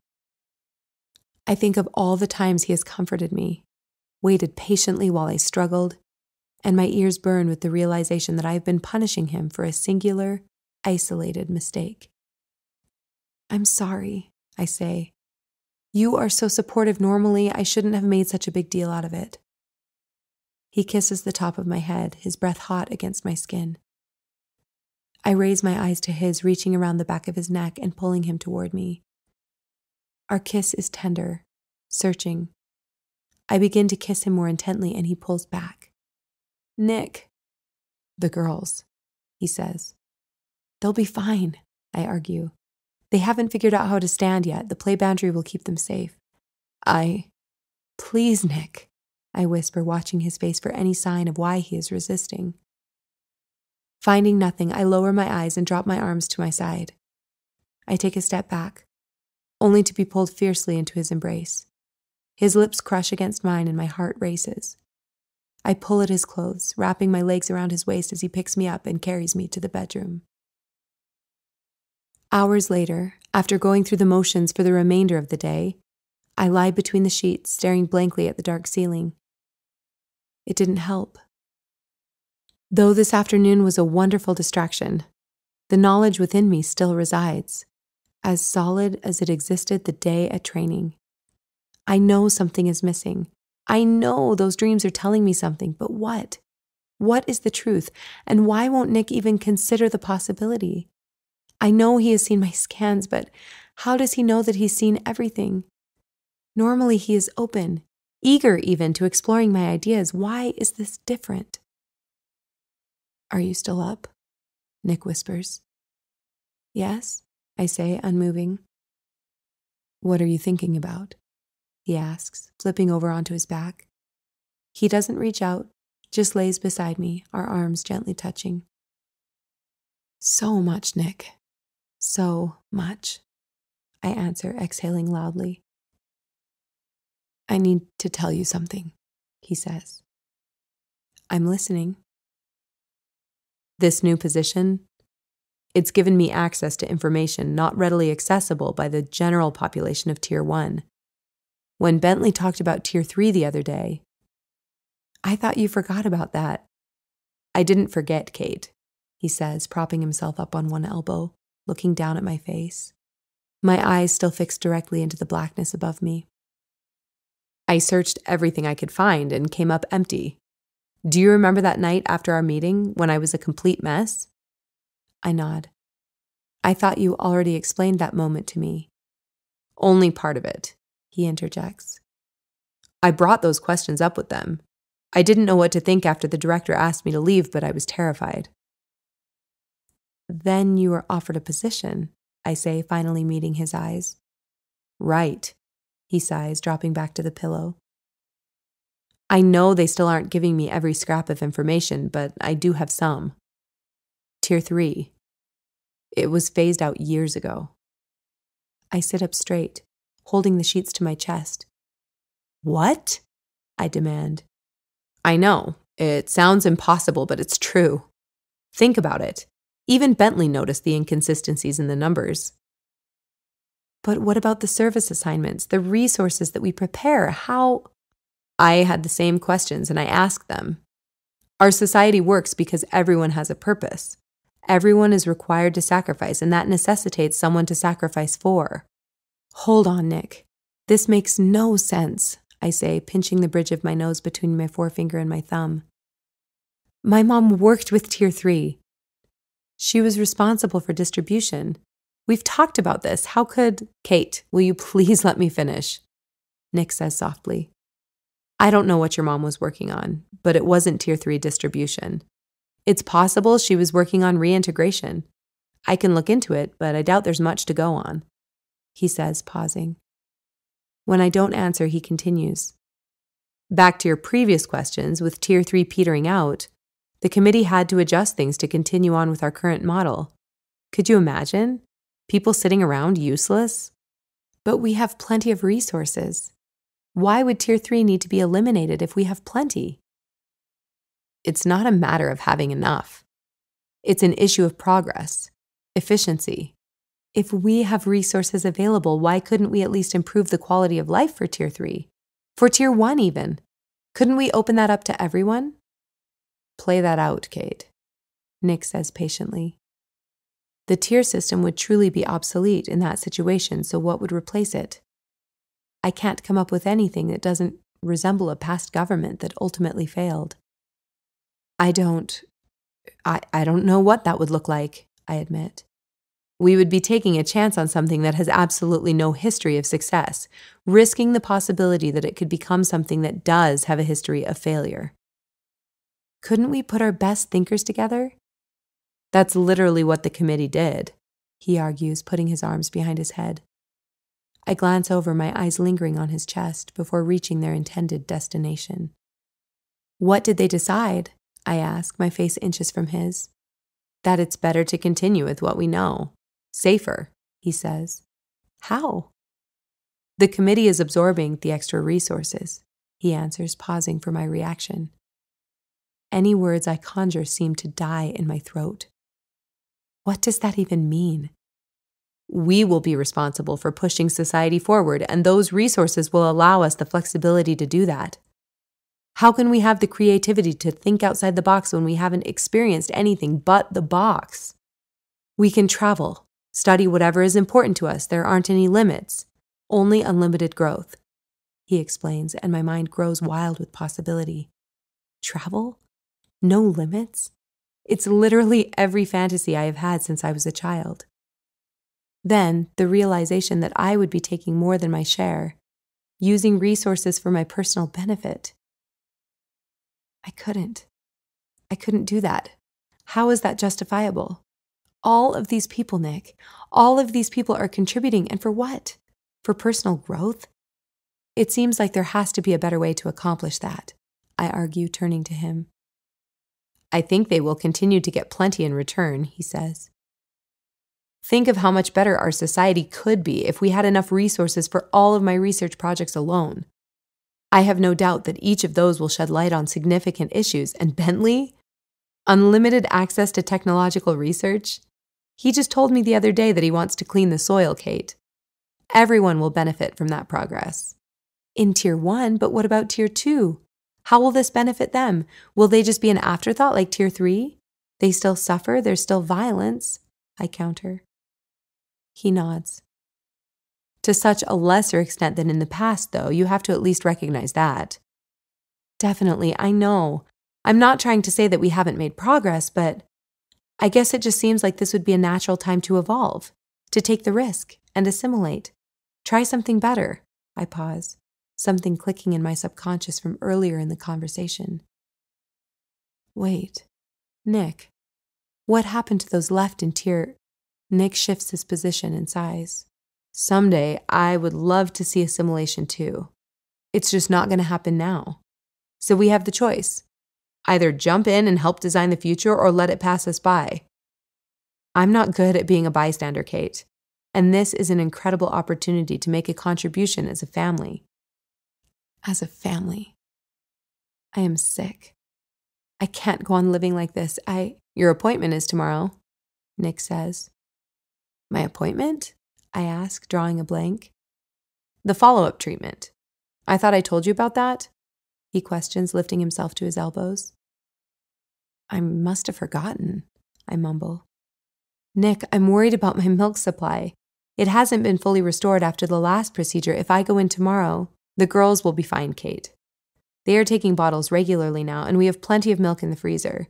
You may, well, depending on how this visit goes, you can determine if you would like to continue going in for boosters. I don't know if they will make a difference. We could consider treating another area to... No, I say. I am sure the other dreams will fade in time. Like you said, I don't have any other history of reversal. I'm sorry, Kate. I wish I had more answers for you, he offers, but his eyes are guarded. My chest squeezes, perceiving that Nick can't be my ally in this search for truth. He has made it clear that my opinions on this topic aren't open for discussion anymore. Yet I know I need answers. I am on my own. Chapter 27.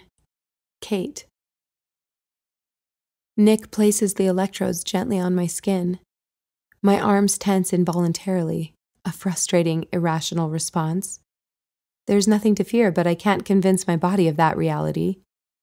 The port has already been placed, and, as Nick connects it, I am mesmerized by the consistent drops, slowly entering my system. Eyelids heavy, I rest my head. The door opens, and my eyes search the room, finding Eric, Tal, and Bentley seated along the wall. I rush to them, dropping to my knees and wrapping my arms around them. Ben's hair tickles my face. Tal is taller than I remembered. It's only been a day, but I swear they look older. We cry together, emotion draining out of us into a collective whole. Eventually, my eyes hunt for Eric. Rubbing their backs, I release them and go to him. I am immediately home. His strong arms seem, to me, a barrier, and my fears dissipate with every rise and fall of his chest. I laugh through my tears when I feel Bentley worm between us, creating space for his body to join the embrace. I hate this. All of it. We pile into a heap on the benches, none of us wanting to miss a moment with each other. What happened yesterday? I ask. I shouldn't have told you to go, Eric blurts out. I was trying to be considerate of Nick, which I still think was the right thing to do, but I had no idea the committee was aware of what we had in mind. I thought we would have more time to figure something out, that we could go to them with a plan. He looks down. I was completely naive. What is happening? Bentley whimpers. I breathe. I don't really know, I say. Dad's research has made it so we need to make some adjustments, but Dad and I don't want to be apart. Somehow, we haven't been able to make the choice that is best for the most people. I don't really know how to explain this. We are stuck. Berg is trying to help us. I know it's really hard, guys. I don't want to be split up, Tal shouts. This is crazy. He obviously understands more than I thought. I don't want that either, but do you remember when we used that machine on the tour? How good it felt? They are going to use that to help us all get through it, I assure him. But why? I don't understand why this is happening, Tal says. I look at Eric. It won't hurt to tell them the whole story. It will be gone from their brains after today anyway. My research. Well, it created a new rubric for pairing. We needed to find people who matched with these particular markers, and we weren't having much success. Long story short, your mom was a match with Nick. There are so many complexities that we can't get into right now, but I made the commitment to. He chokes, unable to breathe. The boys stare at him, eyes wide. He composes himself and continues.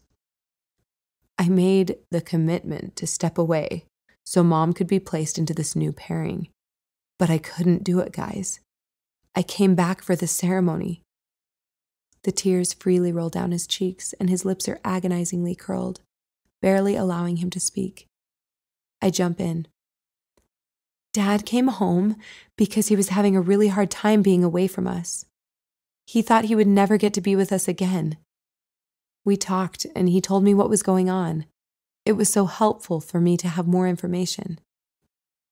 We continued to discuss, answering their questions to the best of our ability. Though neither of us knows exactly how this will all play out, Bentley breaks the silence. So what do we do now?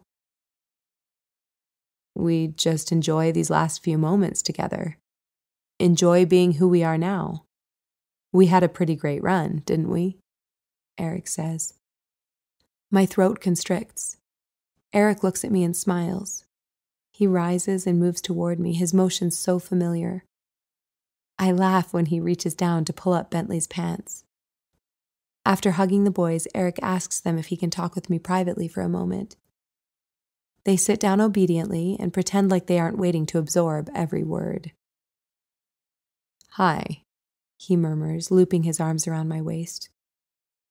He pulls me close. Hi, I say. Not quite the day I had planned for us. What did you have planned? He asks. Lots of entertainment for the boys, I whisper conspiratorially. Seems like that would leave us on our own, he says, softly kissing my cheek. Huh, I say, heat rising to my face. Pretty sure they're watching us in here. Does it look like I care? Eric says, moving his hands under the back of my shirt. It's so familiar. I am losing all of this knowing. A wave of emotion swells up from my gut and I suppress a sob. His fingertips press into my back as he crushes me to his chest. His breathing becomes shallow and I bury my face in his neck. Tears streaming down my cheeks, soaking his shirt collar. We stay frozen like this for what seems like hours, yet not nearly long enough. I love you, Kate, he whispers. His voice is coarse and shaky. I don't care if that makes me weak or hinders me from doing my societal duty. I believe in my research.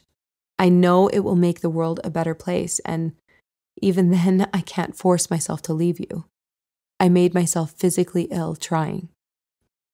I push back and look up at him, trying to gain some semblance of clarity. You do look terrible, I choke out, and he laughs heartily, coughing at the unexpectedness of it. Thanks for validating my self-diagnosis, he says when he can breathe again. Sorry, for some reason I feel a bit hysterical, I say, patting his face.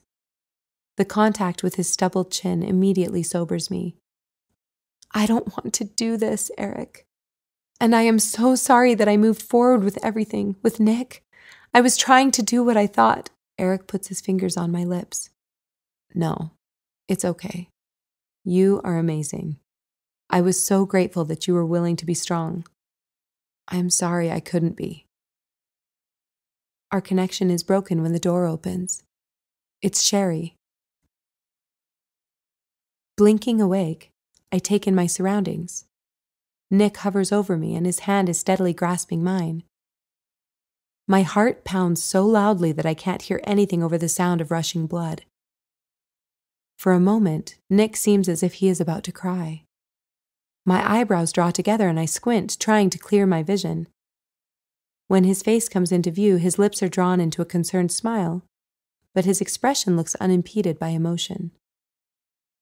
I told you it would be quick, he jokes, knowing that I have absolutely zero reference point for time. How do you feel? I try to speak, but the words won't form. I stare intently into his eyes, searching for some indication that he knows the monumental shift that just occurred in my brain. I'll give you a moment, he says, patting my hands. The goal with the boosters is to solidify the first treatment, release any other potential echoes, basically ensure that you won't have any chronic issues. In a week or so, we'll scan and compare your current image with the one we saved previously. We should be able to tell that everything took. He begins sanitizing the equipment, and I finally regain control of my breathing. Nick, would getting more boosters be equivalent to what I just experienced? I ask, my voice a hoarse whisper. He nods. They are almost identical, he says. See how you feel in a few hours, then we could potentially do a few more if you think there's a benefit, he shrugs. I figure it can't hurt, and I'd rather have more solidity before we do your final scan. I have to report that to the committee in a few weeks. Selfishly, I want my work to look good. He laughs. But your brain always looks good, so no worries there. I smile, trying to react normally. He has to report these scans to the committee? That was a memory. It happened. I can feel it in my bones. This definitely cannot be the booster that Nick intended to give, and the fear of being discovered jumps in my chest. I can't tell him because I selfishly yearn for more. Is it possible that somehow other memories will be restored? The idea that I could receive actual answers to the questions that plague me daily sends me into a fit of near desperation. My fingers grip the sterile bench as I turn away from Nick's view. If the memories do continue to be restored, what will my scans look like? Will the committee be able to tell the difference? Of course they will. Wait, Nick took a scan of me after my first treatment, and it would have to be in my file. What if I could receive the boosters and somehow save that initial scan as my final scan instead? My heart is pounding when Nick comes into view, reaching out a hand to help me up. Is this possible? Sleep, Nick says, and my head snaps up, eyes flashing. He pulls me close, laughing under his breath. Trust me, he whispers. You need sleep. Chapter 28, Eric. Better, I nod. A lot better. Dr. Hauser smiles. What do you think made the difference? I don't actually know. I've thought about that this week, and it's probably a couple of things. Meeting with you that first time was kind of an eye-opener.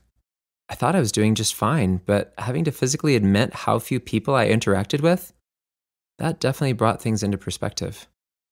And I think, somewhere deep down, I wouldn't allow myself to let go of her. Of Kate? She asks gently. If I'm honest, I still don't want to. I can convince myself that if I think about her all the time, really fiercely hold her in my heart throughout the day, she'll somehow exist again. Does it work? I mean, you already know the answer to that. It obviously was not working for me, and it didn't keep her alive. It only tethered me to her, kept me dead, in a way. Don't get me wrong. I will always love and treasure her memory, but I don't want it to anchor me anymore. I need to float, to move on in my own journey. I can come back and visit it whenever I want, if I need to. Dr. Hauser smiles knowingly, raising her glasses to sit atop her head. Sounds like you're well on your way. How's Val? My cheeks flush. It's been extremely beneficial getting to know her. She's a really good person. I'm glad, Eric.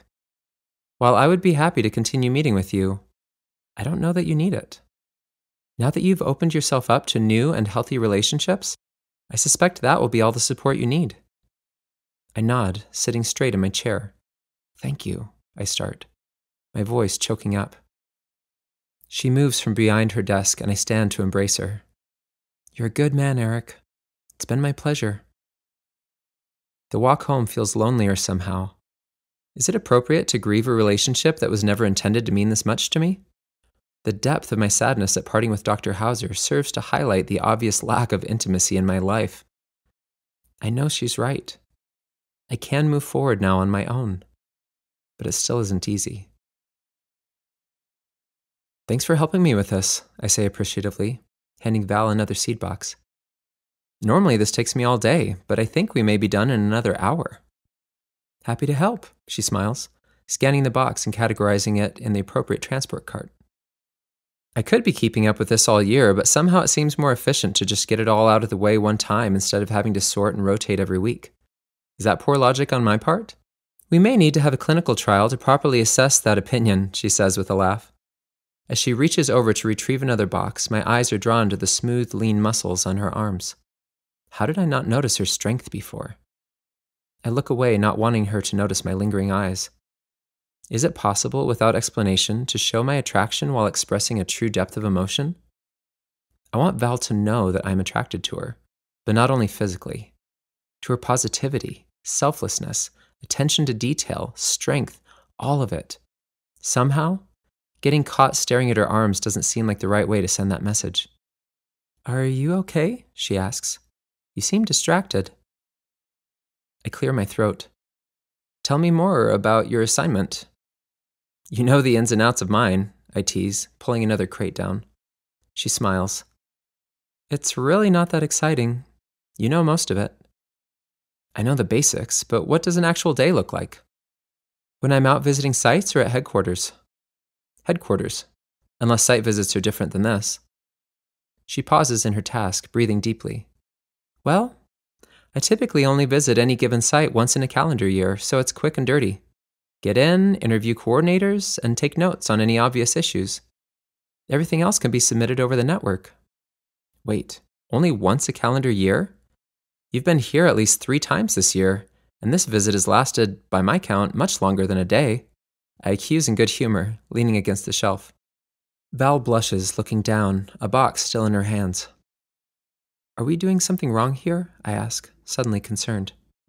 "Val, if I'm not fulfilling my assignment, I hope you would be honest with me."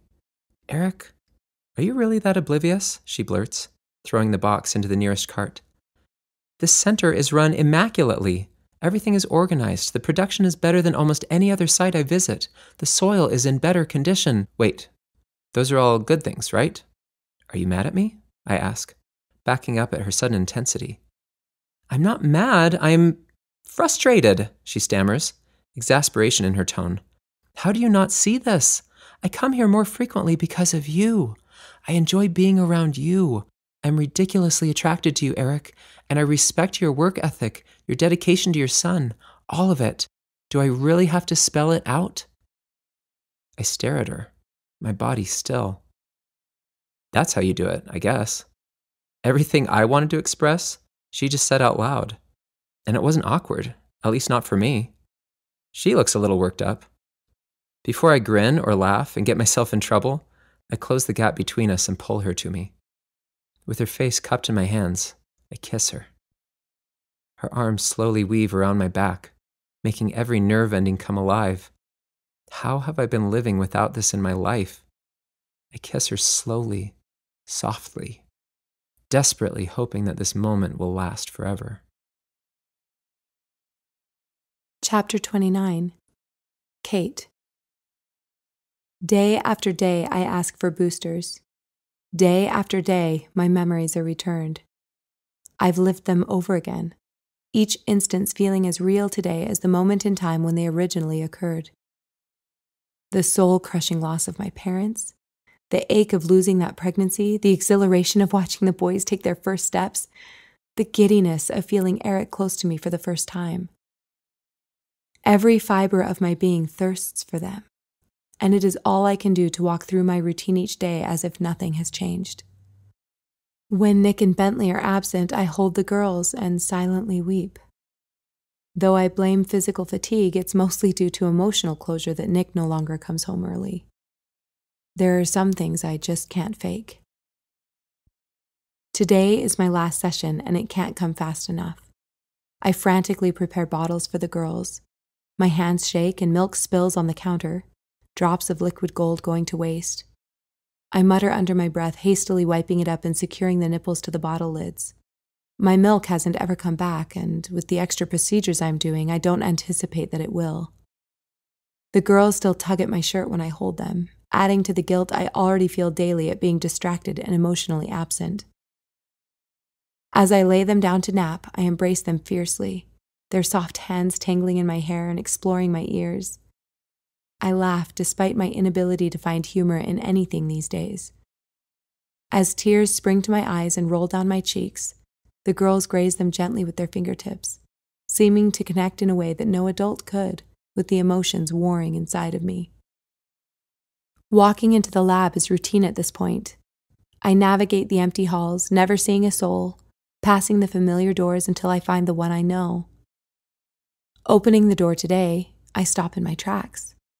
Tamara is sitting behind the display, her hair pulled up in a tight bun, working furiously. "Kate?" she acknowledges, looking up. "Hey, I wondered if Nick was here," I say hesitantly. "No, he was called into an unexpected meeting. I had to stay late to finish the trials." She stands upright and her hand settles on her hip. "Not exactly what I had planned for today," she laughs. "No kidding," I say. "Can I help you with something?" she asks. "No, that's all right," I respond, turning back toward the door. Turning my head as an afterthought, I ask, "How have patients been doing with the boosters?" Her face pinches together. "Boosters?"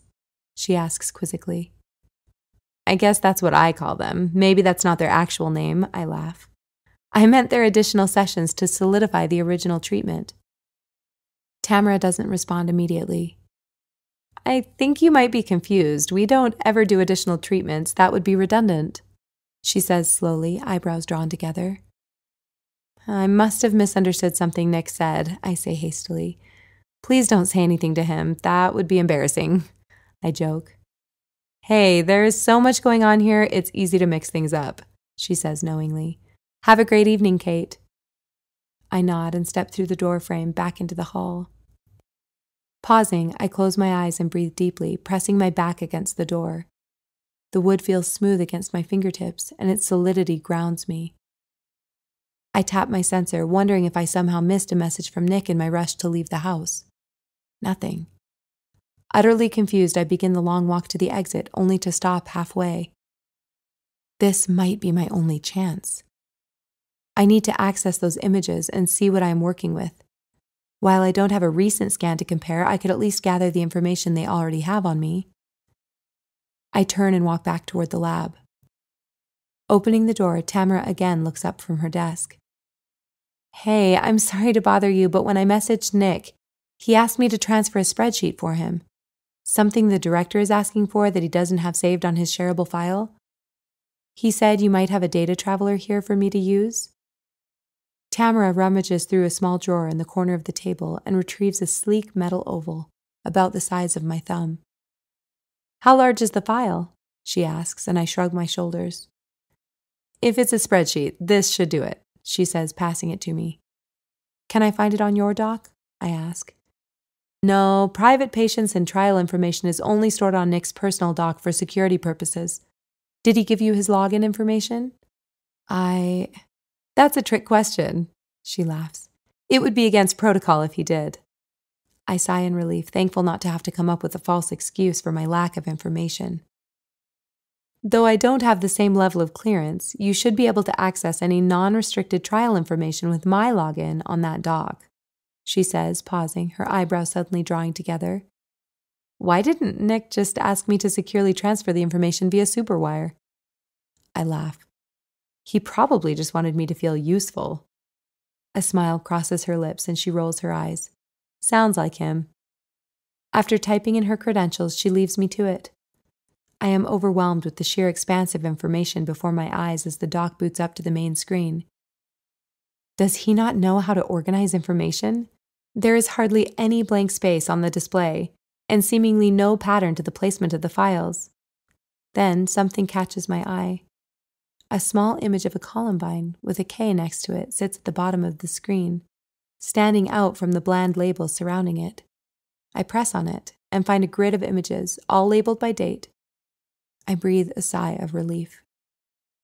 Minimizing the display below the edge of the standing desk, I open the one closest to my estimate of when Eric and I were separated.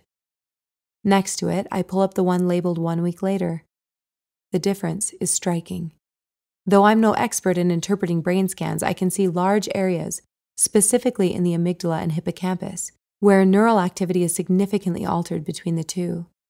Checking the other images, I don't find any that match the circumstances as well as these two. Then I see my most recent scan, the one taken right after my initial treatment. Opening it, I see yet another transformation. The cluttered areas from the previous scan are softened, almost smoothed out. I transfer the images to the traveler, slipping it into my pocket. Studying these images should allow me to recognize patterns in my final scan, to know whether all has been restored or to recognize other areas that have been erased without my knowledge. "Are you finding everything okay?" Tamara asks, sending a jolt through my spine. "Yep," I answer. "His display is a mess, but I finally found what I needed." Tamara snorts. "At least I'm not the only one who struggles." Logging out, I shut down the dock and retreat for a second time back into the dimly lit hull. My shoulders finally relax, and, though I want to collapse, I force myself to make it to the car.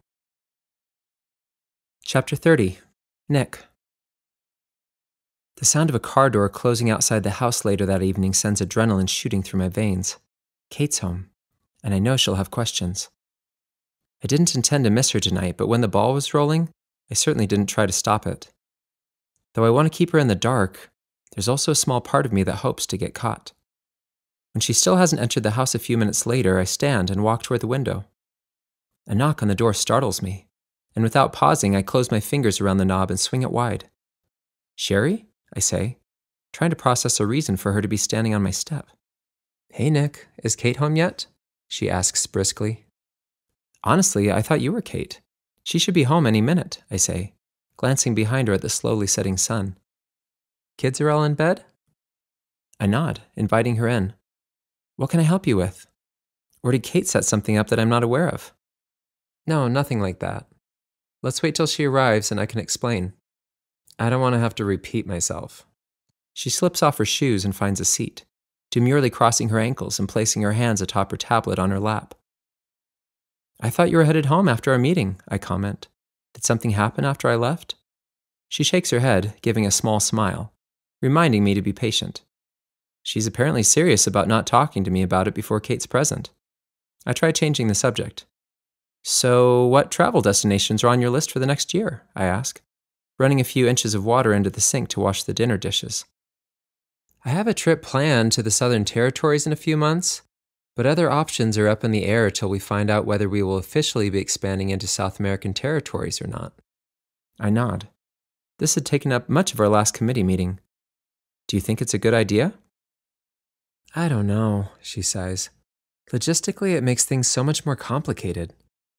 But I guess if they're able to start small and become self-sustaining, it could be a great opportunity to expand."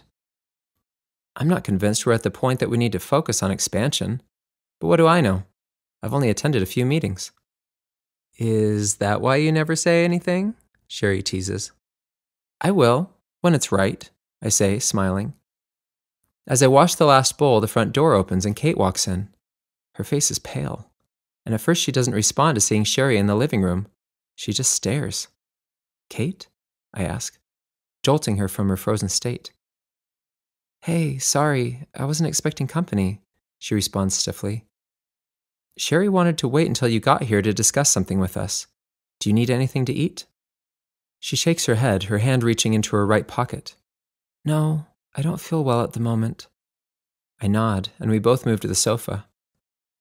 "As you know," Sherry begins, "Nick has been doing some incredible work with his reversal research. I think you've witnessed the effects at this point, right, Kate?"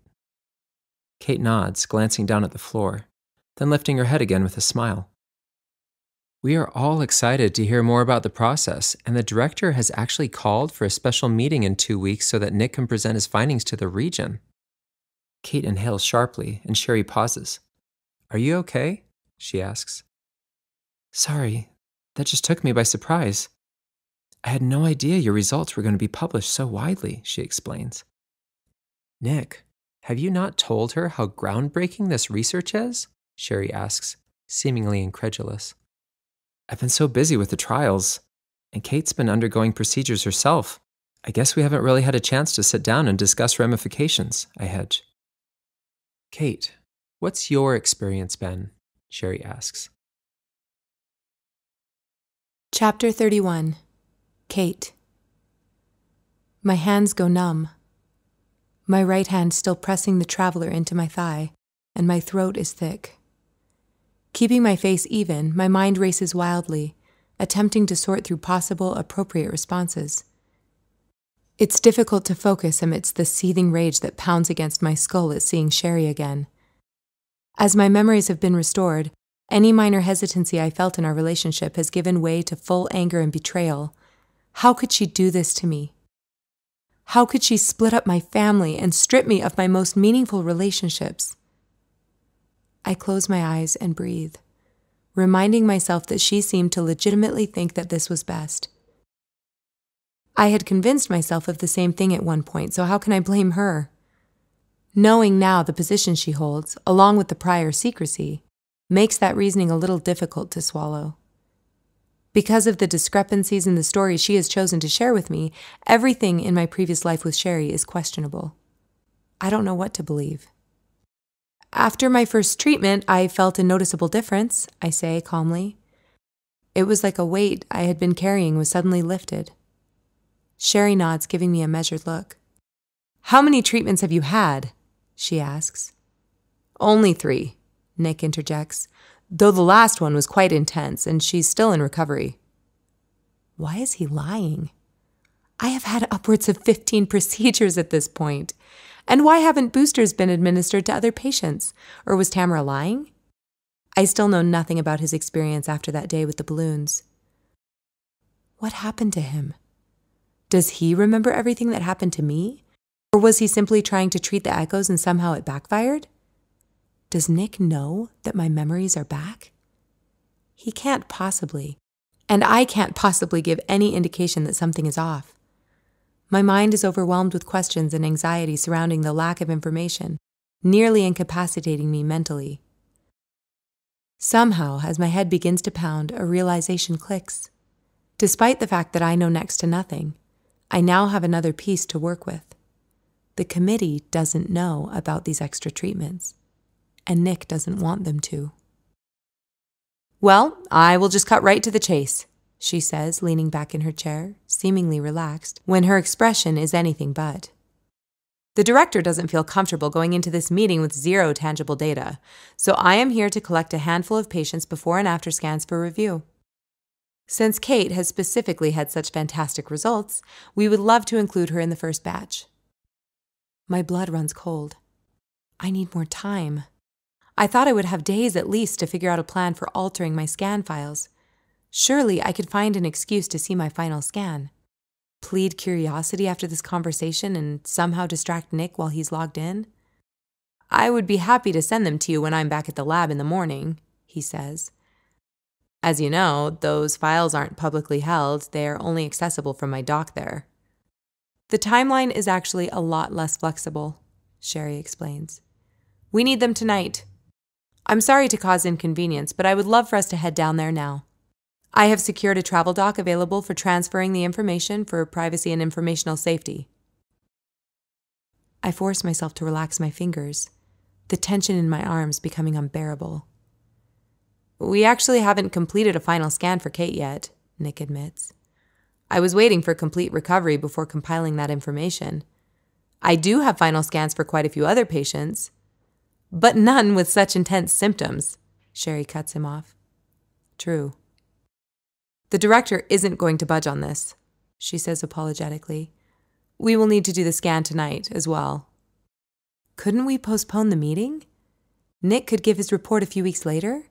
I propose, and Sherry laughs tightly. "If only it were that easy," she sighs. "Do you want to come in my car or drive separately?" They are going to see it. Tonight. Nick and Sherry are going to see that my memories have been restored, if not in their entirety, at least to an unacceptable extent. Not only will it ruin Nick's ability to present his research, but before I can finish my thought, nausea threatens to envelop me. I grit my teeth and breathe down the panic. I can't lose those memories, especially now that I know they can be erased forever. I can't forget them. Not now. Not ever again. "Let's go together," I say sweetly, steeling myself. No sense wasting resources when we don't have to. Nick looks at me in surprise, then nods his agreement. I do need to use the washroom first if that's all right, I say, not waiting for Sherry's response. Chapter 32. Kate. A fire burns in me as we enter the lab. Tamara is thankfully long gone. I wouldn't want to have to explain a third appearance here in one night. I have absolutely zero idea as to how I am going to alter the files. But whether it's adrenaline or a sheer mental break, nothing but confidence exists in me. I will figure it out, because I have to. It's as simple as that. Nick logs into his dock and turns on the equipment. Peeking over his shoulder, I ask to see my initial scans. My voice seems to startle him, and I notice that he is deleting images within my folder. What are those? I ask innocently. I accidentally saved images from a few other patients in your file, he says. I already copied them to their correct locations, but forgot to delete them here. I nod, watching until there are only 2 images left. Again, the dishonesty. I saw those images and they were mine. What is he hiding? My eye catches movement and I glance down. Something about his finger motions seemed slightly different on that last one. Looking back at the display, only 1 image is visible. Nick brings up my initial scan, and the colors appear in front of us. It's beautiful, I say. Sherry crosses to our side of the room and takes it in. It's chaotic, she sighs, almost in awe. Nick nods. Based on her reports, I assume this next image will be much more streamlined. But you can see why we needed multiple sessions to repair this, he jokes.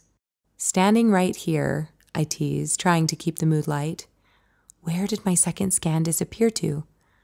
I pat the traveler in my pocket, thankful that I accessed the images when I did.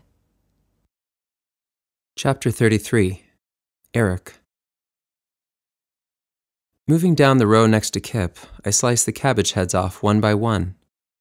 As I hit my rhythm, I push myself to move slightly faster to get ahead of him. It's not a competition, but I get some strange satisfaction from finishing the row first. Our entire crew is out today harvesting. We've been at it all week, and my whole body is feeling it. I hope they appreciate this, Kip mumbles under his breath. Huh? I ask, not hearing him fully. I hope they appreciate this, he repeats gruffly, bending and slicing. They? Yes, they. People in Tier 1 who never have to lift a finger, but benefit from our sweat and tears. They, he sneers. Do you seriously believe that, Kip? I ask, standing in my row for a quick stretch, then bending again, not wanting to get behind. Don't you? Tier 1 individuals don't just sit around doing nothing. They have extreme responsibility and work hard. How do you know? He asks, smirking. I mean, everyone knows that. It's how society works. So you know because that's what Berg told you? He quips, both of us now facing each other. I nod. How would we have so much innovation, such equality and resources if it wasn't true? I ask honestly. Kip laughs out loud, bending as if needing to prevent a total collapse into hilarity. Seriously, Eric? How do you know the resources are equal? How do you know that innovation doesn't come from Tier 2, from all of us working day in and day out to fulfill our responsibilities? I stare blankly, a compelling answer escaping me. You need to wake up, man. Everyone here works to support an upper class that doesn't give anything back to us, as far as I'm concerned, he says, bending again in his row. Quietly, he adds, if you want to learn more, you can meet at Taylor's tomorrow night. I stand in stunned silence, sweat dripping along my temples. Kip is at least 4 plants ahead of me, but I can't seem to make myself move. Is this really how my peers think? Have I missed a cultural shift in my isolation? Slowly, I bend and continue on, filling my bag with ripe heads. Maybe it's just Kip. He's always been a little surly. My mind continues to chew on this information as I lag behind, finishing my row. Standing outside of Taylor's home, I hesitate, having absolutely zero desire to hear more of the negativity I absorbed in the field. At the same time, I have a responsibility to be aware in my community, and possibly more importantly in this instance, to share my opinions and conclusions. Moseying up the path, the door opens before I can knock. "You came," Kip announces, impressed. "I did," I say, smiling slowly. "I'm mostly here to observe. Hopefully that's okay?" He ushers me into the living room, and I take a seat on an open bench. 2 other men filter in while I wait. Then Taylor stands and calls our unofficial meeting to order. His hair is still wet, slightly curling behind his ears, and he's dressed in a clean shirt and slacks. There are only 10 of us, but the energy in the room is palpable. I attempt to conceal my discomfort by relaxing my hands onto the bench next to me. "Thanks for coming, everyone," Taylor greets us, taking his place at the front of the room. "For you newcomers, we've been getting together for a few months to discuss community and governance policies that we feel are important and need to be adjusted. I assume by your presence that you also have concerns. While meeting together isn't necessarily frowned upon by Berg, some of our topics might be, so we ask that you keep this discussion to yourselves. We want this to be a safe space for self-expression," he explains. That's fair. While I likely won't agree with much of what's said, I'm all for freedom of speech and opinion. "Kip, why don't you fill the new guys in?" he says, moving to the side and perching on a stool next to the doorframe. "Sure, no problem," he replies, standing and pulling his sagging belt up to his waist. "I think we can all agree that after the crisis, something had to be done. Whether it was right or wrong isn't up for discussion. It happened. People did the best they could, and even if they didn't, we can't really do anything about it anyway." A few people chuckle lightly. "What we can do something about is society right now. Things have changed a lot since then. Heck, even in my lifetime I've seen dramatic changes. But this isn't about me. Let me show you some stats." Kip pulls out a display and opens a window in front of us. A chart appears, showing resource levels for Tier 2. "Look at this pretty curve," he drawls, bringing more chuckles from our small group. "Our physical resource levels have been exponentially increasing for years. We are literally maxed out, and yet somehow, we still have to use credits for extra food or entertainment." He swipes to another image. "This shows our population. I have my doubts that this is current, but it's been steadily decreasing. This is likely the reason for our increased resource levels per capita, only solidifying our opinion that it's time for resources to be freely accessed." Closing the display, he takes a seat and motions for Taylor to continue. Before he can speak, I raise my hand. "What would that look like?" I ask. So much for observation only. Wait, do I know you?" Taylor asks when he sees my face. "Eric, sorry, I should have introduced myself. I work with Kip." He nods. "Eric, what do you mean?" "If resources were freely accessible, what would that look like?" I repeat. "Would we adopt similar policies to Tier 1? Adjust our service assignments? Lose the credit system?" The men glance around the room at each other, and there's an accompanying low hum of voices. "We're thinking bigger than that, man," Kip says, smiling. "It's time for freedom from everything. The whole system." I have a hard time wrapping my brain around that, I admit. People tried that in the past, and it always, I repeat, always led to a lack of freedom eventually. Without someone to structure our conditioning, if future generations were left to their own devices, what would prevent another crisis? More power-hungry leaders, more conflict. Kip smiles and looks toward Taylor. "That's exactly what we're trying to prevent now, Eric," he says softly. "Who do you think has all the power?" "We all do," I say, without missing a beat. "We all work together for our communal progression." "Who's progressing here?" Kip says. "Are you progressing? I'm certainly not," he spits. "Tier 1 might be progressing, but it seems to me like we're serving without much benefit." "Their progression benefits us all," I start, but am cut off by chatter within the group. Realizing I'm definitely in the minority, I close my mouth and sit still. The anger that Kip spoke with is something I had never experienced before. Everyone around me seems to agree with him to varying degrees, and this knowledge rocks me. This can't possibly be the general feeling within our tier. Could it? How could they have forgotten the standard of life our predecessors suffered before the crisis? Their arrogance at professing to know a better way is appalling and simply irresponsible. As my frustration rises, hearing the arguments around me, I stand and thank them for the information, moving toward the door. Eric, Kip calls behind me. Think about it. This movement is alive and well, whether you agree with it or not. I nod and walk out into the hot evening air. Chapter 34. Nick. Kate lies still as the sleek metal halo glides around her head, the soft whirring of the machine breaking the silence. A cold sweat makes the palms of my hands slippery, and I surreptitiously wipe them on my slacks.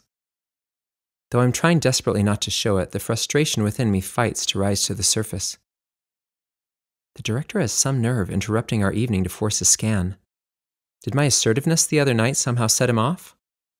Any effective leader should be thrilled when an apprentice takes the initiative to begin a project and then is successful.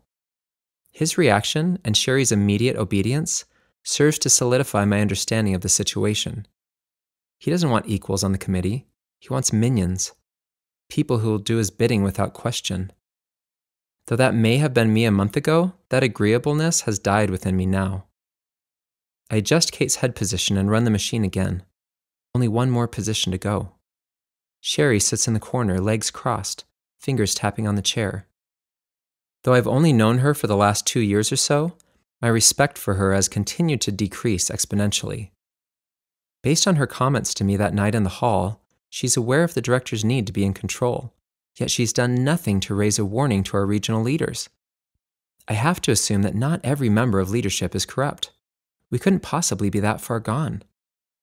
Tier 1 has been built upon principles of service, selflessness, and the communal good.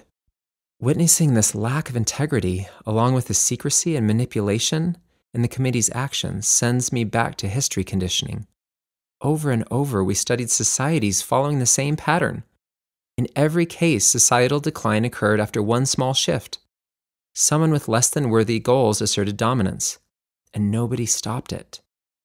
Of course, it's much easier to diagnose in hindsight, and incredibly difficult to assess in the present. How can we determine whether someone's goals are worthy? As humans, we rely on social cues and trust those who seem trustworthy, especially in Tier 1, where we've supposedly eliminated those characteristics that lead to selfish conflict. Our society isn't set apart by a better system. It's successful because of our collective unwillingness to regress to something lesser. The scanner beeps definitively, and I reach out to help Kate sit. Her hands are ice cold. I rub them between my hands, smiling, though she doesn't look up. She stands abruptly, moving toward my dock.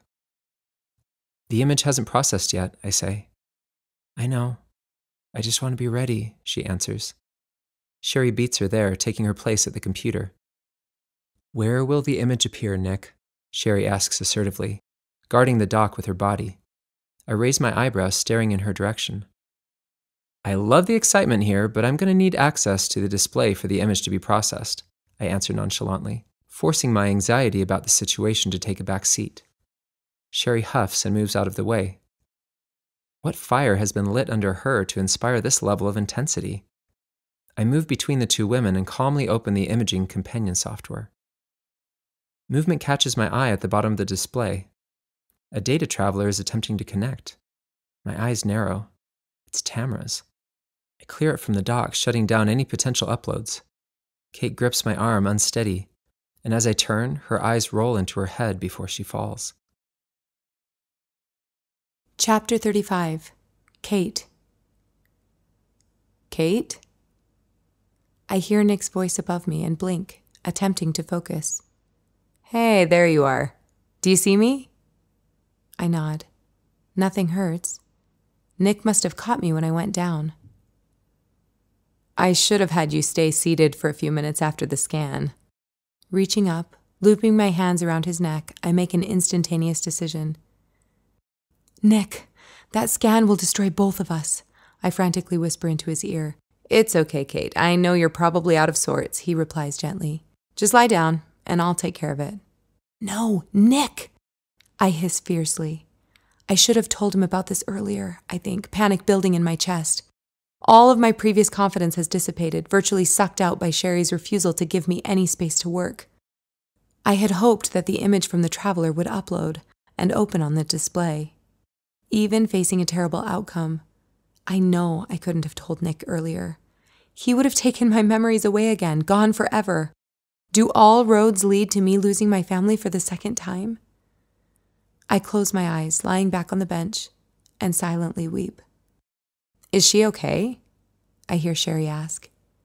It's normal to be emotional after a loss of blood pressure like that, Nick says. Here, look. The image is ready.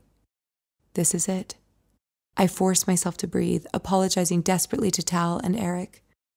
I didn't even get a chance to find out where they are or how they are doing. My brain still hasn't fully processed all of this, and now it's over. For good this time. Wow, Sherry exhales. That's really impressive work, Nick. It's amazing, right? He agrees. What is happening? Taking a deep breath, I lift myself to a sitting position and allow my equilibrium to settle. Can I see? I ask meekly. Sherry, still staring intently at the image, moves to the side, allowing me space to move in beside her. As the image comes into focus, I inhale sharply. That's the right image. The image I was trying to upload. Did it somehow get there despite Nick's intervention? Do you want to see the side-by-side? Nick asks, more for Sherry's benefit than mine. She nods, and he places the images next to each other, the colors swirling madly on the first. I'm sorry to pull you here this evening, Sherry says apologetically. I don't know why. She stops short, inhaling deeply. Just put these images on here and I'll get them to the director, she says, handing her data traveler to Nick, frustration and exhaustion evident in her tone. After finishing the download, Sherry places the drive in her pocket and hastily exits the lab. I breathe a silent sigh of relief as Nick begins to tidy up the space and move to walk out of the office, when his voice stops me in my tracks. Would you be willing to give Tamara's traveler back? He asks softly. I stand stock still, every muscle tensed. It's okay, Kate. It was a good idea, but I never would have thought that your uploaded file was the new image, he says with a wan smile. How did you... I moved your earlier scans into the recent imaging folder. I didn't actually scan you tonight. Just moved the machine around a lot. I'm sorry I didn't say anything earlier, but I didn't know how. My head whips around toward him at the sudden silence, and I find his face twisted in anguish, a hand over his mouth. What is happening? He moved my image? He didn't scan me? Does he... Nick, I sigh, walking quickly to his side and pulling him close. I hold him then, glad for the opportunity to give comfort when he has done it for me so many times before. His shoulders shake silently, his head hunched over my shoulder. I rub his back and wait. The silence stretches on, but slowly he begins to breathe normally. Kate, I have so much I want to say to you. Something shifted in me weeks ago, but I couldn't allow myself to sink into it. And it wasn't safe. Well, honestly, it still isn't, but I still don't think I can handle fleshing out the ramifications of the actions I have taken. As long as it remains surface level, I can deal with it. I know I'm on the right track, Nick, it's okay. Let's go home and talk there, I soothe. I'm going to be honest, I have a lot of questions. I know, and we need to get everything out in the open, but there's something I have to do first. Can you give me a second? He says, moving toward the dock. Chapter 36. Eric. The sunset over the lake is stunning tonight. Since I had too much nervous energy to simply head home after the meeting, I ended up taking a walk around Washington Park. This place has always felt somewhat nostalgic to me, though I haven't actually spent much time here.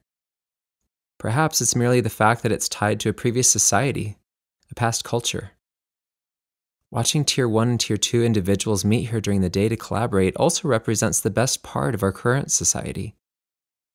All of that melded together leaves me feeling almost reverent as I walk the quiet paths. Finding a bench, I sit for a moment as the colors diffuse across the sky. There's no room for anger here. I struggle to reconcile the things I heard tonight, the attitudes that I was previously oblivious to. How have we all come through the same conditioning and yet somehow arrived at such opposite conclusions? A message appears on my sensor and my heart jumps at the thought that it might be from Val. We still haven't had a chance to get together after our interruption the other night. She was sent out of territory for a project, and any free time I've had has been taken up with monitoring Tal. He returned to conditioning yesterday, but it took a lot out of him. A part of me wonders if he's struggling with emotional trauma more than physical. Tapping the message, I'm disappointed that it's not from her. Though I don't recognize the sender, I open it anyway. Eric, forgive the blunt delivery, but you need to know that Kate's alive. I'm working on it. A friend. My heart stops. I reread the message 3 more times, my body frozen, unable to process. Is this a sick joke? Tapping on the sender, I find it blank. Untraceable, at least from here. Standing up, I begin walking briskly toward home. Who would do something like this? My stomach swirls in discomfort, not due to any belief on my part that this message is true, but because someone out there knows I wish it were. I'm nearly running by the time I reach our street, my feet pounding into the path leading to our unit. Slamming through the front door, I press my back against the cold metal and catch my breath. Dad? Tal calls. Are you okay? He asks, rounding the corner and seeing my distress. Yeah, sorry. Long story, I say, rushing to the display, flicking it on. What are you working on tonight? I ask, attempting to sound normal. Just that research you asked me to complete, he answers soberly, naturally understanding that I'm distracted. Great, I say, not giving him my full attention. Tal, I'll definitely talk with you more about this later, but would you mind giving me some privacy? I'm trying to track something down, and it's frustrating. I would really love to be alone. Sure, Dad, he says, patting my back and retreating to his room. The guilt at pushing him away lasts for only a moment. With my mind reeling from the meeting and then this, I don't have energy to spare for engaged parenting at the moment. Pulling up the message on my main dashboard, I see a random string of letters and numbers listed in the sender field. Using all of the tools I'm aware of, I hit a series of dead ends as I endeavor to reply or track the number. All the while, the message stares me in the face. My desperation builds with each subsequent futile attempt. Tears begin to flood my eyes, and almost involuntarily, I slam my hand down on the counter, leaving my palms stinging. Eventually giving up, I close the display and run my hands through my hair. Though this feels different from my regular panic attacks, I take a moment to breathe and count, listing off other possible solutions to the situation. The message may not be traceable under my account, but I wonder if I could trace it at headquarters, or through a Tier 2 committee member. Glancing at the clock, I realize it's far too late to attempt that tonight, but I could potentially stop in midday during my lunch break. My hands shake, an outward manifestation of my inner desire to not have to wait until tomorrow to figure this out. Suddenly noticing how quiet Tal's been, I move down the hall and knock on his door softly.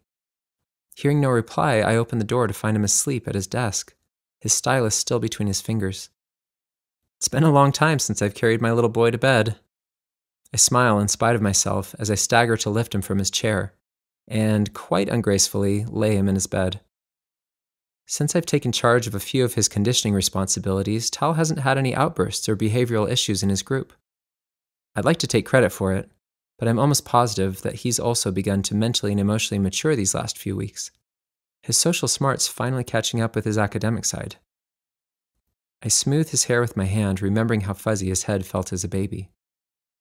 Tears roll freely down my cheeks.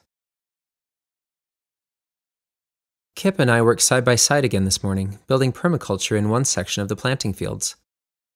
We haven't said more than 2 words to each other since beginning at dawn. What I really want is to understand. but my mind reacts so strongly to his opinions. It's difficult to listen without jumping in and trying to persuade him to shift his perspective. I mentally prepare myself to try again. Kip, I start. I'm having a hard time understanding where you and your buddies are coming from in relation to our current structure of government. Do you mind sharing your feelings with me? Eric, I don't think that's a good idea. I promise I won't judge, I say, cutting him off. You work, Kip. You show up every day and you work. I know we think differently, but I see that you are honestly trying to do your best. I'm not arrogant enough to believe that I've found the only correct worldview. Kip appraises me, leaning on his shovel. All right, he agrees hesitantly. Where do you want me to start? Maybe from the beginning? What was your life like growing up? I listened to Kip all morning. His experience seems to be fairly typical of Tier 2 individuals, though I haven't had conversations like this with more than a handful of people.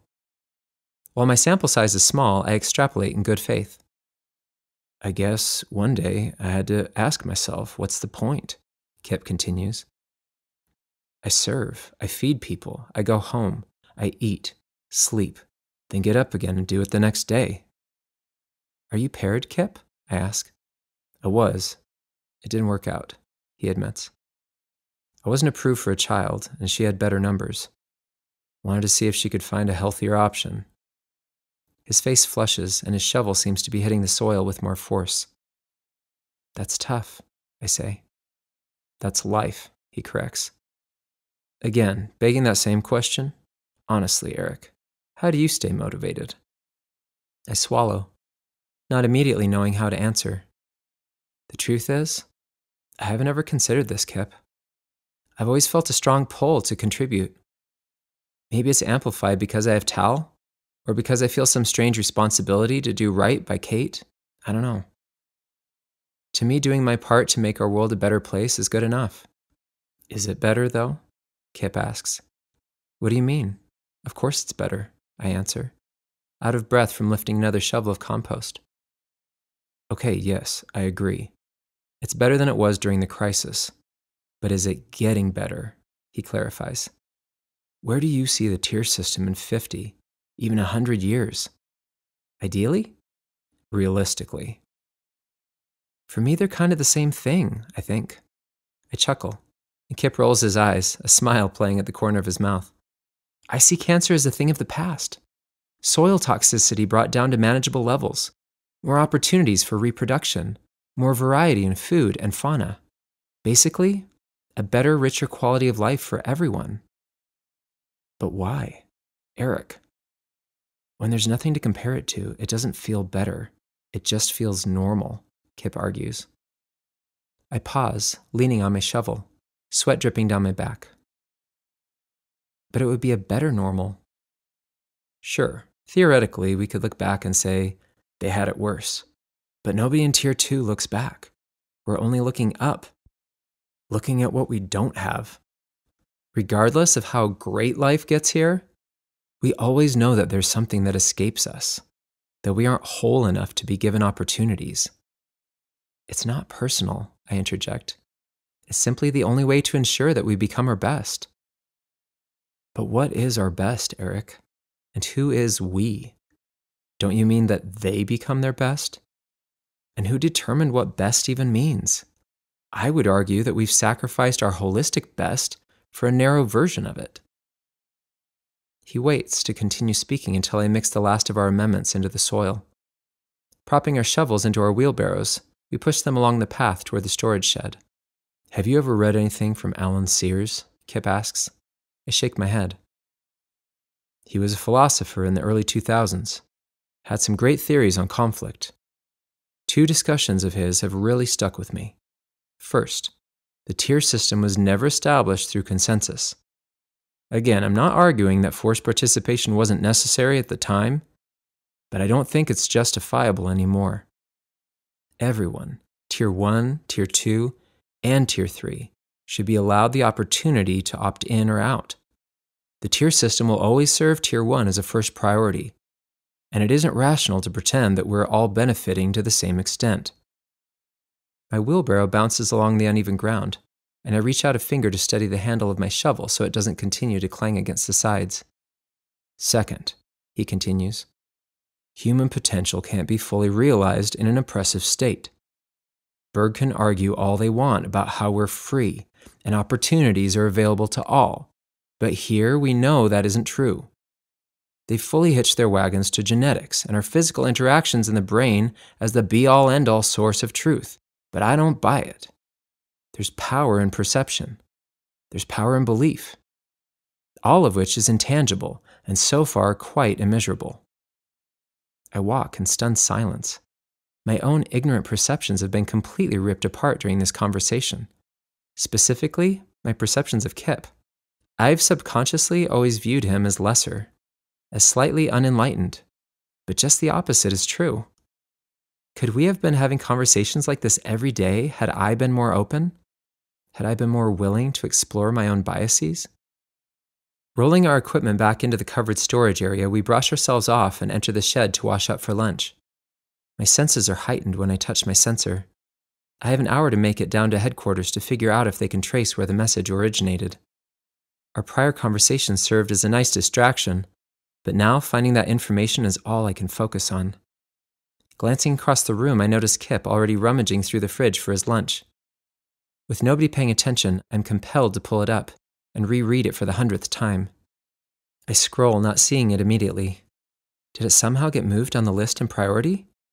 Typing in a portion of the memorized words, I search. Nothing. My abdomen seems to hollow out, a pit opening up and threatening to swallow me whole. No! The message has to be there. I frantically turn my sensor off and then on again. Still nothing. Is everything okay? Kip asks, noticing my frenzied movements. Beads of sweat are forming on my forehead. I seem to have lost a message, I say through my clenched teeth. Val will understand, Kip chuckles, waggling his eyebrows at me. I force a smile, then march out of the shed, forgetting my lunch on the counter. Chapter 37, Nick. Cuddled in blankets with warm tea in our hands, Kate and I stare up at the stars from the bench in our backyard. The sound of crickets chirping their consistent lullabies calms me. I relax for what may be the first time in weeks. Kate leans her head on my shoulder. Nick, she breathes. Can we finally be honest with each other? No more worrying about ourselves or the director or the fate of society, she says dramatically. A sardonic laugh escapes my lips. That's kind of all I'm good at, I admit. I don't know how to not factor in all those things. I know, she soothes. But could we try? We can try. Do you want to go first? She shifts her weight, pressing closer into my chest, and I wrap my arm around her shoulder. Do you know about the memories? She asks, her voice a terrified whisper. About you getting them back? She nods in relief. Yes. I took a risk, trying something that, as far as I know, has never been done before, without your knowledge. It didn't feel right, Kate. What they'd done to you. Not only because you were suffering, but because, well, they basically stunted your ability to contribute. How can your mind analyze and create when half of its input has been deleted? And as much as I love having you here with me, it hasn't ever truly felt fulfilling because I know, I sigh, I know you wouldn't have gotten here without the committee forcing it on you. So yes, I reinstated those memories as best I could. I'm so relieved that it worked. But in my defense, I don't think I could have screwed up your pathways anymore if it didn't. It's okay, Nick. I'm glad you took the risk. I didn't know that you knew. I was terrified that you would find out, and they would all be... She sucks in a breath. Do any of your patients receive boosters? I laugh softly. No, that was just a cover. Why couldn't you tell me? All this time, It's still not safe that you know, Kate. What I'm doing, if they found out, I need the knowledge of these procedures to remain solely with me. Kate nods, thinking. Nick, I'm so sorry, she starts, and I exhale audibly. Tension that I didn't even know I was holding escaping on that breath. You were thrown into this messy situation, and asked to shoulder massive responsibility at such a young age. You were asked to pair, asked to be an instant father, asked to hold secrets and manipulate. The list goes on. I don't think Berg has been fair to you, she concludes. Well, when you put it that way, I tease. She laughs, full-bodied and tragic. I am serious, she complains, smacking my arm lightly. I sigh. I know. I guess I have a hard time seeing it as unfair. I've always been asked to shoulder more, to do more. It's kind of expected. Kate starts to say something and then stops. What is it? I prod. I feel incredible guilt, even exploring this out loud, but I'm kind of disenchanted with the committee. What do you mean? Nick, they took my family. They lied to both of us. They've manipulated us, and who knows how many others. I know it's all in the name of progress, and I believed in that. Maybe that's what hurts the most. I was ready to do it too. I lied to Eric. I lied to you, somehow thinking that the right outcome would justify my actions. It doesn't, Nick. It just doesn't. Don't get me wrong, I'm so grateful for the girls, but that's beside the point. All of this was supposed to be for the good, and I don't feel so good right now. I rub her shoulder. I don't think it was supposed to be for our good, I say softly. For the greater good. Shouldn't it be the same thing? Not necessarily, I sigh. I don't agree, she says, her face lifted upward toward the heavens. If we are acting in the best interest of those around us, and even those who will come after us, we should feel fulfilled and accomplished. I feel nothing. I feel nothing, Nick. I nod. I know what you mean. Looking up, I take in the vast expanse of the universe. Stars prick the sky, small needle points of light in the deep blue. Kate, I have never felt fully settled about pairing with you. I love you. Make no mistake of that. But I've seen your scans. I've witnessed the damage that was done, and the extent that Berg had to go to in order to wipe Eric from your day-to-day. He was and is a part of you. When we first met, I didn't have the life experience to really understand what that meant. Even now, I probably only truly comprehend a fraction of it, but that fraction is extremely powerful. You've become a part of me. Nobody else could. I pause, swallowing. Nobody could replace you. I know that might sound odd considering our current situation, but it's true. I've grown into someone different because of you. Someone better.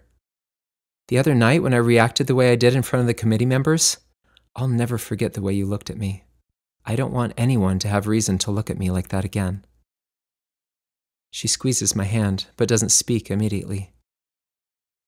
Why now? What caused you to see all of this now? She eventually asks. The main catalyst actually came that same night.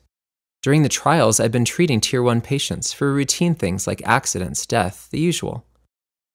I didn't look too closely. Everything seemed so benign. Anyway, I went to get your sensor out of the auditorium and realized I'd left my display back in our meeting room. When I got there, I overheard, well, long story short, I found out that my trial treatments weren't necessarily being administered knowingly. Kate inhales sharply. What? She asks, her voice cold. Somehow, I'd convinced myself that you were the only one, that ours was such a unique circumstance that extreme measures had been justified. But to find out that it was happening all the time, I can feel Kate shaking her head. I know. I was horrified too. I still haven't had a chance to figure out if any of them were legitimately requested, or if they were all mistakes that the director needed to hide. Nick, this is what I'm talking about. All of this isn't what Tier 1 has ever been about. The committee should be serving us, protecting us, not managing us. I know. Seeing that flipped a switch. Well, along with our interaction. There I was, garnering that reaction from you for an ideal that I thought was worth it. It was worth it to hurt someone, to eliminate someone from your life, to give my life for something better, I say, my voice cracking with emotion. But it's been twisted. Their goals are not my goals anymore. That's why I took a chance on giving you your memories back. If their ideal isn't worth fighting for, then maybe mine is. Can you get your life back? She suggests. I don't know if that's possible at this point, I admit, and it rings true. What life? My life is society, Kate, Bent, and the girls. Regardless of whether that life came about in the right way, it came. It's here. But I know now I can't keep it. How do I move on from that? Maybe, I say, I was never meant to truly have my own life. I still want to make this world a better place, Kate. I want to fix this. If the tier system is beginning to decay, I want to find an evolution. Maybe this is truly all necessary for my growth and nothing more. That's inspiring, but pretty bleak, she teases. Like you said, bleak is worth it if it's for something legitimately better. I can feel good about that, I think. Maybe this is exactly who we're meant to be. We've been conditioned to be this, Nick. Tier 1 gave us the best of everything. Our genetics gave us the best chance of succeeding here. Maybe this is the next evolution. We're meant to move beyond this restrictive system, but Berg is so used to having control and knowing what to expect. This is scary for all of us. Their actions have been difficult to justify, but we're all pioneers here. There has to be a way to navigate it for the best. If our brains are pushing us in this direction, we need to embrace it instead of constantly trying to remain stagnant. That requires humility, Kate. The director doesn't have it. She sighs knowingly. What about you? I ask gently. What about me? What are you feeling? She interlaces her fingers with mine. I don't want to leave you alone, Nick, she says, her voice catching. In the dim light, I can see her nose wrinkle, the way it always does when she cries. Her breath comes in short bursts, her shoulders lifting gently against my chest. How will I possibly be able to remedy this? Our lives are impossibly tangled, and we still have Berg breathing down our necks. They will never let us split, let alone allow Kate to see Eric or Tal again. I've been attempting to play the hero, but I have no cards to play. Unless. I run my free hand through my hair, my mind reeling. Kate, you're not leaving me, I whisper. I'm simply giving you back. Chapter 38. Kate. Every minute, every mundane task, every breath is rich with meaning for me. The missing pieces of our understanding have all clicked into place. I know it, Nick knows it, and we are finally working as a team instead of working for a team that didn't necessarily have our best interests at heart. I still have a hard time condemning them. I can see how, in a strange, twisted way, it made sense for them to do the things they did. The fault lies in their own hubris, or at least in the director's. I assume everyone else was simply too attached to their newfound freedom and providence to rock the boat. My mind continues to process as I watch Beth and Leah attempting to pull themselves to their feet. My face lights up as they practice each new skill, and I am met with wide eyes and drooly smiles. I am in shock, recognizing that I am personally witnessing the very first signs of societal decline. Just as in every previous society, as soon as someone with power decides that they know better, or should be more important, more worthy than others around them, and people accept it, life begins to unravel. I imagine the director as a young man, serving and working to improve Tier 1 his entire life, then finally put in a position to make a difference, only to give in to his natural tendency to want more, to be above. Really? This is everything that Eric and I were criticized for as well, putting ourselves above the greater good. How can I judge? I empathize, remembering now how justified I felt. Placing the girls in the buggy, we begin our daily walk to the outdoor nursery. Both girls begin to kick wildly as soon as we hit the path, already knowing where we are headed. The magnolias are in bloom, and their heady scent fills the air around us, making the bird chatter and even the breeze seem romantic. After checking them in, I head to the campus courtyard, planning to meet Bentley for lunch. I haven't said anything about my memories to him over the past few weeks, but he has been more withdrawn than usual. I worry that he has picked up on the added stress, despite my attempts to hide it. He spots me immediately, waves, and runs my direction. Sitting down on a bench under a wide, stretching dogwood tree, I open my picnic bag.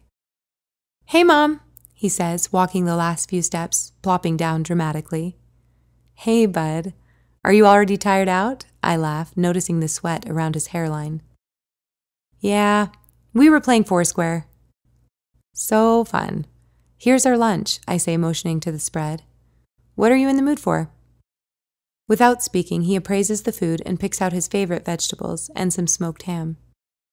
"How was conditioning this morning?" I ask, and he shrugs his shoulders. "Hey, Bent, let's play a game," I propose, grasping at any idea that could open up some conversation. I'll say a word, and then you say the first thing that comes to your mind. So, for example, I could say red, and you could say tomato. Does that make sense? He nods, slipping garden peas between his lips. Okay, first one. Fun. Foursquare, he says, without missing a beat. Happy. Beth. Touché, I say, raising my eyebrows. Okay, sad. Nick. My breath catches. Friend. Pace, he says, smiling, one of his friends from advanced conditioning. Work. Healthy, he says, again causing my eyebrows to shoot up. All right, maybe I will give him something a little deeper. Responsibility. Mine. Progress. Necessary. Family. Broken. Bent. I sigh, my heart aching for him. We need to talk, but I don't know how to share some of the things I've learned over the last few weeks. You're obviously picking up on the fact that Nick and I have had some really rough things to work through. What are they? He asks, his eyes trained on the ants making their way toward our food. How good are you at keeping secrets? I ask. Later that night, sitting with Nick, I fill him in on my conversation with Bent. He really said that? Nick asks, impressed. He did. I was blown away. He's so perceptive, Nick, it scares me. It's like he sees right through me. Seriously? So what did you tell him? Pretty much everything. Is that bad?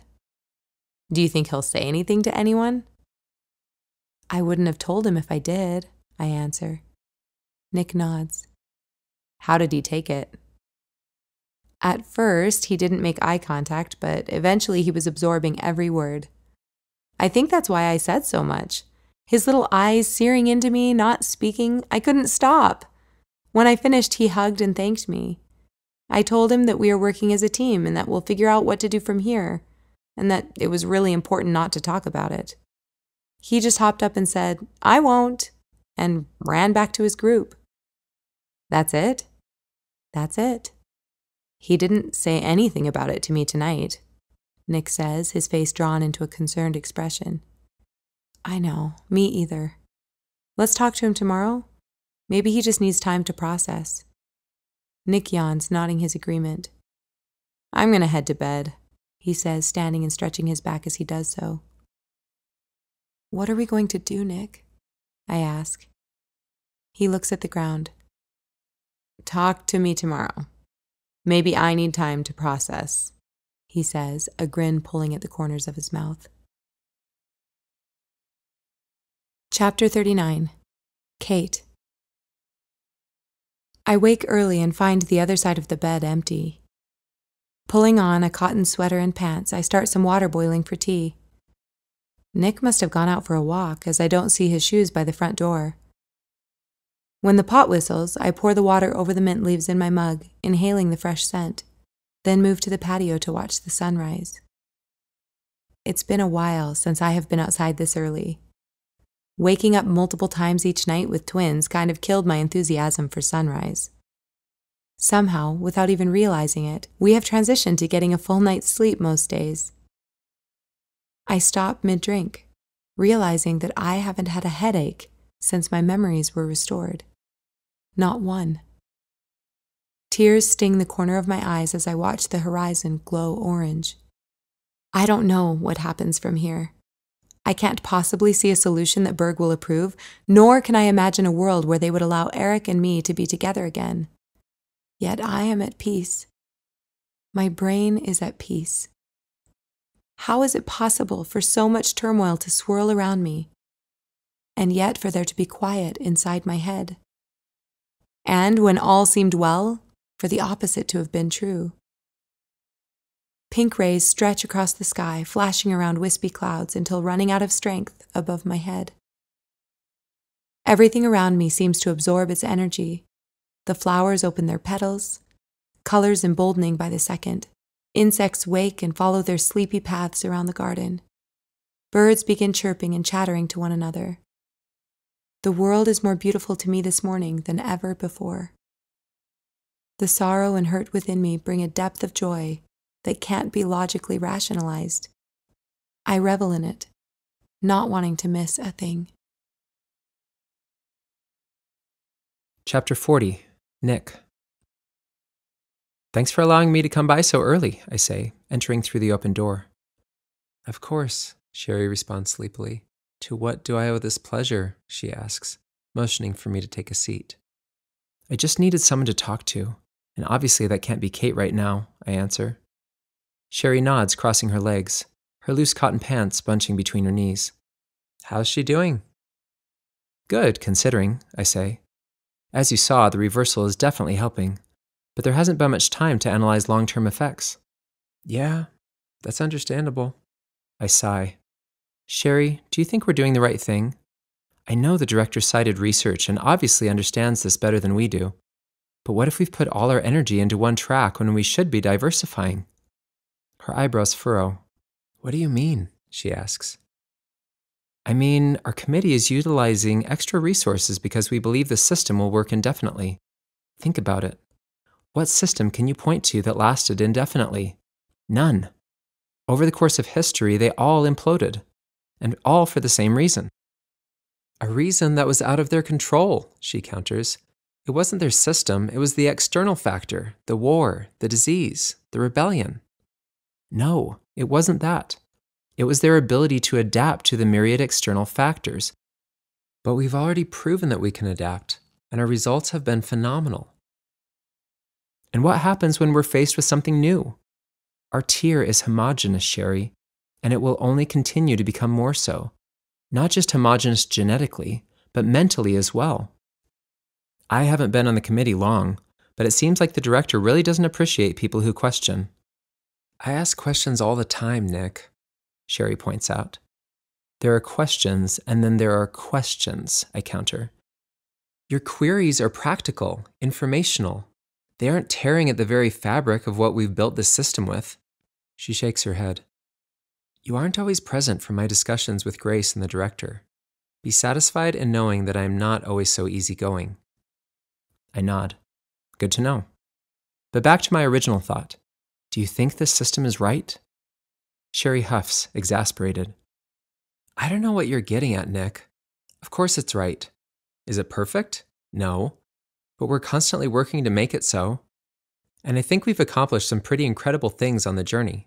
I'm not denying that, I cut in, but the committee as a whole feels, how can I describe it properly? It feels less like a collaboration and more of a dictatorship. Sherry laughs, loud and unabashed. Nick, I get it. At first I had the same impression. Obviously new members are treated with caution, but give it some time. You'll become an equal member in everyone's eyes in no time, especially with this new research you're presenting. Next week, right? I watch her, attempting to hide my disappointment. Somewhere, deep down, I really believe that Sherry would be an ally, that some part of her would acknowledge the inappropriate actions of the director, and that somehow this would provide some shred of hope that there could be an opportunity to patiently work for change from within. Yep, next week. Can't wait, I say, forcing a smile. Thanks for letting me hash this out. Everything is so new. Don't think too hard about it, she says. Take some time to relax with your family while Kate heals. You've been working really hard, Nick. That's not a bad idea.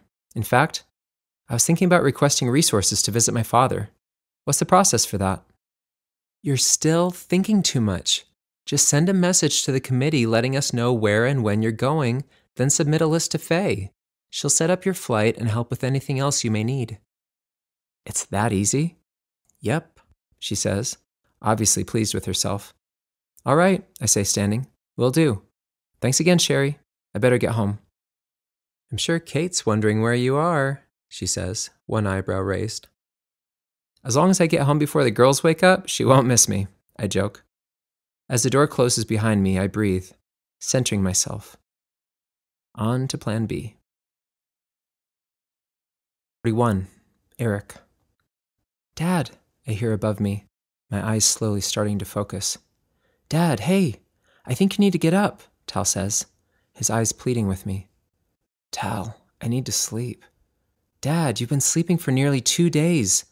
You've missed your service assignment. I've been stalling for you. I told Kip you were throwing up when he stopped by yesterday. I lied, Dad, for you, he admits, exasperated. Tal, you can talk to me when you're up and showered. Go, now, he commands, and my eyes widen. Without thinking, I force myself up and walk toward the washroom. That was impressive. Closing the door, I brace myself against the sink and move my face close to the mirror. I look like I've aged a year, with deep blue circles under my eyes, almost a week of stubble on my chin, and a general gray tint to my skin tone. Get a hold of yourself, Eric, I think. How did this one thing set me over the edge? One ridiculous message, and suddenly I'm non-functional? But the thought of getting up sounded impossible. All I want to do, even now, is curl up in a ball and close my eyes. Taking a deep breath, I stand up straight and peel my clothes off, sticky with sweat and dirt from earlier in the week. Dropping them to the floor in an untidy pile, I turn the knob and step into the shower, allowing warm water to cascade around my body. Sighing audibly, I move farther into it, imagining it washing away all of the frustration and hopelessness that's run rampant within me over the past few days. When the water shuts off, I dry myself and wrap the thin towel around my waist, having forgotten to bring clothes in with me. Exiting into the bedroom, I find Tal sitting on my bed. You look and smell much better, he says, nodding his approval. I clench my teeth, trying not to allow my emotions to get the better of me.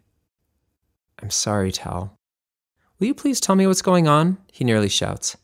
One day you're totally normal, and then all of a sudden, you're not getting out of bed. What am I supposed to do with that? Can I put some clothes on first? I ask. Fine, but the bed is off limits, he teases. I promise. I'll change and come out to the kitchen. We can eat and talk, okay? We don't really have any food in the house, but that works, he mutters. I did pick up eggs yesterday, so at least we won't starve. As he marches out of the room, I drop the towel and get dressed as quickly as possible. With that attitude, I don't want to give him any other reason to barge in here and make me feel more guilty. Walking into the kitchen a few moments later, I find Tal cooking up a few eggs on the stove. Thanks, I say softly. For what? He asks, unimpressed. For the eggs, and making me get up. I feel better now that I've showered. He nods, scraping the pan with the spatula. A few days ago, I got a really weird message. I wasn't able to track the sender, and the next day it was gone. It honestly freaked me out, Tal, I explain. What was it about? Kate. It was about your mom. He stares at me, then, remembering his task, removes the pan from the heat. What about Mom? He asks calmly. It really doesn't matter, I say. It wasn't true. Tell me what it said, Dad, he says, lifting half of the eggs onto each plate and passing one to me. I sigh. It said that she's still alive. Tal drops his plate, sending egg particles splashing across the counter. Without reacting, I scoop them back onto his plate. Do you still want these? I'm not sure if the counter was clean. Yeah, I want them, he answers, pulling the plate toward him. Tal, it's not true, and I can't figure out who would send a message like that. When it disappeared from my sensor, I lost it.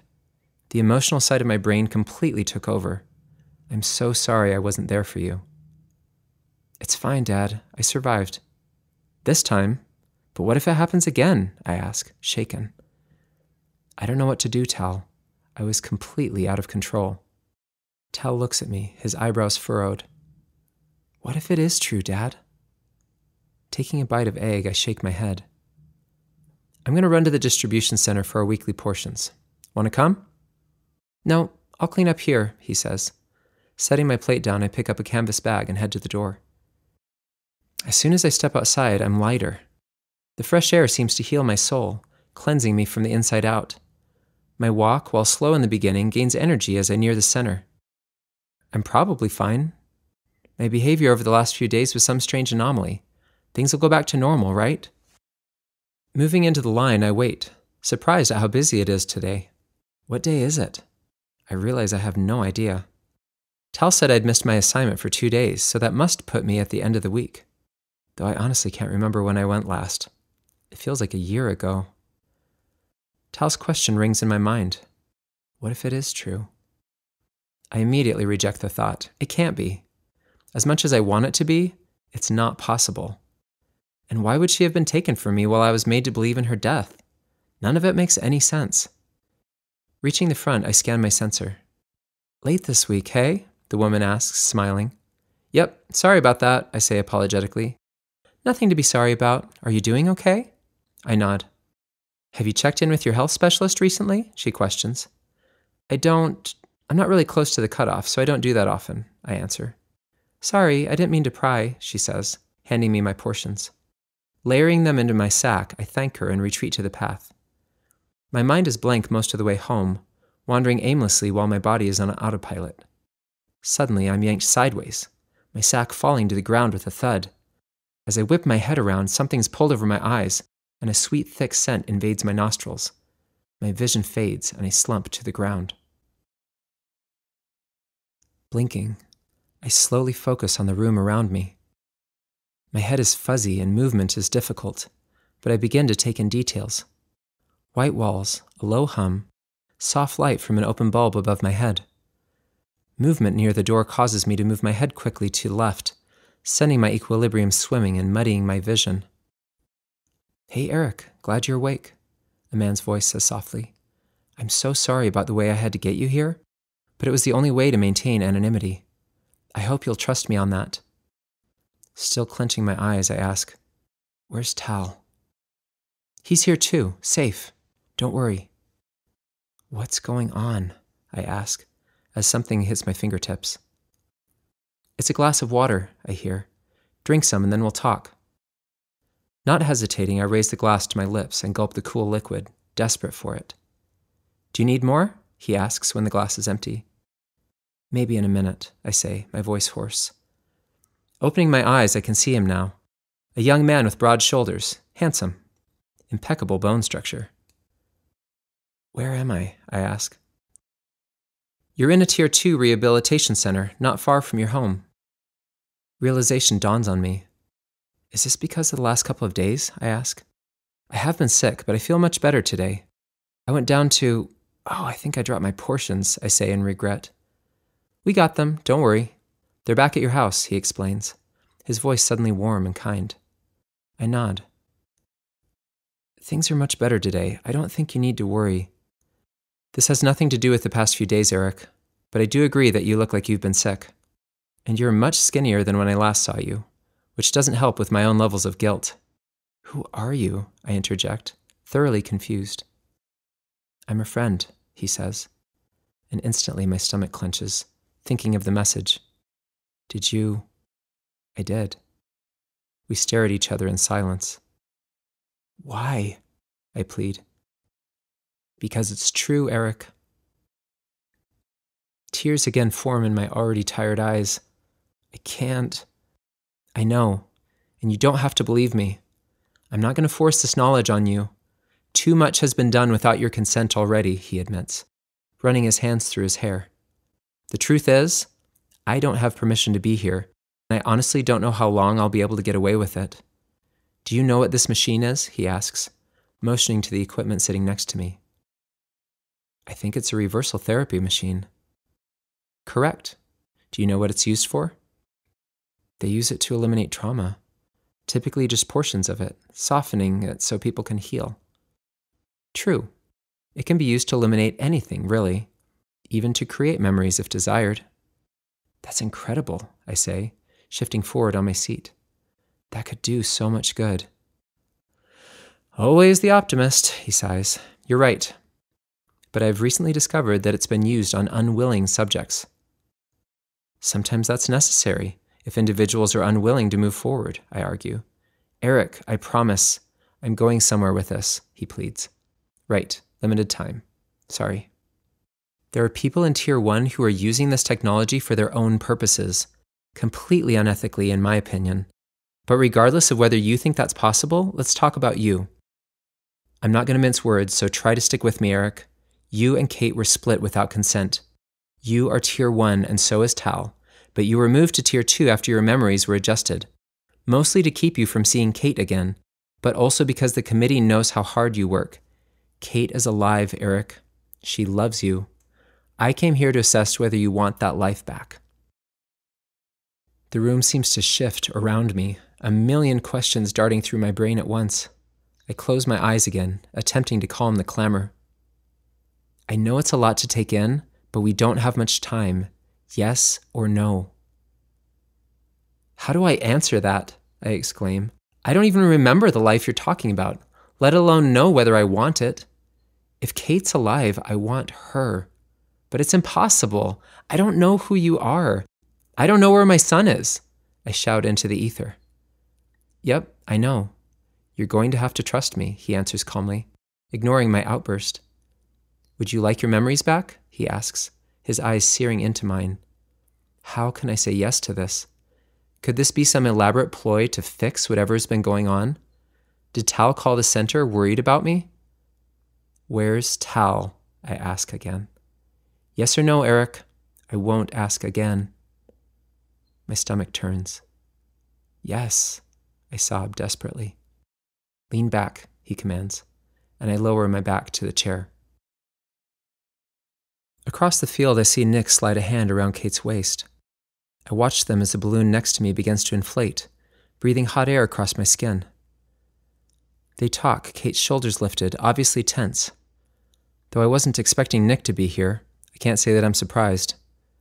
Initially, I allowed myself to believe that his involvement was purely out of obedience to the committee, but seeing the way he looks at her...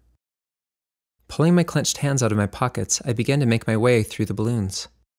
The brightly colored canvases against the brilliant orange hues of the sunrise served to highlight my mood. Today I'll be reunited with my family.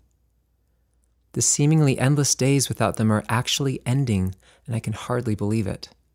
Still, there's a part of me that begs to turn around, to stick it out, ashamed at my weakness. For a long time, that part was strong enough to keep me going, but not anymore. As I draw closer, I notice Kate scanning the crowd, her hands jammed into her pockets. The boys' eyes are wide in awe of the scene before them. For a moment, I stop, watching them experience the magic. When Kate's eyes meet mine, my heart leaps, making my extremities go numb. My focus shifts to Nick, oblivious as I walk toward them. As if sensing Kate's emotions, the boys turn and notice my approach, immediately jetting toward me. Tears sting the corners of my eyes, and I stretch my arms wide to embrace them. How did I ever think I could live without them? Kate, what's going on? Nick questions. Nick, Kate starts, but stops short. Hey, Nick, I greet him, speaking gently and purposefully keeping my distance. Not wanting to cause a scene, I turn the boys' attention to the nearest balloon. Eric, what's going on? Nick asks quietly. I don't think you're supposed to be here. I'm not, I answer, my heart pounding. Kate, why don't I watch the boys for a minute and you can have a moment with Nick to explain? I look at her, trying to communicate that I understand. She and Nick, as much as it pains me to admit, have created a relationship, a life. I don't blame her for a second, and I want to give her the space to help him understand.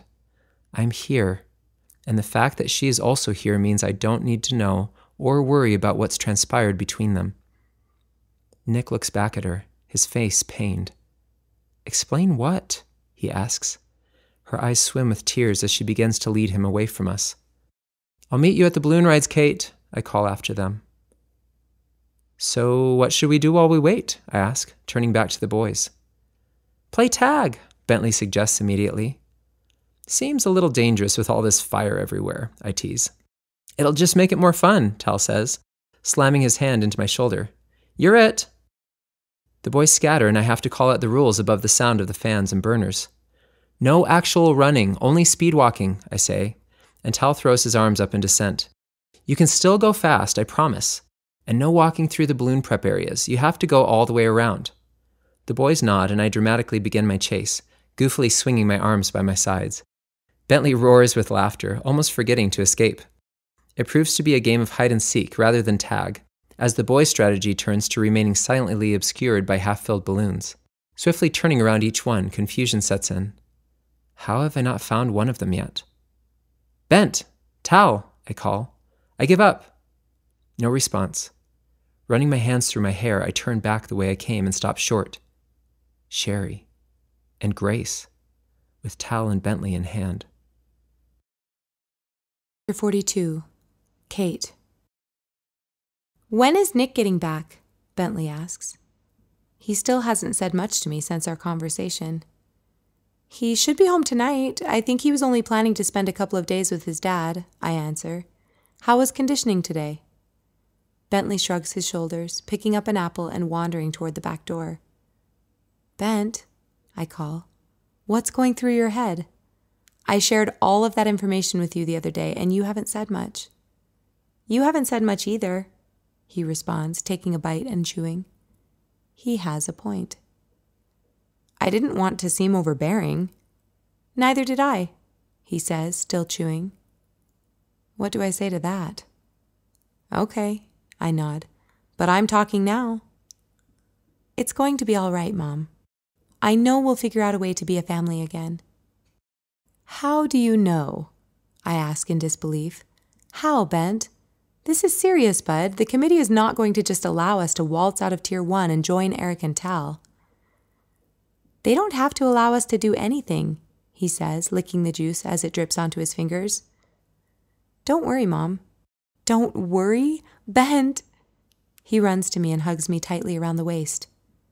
Nick's on it, remember? You're a team, he says, then runs into the backyard. A team. If only it were that simple. Nick arrives late that night, nearly stumbling through the front door in exhaustion. Though I am lying down, ready for sleep, I sit up to greet him. You okay? I ask, laughing slightly at his disheveled appearance. He looks up at me, not amused. I burst out laughing, not able to hold it back any longer. Seriously? He asks, throwing his arms wide. I'm sorry. I don't think I have ever seen you look so out of sorts. I know it's not funny, but it's kind of funny. A smile plays at the corners of his mouth as he walks over and slumps next to me on the couch. Good visit with your dad? I ask. He nods. Good visit, but travel is exhausting. I wish I could commiserate, but I have no experience with it. Nick pauses, breathing deeply. What? I ask, noticing his hesitation. I have to report to the committee in a few days, he says. That's going to be great, right? Show them all of your impressive research and score massive points with the director? Something like that, he chuckles. You'll be great, Nick. Thanks, he says, patting my leg. I'm going to get ready for bed before I pass out right here. Do you need anything to eat? No, I'm good, thanks though, he says, heaving himself to a standing position. I watch him go, then hit the lights, pulling a blanket over myself and closing my eyes.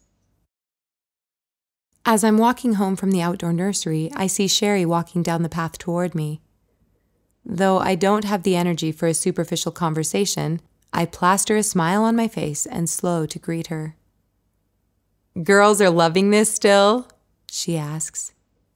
They are. It hasn't gotten old yet, I say. It helps that they are always bringing in new toys and obstacles. I can't believe they are pulling themselves up, she comments. You and me both. It's crazy.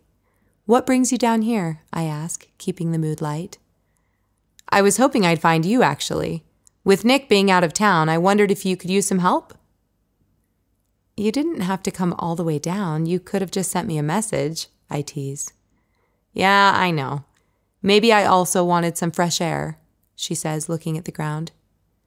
Do you have plans now? Could we take a walk? I actually do need to get a few things done at home, but you can help me if you want, I offer. Something is different in her demeanor today. She seems grounded, more humble. Sure, you can put me to work. We meander home, taking the long way, while Sherry fills me in on her most recent trip. I can't remember if I told her that Nick had filled me in on everything, but she must have assumed. Have you ever traveled beyond our region? I ask. So far, she has only described other territories. With everything I have learned in the last few weeks, my curiosity about the outside world is peaking. What if there are other things Berg has decided to keep from us? Things that the various committees don't feel are necessary for us to know. Only once, she answers softly. Where? I ask. North. Years ago. For fun? I ask. No, it was a recon assignment. At the time, Berg was looking for salt. It is still one of our most limited resources, but back then it was extremely rare within our territory. Before I joined the committee, I was chosen to go. I remember being terrified. We really had no idea what we were flying into. What were you worried about? Everything. Animals, possibly other humans who somehow survived, infection, radioactivity, you name it. I nod. I have been safely in our Tier 1 bubble for so long. I have forgotten that an entire planet exists beyond our borders. So, what did you find? Salt. Nothing else? She shakes her head. Nope. The landscape was surprisingly lush, considering the soil toxicity levels. I would love to research that area again someday. Observe what plant adaptations have occurred. It would be fascinating, I admit. Couldn't you go if you wanted to? I could, she muses. There is always so much going on here, it's hard to justify such a long, dangerous trip. Seems like it would be incredibly helpful research, I say, and she smiles. It kills me. I miss feeling close to her. I miss having no wall up, just the freedom to laugh and be ourselves. Will we ever get it back? Can I ever be completely vulnerable again, understanding that she has been privy to my history and isn't willing to open up to me? I may have to try. This could very well be the life that I'm stuck with, and I will have to make the best of it. The very thought causes my chest to sink into itself.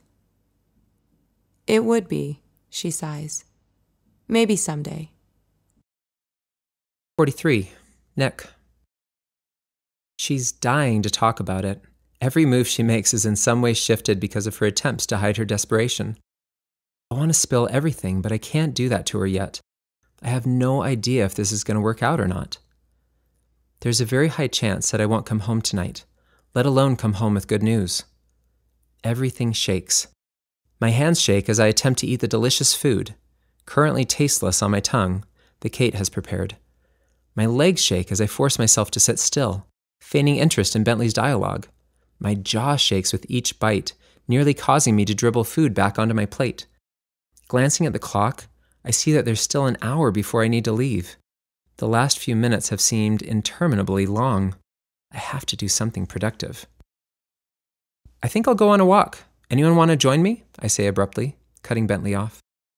I will, he answers excitedly. While I don't love the idea of his chatter at this moment, this is the first time he's expounded on anything in weeks. Sure, I say. Beth and Leah begin kicking their legs excitedly, throwing their spoons to the ground. Thanks, Nick, Kate teases. Can we at least wait until after dinner to make announcements like that? Sorry, I have to do something. My body is completely hyped up about this meeting, I explain, and she nods. Go for it, she says. The kids can eat more when you get home. I'll get the stroller and come along. Not unless you actually want to. Otherwise, I'm fine taking them on my own, I offer. I want to, Kate says, again seeming to stop short before completing her most pressing thought. After washing her hands, she disappears into the backyard and returns through the front door with hats for the girls, the buggy parked near the steps. Slow down, I remind myself, seeing that Bentley and Kate are lagging behind. My legs burn with pent-up energy, and I yearn to run until my body collapses. The cortisol and adrenaline in my body continuously signal for flight. Nick, Kate calls from behind. Seriously, just do 20 burpees right now. What? I ask, turning to face her. 20 burpees, go! Without hesitation, I move to the clover next to the path, quickly scanning for bees in the flowers, and drop. Feel better? She laughs, watching the sweat dripping down the sides of my face. I feel like I should have changed my clothes, I say, looking down at my rumpled shirt. Plenty of time for that before you leave, she says. Did it help? Yeah, thanks. Sorry, I'm really struggling to keep it together. Why are you so nervous? Your research should speak for itself, she comments. I don't know, it's silly. Not silly, Bentley says. Silly would be underestimating the impact this meeting will have, for all of us. Kate and I look at each other. Her eyes plead with me, as if asking, what are we going to do, for the millionth time? What do you mean, Bent? I ask. You're a team, right? That means that anything you do well is going to help all of us figure this out. If the committee likes it, won't that bring us closer to finding my dad? My heart sinks. If only he knew. Bent, why don't you run over there to the playground? We'll follow. Beth and Leah love the swings. As he skips happily across the meadow, Kate reaches for my hand. We have to find him, Nick. I don't know how, and I'm sick about what that means for you. But Bent and I, we can't be fully invested here while that hangs over our heads. If eventually we have to resign ourselves, I know we can find a way. But right now, we haven't been forced into that yet. I'm so sorry, Nick, she nearly whispers, wrapping her arms around my waist. My heart aches and I hold my breath, waiting for the worst of it to pass. How? How am I going to move forward alone? Suddenly, she whips her head back. What about Beth and Leah? How will... Kate, stop, I groan. We can't speculate. The situation is stressful enough as it is. How is it not more stressful to not speculate? My brain has to do something. I can't sit here doing nothing. I'm basically a walking shell, Nick. I go through the motions, but my brain is working on an entirely different planet.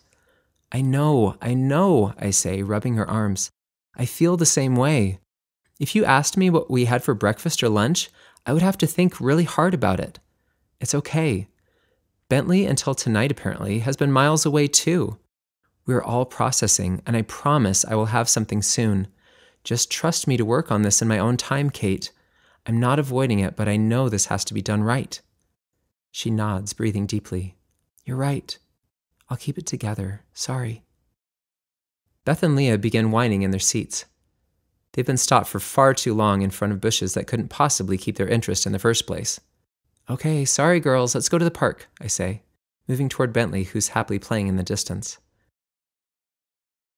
After changing my clothes, the time finally arrives for me to head to the auditorium.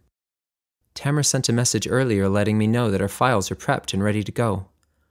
All I have to do... My breath instantly stops in my chest. Breathe, I remind myself. It's going to work. It has to work. Breathe. I kiss Bent and the girls on the forehead and hug Kate tightly before walking out the door. My body, ironically, now screams to stay. Forcing each leg to step toward the car, I open the door and lower myself to the seat. Chapter 44. Eric. Tal, I think. Where is Tal? Jumping up from the couch, my head spins and I fall back. I brace myself for a moment while it settles, then attempt standing again. Walking briskly down the hall, I swing his door open and find him lying face down on his mattress, his legs sprawled into open space. Relief floods my system as I sit gently next to him, lightly shaking his shoulder. His body spasms and jerks upright. Placing my hands on his face, I force him to look into my eyes. Tal, it's me. It's okay. We're home, I soothe, and watch his posture relax. What? What happened? He asks, his voice groggy. You tell me, I say. I know what happened to me, but I didn't see you the entire time. I'm so glad you're safe. I pull his head into my shoulder, embracing him tightly. He doesn't complain. Eventually straightening up, he rubs his face with his hands. "It's hazy," he admits. "I was here, waiting for you to get back, and the door opened. I obviously thought it was you, but was confused because it didn't seem like it had been very long. Then I assumed you'd forgotten something, so I stood up, planning to tease you about getting old, when a man walked in. I froze, Dad. It's embarrassing, but I totally froze." "Not embarrassing, Tal. Completely normal." "He held something over my face, and then I was in some room." "Did you get them back?" I ask, my eyes searing into his. "All of them," he answers, choking back tears. I embrace him again, and this time he doesn't let go. A knock on the door pulls us back into the present. Quickly wiping the tears from my cheeks, I walk cautiously to the front, but relax when I see long blonde hair through the window. "Eric?" Val calls. "Eric, are you in there?" I steel myself and open the door. "Eric," she says in a rush, gripping my arms and pulling me to her. "I was so worried." Scanning my face, her expression changes from relief to concern. "Maybe I still am worried," she admits. "You look awful."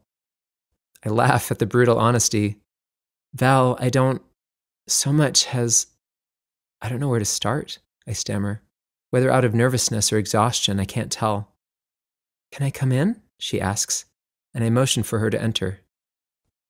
Noticing for the first time the bag of portions on the counter, I quickly begin to unload while she takes a seat. "Ugh, it stinks in here. Can I open a window?" I nod, laughing. "Please tell me what's going on," she pleads as she pulls the pane open. "I haven't heard from you, and you haven't been in the fields. I asked Kip what was going on, and he claimed you were sick. But I haven't ever seen you take a sick day. It seemed off. I probably shouldn't have come over here unannounced." I pull her into a hug, cutting her off. "It's okay, Val. I'm so grateful that you care." Rubbing her shoulder, we move in tandem to the kitchen chairs. Tal joins us, sitting across from Val, and she smiles. "Val, Kate's alive," I say, and her eyes widen. "Tal and I, a friend we know from Tier 1, he ambushed us today. In a good way? Kinda scary, but good," Tal interjects. Val's eyes dart from me to him and back. "He took us to a rehabilitation center and treated us. I don't know how he did it, but he reversed some adjustments that had been made without our knowledge," I explain. "What kind of adjustments?" she asks in confusion. "Memories that were taken or altered. Tal and I, we aren't from here. We're Tier 1, but they needed to keep us hidden after they decided to take Kate."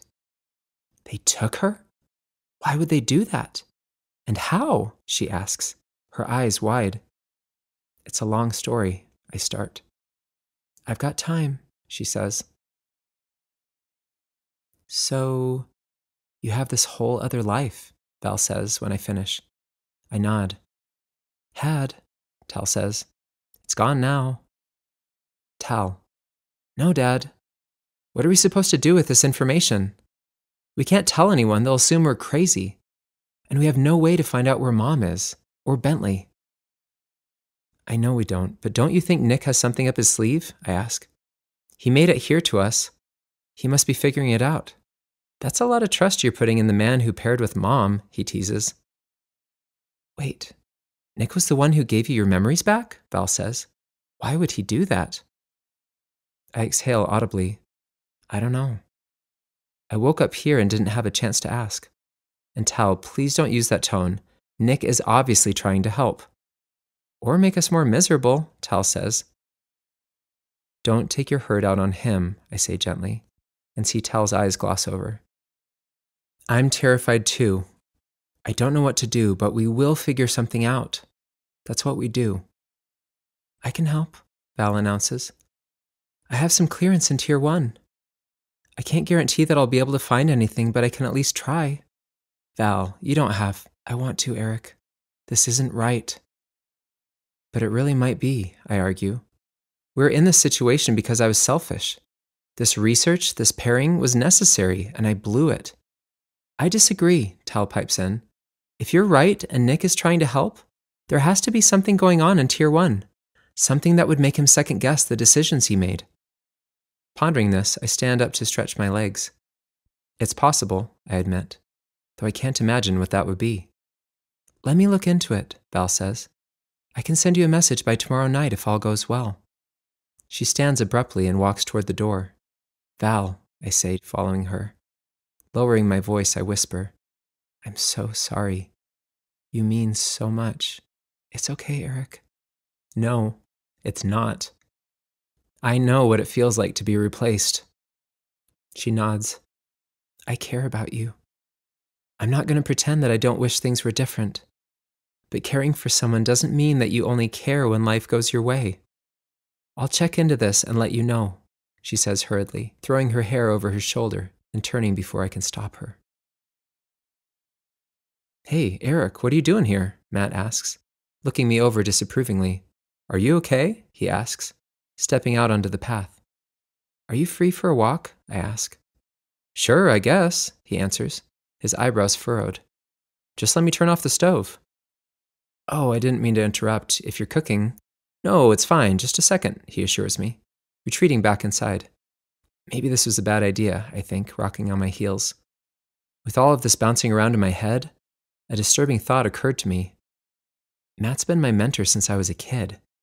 He's been involved in my life every step of the way. Does he know? Was he a part of this? Or did they take his memories away too? What are you cooking? I ask, smelling herbs. And how do you have basil this time of year? Matt laughs. I dried some when it was harvested a few months ago. Smart. Where do you want to walk? He asks, following me away from his unit. Doesn't matter to me. This way? I point, and he nods. I just wanted to talk, and it's easier for me to do that when I'm moving. I've been trying to get in touch with you, Eric. You haven't answered me in days. I know. I'm sorry, I answer. Some things came up this week, and I haven't really been myself. We turn the corner and cross onto a path that leads through a small park behind the distribution center. How are things going with Val? Well, I answer. We're good friends, I think. Matt smiles. Nothing more than that? He teases, nudging my arm. Matt, what do you think about the tier system? I ask, and he stops walking abruptly. Turning, I face him. What are you talking about? Matt asks. I've just been thinking a lot about it. Some friends at work have been talking about their dissatisfaction with life around here. Really? Huh. I don't know how to answer that. I guess I haven't really thought about it, he says, walking again. They talk about wanting opportunity. Have you ever tried to qualify for Tier 1? It seems like you have the numbers to make it happen, I say. No trauma like I have to hold you back. I think I could be close, he answers, but I'm happy here. I don't feel the need to take on more responsibility.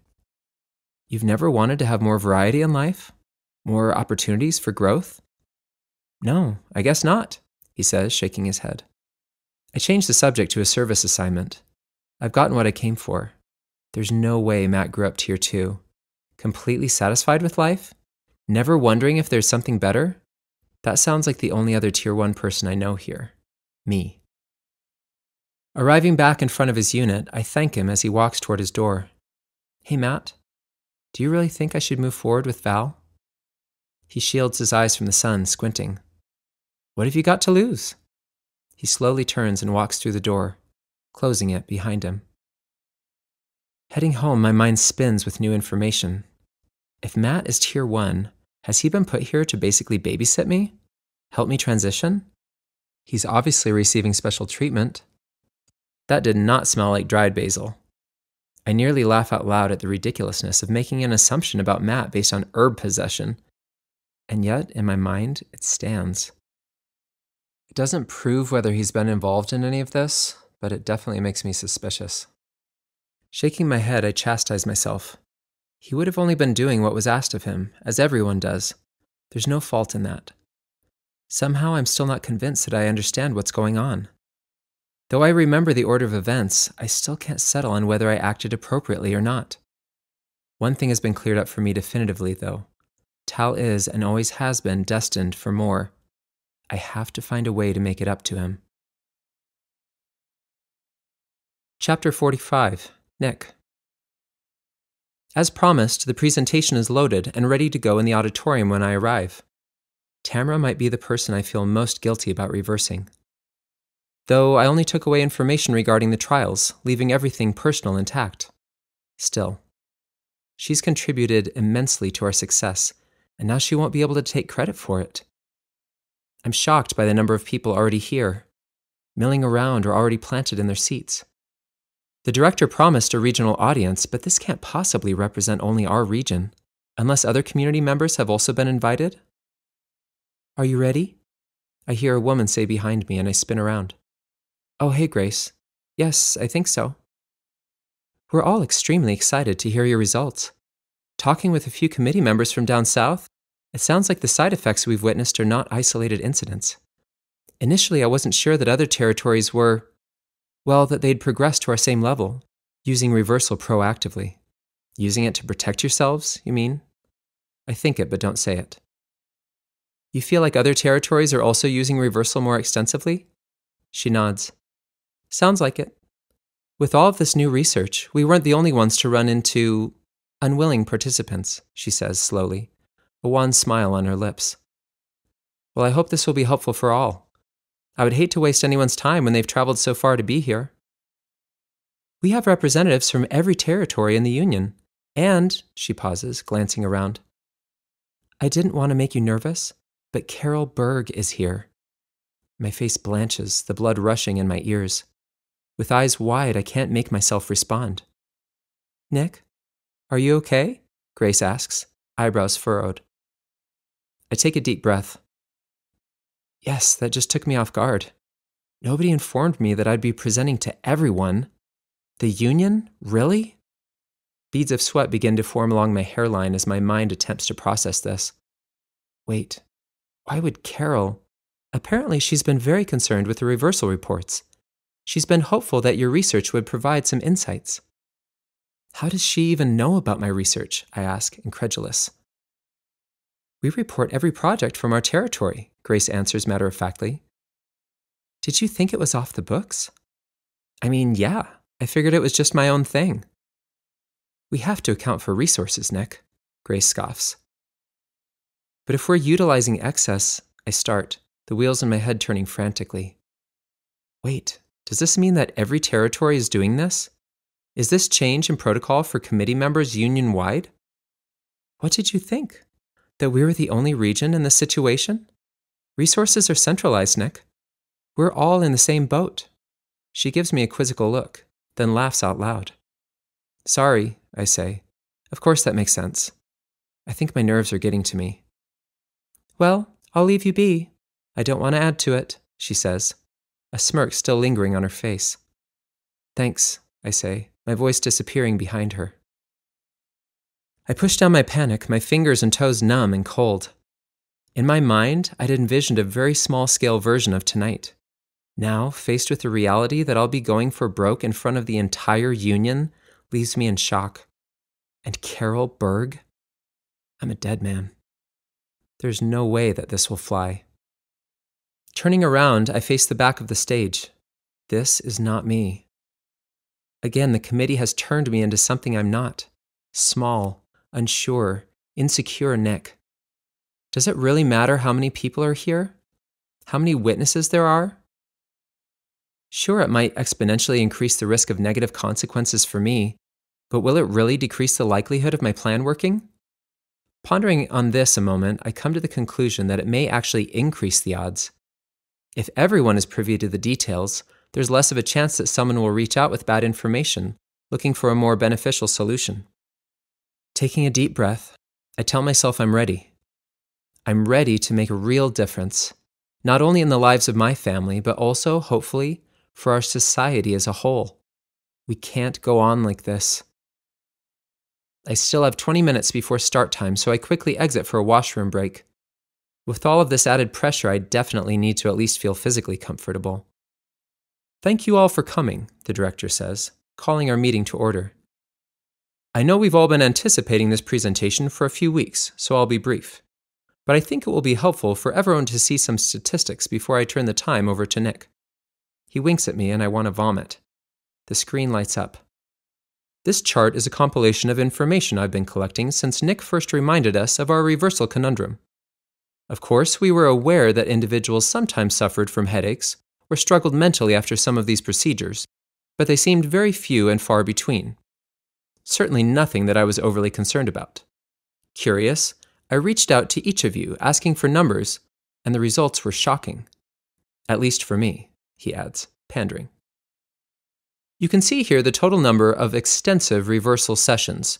For ease of charting, I've lumped all sessions that lasted longer than 6 hours into this group, regardless of type of reversal event. In the future, we'll analyze this more specifically, but you can see these occurrences have drastically increased over the last year throughout all territories. Next to it, we see the number of individuals who've reported side effects, including headache, dreams, confusion, or lower mental performance. The room is hushed, everyone's eyes glued to the chart in front of them. The numbers show that nearly 80% of patients in that category have reported one of these symptoms. My fists clench involuntarily. How did Berg allow this therapy to be used so irresponsibly? How did committee members move forward into completely uncharted territory without even considering that this could be harmful? A hand shoots up in the center of the room. The director, though visibly surprised, calls on the woman. She stands, slight in nature and striking. Her angular face is set off nicely by her soft auburn curls. My name is Jessica Frey. I serve on the committee for Maine Territory. These numbers are shocking to me as well. In my experience, these extensive reversal sessions are few and far between, used for emergency only. Am I missing something? How are our collective numbers so high? Faces glance side to side in the crowd, bodies shifting uncomfortably. Electricity seems to flow through my veins, sending a surge of hope into my being. Not everyone agrees with this, I realize triumphantly. There's obviously at least one individual who isn't currently employing these tactics, and many others who don't want to admit it. I force down a smile, not wanting to betray my feelings. Yet. Jessica, great question. Not every territory has progressed equally in this technique, but there will be increasing need in the months and years to come. As each territory is comprised of different population groups, we would expect a different subset of complications from the changes we've experienced. If you haven't personally encountered pushback from our recent initiatives, consider yourselves lucky, he says, and I hear a few chuckles rise from the audience. I'm sure Nick will discuss more of this in a moment, but thank you for your concern, he says, diverting his attention back to the group as a whole. Again, I force my face to remain neutral. He has no idea. I'd actually like to turn the time over to Nick. As I shared in my briefing, he's been our lead researcher on this subject, and I urge you to listen to his recommendations. Nick? I nearly laugh with giddiness as I stand, adrenaline overloading my system. Deep breaths, I remind myself. Thank you, I say, standing and taking center stage. Like the director mentioned, the use of aggressive reversal therapy has been used more extensively. And Jessica, was it? I promise I'll comment on that more near the end of my presentation. But first, let me share some of my observations. I'd like to get a bit personal. Hopefully that's appropriate in this setting. I think it will give credence to the information I'll present tonight. Taking command of the doc, I bring out my first slide. A picture of Kate and Bentley explodes onto the screen. This is my pair, Kate. We haven't always been together. You're obviously all familiar with the groundbreaking research completed by Eric Hayes? Heads nod, so I continue. Eric and Kate were paired for years before I came on the scene. They had 2 children. This picture displays only one of them. When Eric's research propelled pairings in each of our territories, Kate and I were one of only 8 matches in our territory. I know. I acknowledge the collective sharp intake of breath. Many of you experienced fantastic pairing numbers, but we weren't so lucky. Our committee, based on research and personality analytics, took action to separate Kate and Eric, pairing her with me instead. I'm her genetic match under the TSG parameters. Obviously, this was an incredibly difficult transition, and both Eric and Kate struggled to make it. This concluded in my first experience with an extensive reversal session, Kate's, allowing her to move forward without any memory of her previous life. When she began to suffer from all of the side effects that the director already mentioned, I was troubled, and based on this scan, made the connection that prompted my research on this subject. Her scan appears above me, and I stand in silence, allowing everyone to process the horror that was her brain. Sweat trickles down my back, but I ignore it. Almost sickening, isn't it? I say, noticing Grace whisper something to the director in my periphery. After extensive research, I had a hunch. I began trials targeting individuals in both Tier 1 and Tier 2 who'd reported symptoms.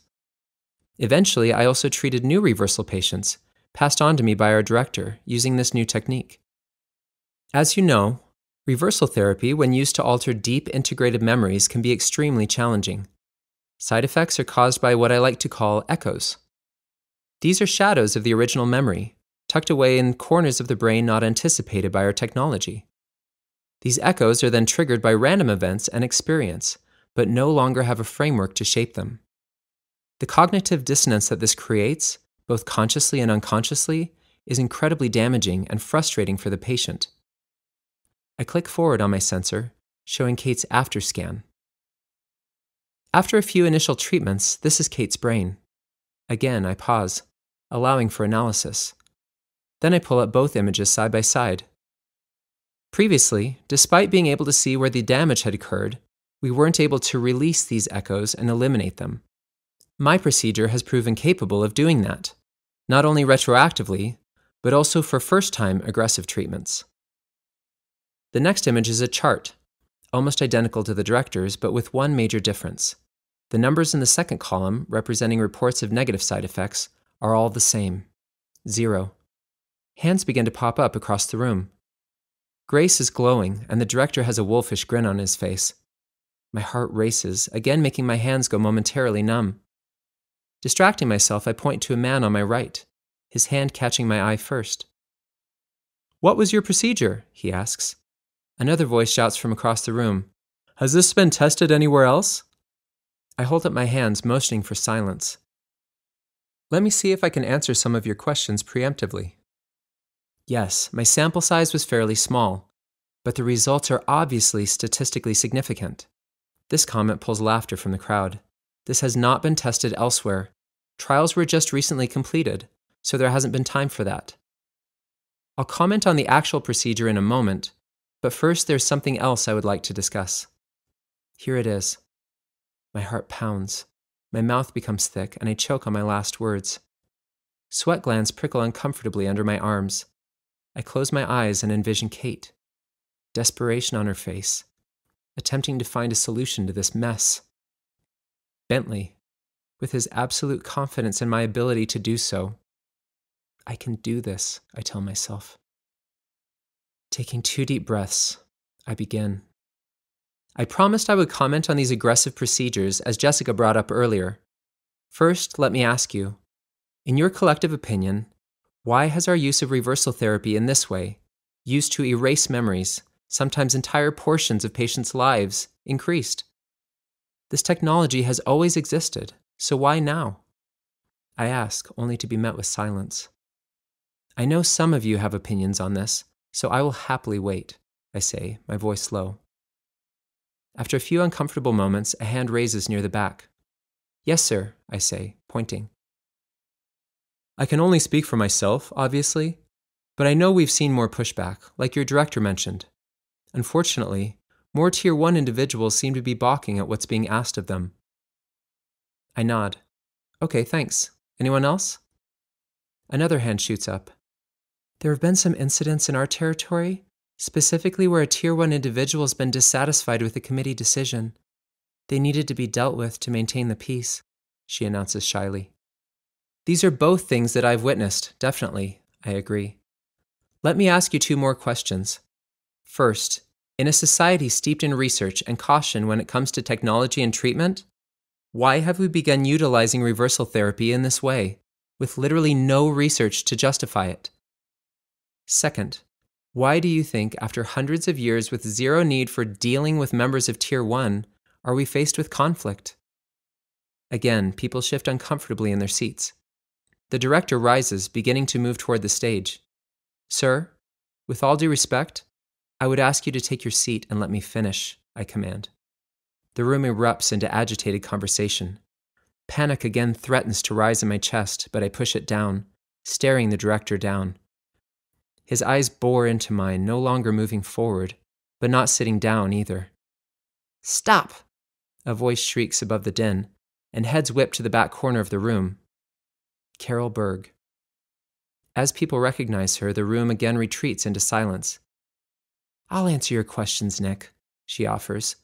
"Everyone, please take your seats," she says, pointedly looking at the director, who obediently lowers himself down again. I breathe a sigh of relief. "The answer to your second question will explain the answer to your first. We haven't adapted our conditioning quickly enough to accommodate for the changes we're experiencing. Our progress is exponential. This new research by Hayes is only one example of that, yet our conditioning has remained somewhat stagnant. We're using this technology as a temporary plug, a way to stop the leak until we can better prepare individuals in Tier 1 to meet these expectations willingly." "And those expectations would be?" I ask gently. "What they have always been." "I would argue that they are absolutely not what they have always been," I interject, my confidence building. "Never before have we had resources in such excess. Never before have we expected individuals to break familial ties for procreation. Never before have we kept Tier 1 individuals in the dark." "Oh, wake up, Nick," she snaps. "We've always kept Tier 1 individuals in the dark. Absolute chaos would ensue if everyone was included in every decision. We entrust our most intelligent, most committed members to lead us. That's how it's always been." "And what if our most intelligent, most committed members begin to violate our most basic societal understandings? What if they begin to serve themselves over the collective whole?"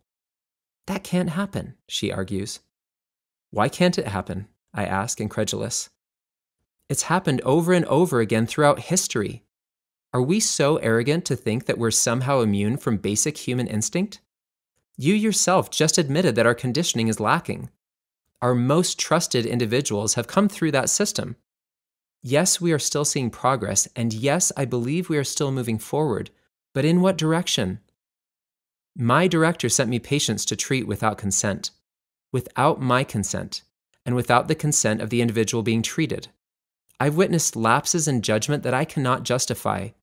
I believe we're at a crucial juncture that will determine our future as a society. If we continue to allow these small, seemingly innocuous acts to infiltrate our leadership, we will fall. I promise you that. We don't have time for our conditioning to catch up, Carol. We have to act now." Carol stands, staring at me with steely eyes. The room again eerily silent. "And what would you propose?" she asks, causing the director's face to flush an even angrier shade of red. "I don't have enough information to propose anything, but I'll tell you what I will do personally. I will not give details of this procedure until these wrongs have been rectified." I'm cut off, voices rising in anger from the crowd. I wait, watching Carol walk to the front slowly, the sound slowly dying as she passes each row. Her shoes click on the stairs as she joins me on stage. "Please, everyone, silence. What we've just witnessed is evidence that we have adjustments that need to be made. We'll work with the research team to make this procedure accessible." "I don't think you're hearing me," I say gently. "The procedural information exists in only one place," I say, tapping my forehead. "I haven't kept any information publicly, and I've used reversal therapy to remove any pertinent information from my assistants." "But you can't." "We do it all the time. Think of the chaos that would ensue if—" "Don't you dare quote me right now," she hisses. "There has to be a record." I assure you there is not. And as useful as reversal therapy is, we have yet to discover a way to extract information. I recommend you meet my terms. We have other means of extracting information. Addressing the room, I speak up.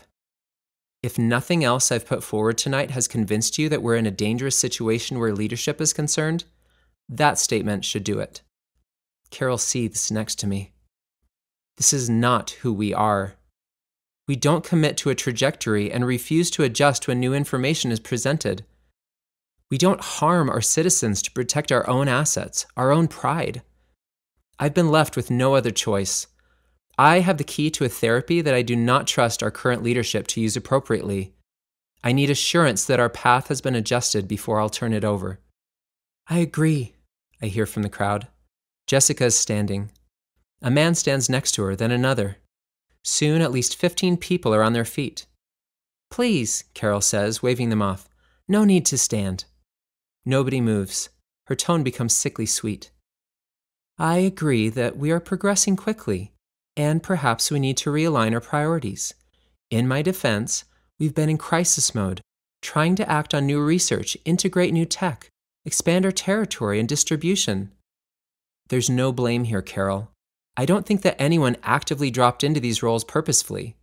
We're simply misguided, adopting assumptions that are false and avoiding hard truths. She nods. Surely we can find a compromise. I have terms that will need to be met. 100%. I'm sorry if that sounds harsh, but I don't see another option that will set things right. Her lips purse into a tight line, and her nostrils flare with each breath. What are your terms? She asks coldly. I have 3. First, this information needs to be made public. As she begins to protest, I raise my hands. I'm not asking that you expose every resource detail, but you need to allow Tier 1 individuals to understand the situation. I've discovered that many of these reversal situations have occurred due to informational leaks. Open conversation would eliminate the need for these procedures while allowing our citizens to come together and find a solution that benefits all. Her eyes narrow, but she doesn't respond. I take this as my cue to continue. Second, each person that's been treated without consent needs to be notified and debriefed. That's impossible.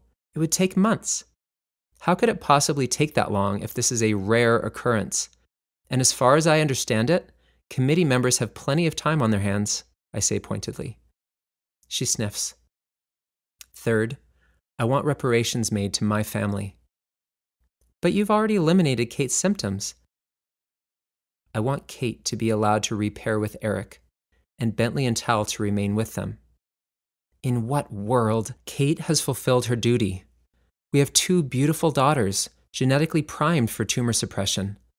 I realize it's not ideal, but neither is living with someone who you know would rather be with someone else. I care for them deeply and want them to be happy, I explain, almost forgetting that an auditorium of committee members is watching our exchange. I don't see how. Those are my terms. Meet them or don't. I finish, standing and acknowledging the crowd. I know we can fix this, I say, my hands resting at my sides, all pretense gone from my voice and body language.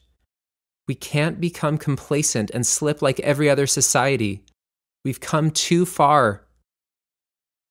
Giving a small smile, I gather my things and exit into the hallway, tears finally allowed to slide silently down my cheeks. 46. Eric. I tried, Eric. I'm so sorry, Val says, hanging her head. I utilized every tool I could think of, but no Kate came up. Do you think they could have changed her name? Tal asks. It's possible, I say, rubbing my face with my hands. I'm so sorry, Val repeats, but I cut her off. Val, please don't apologize.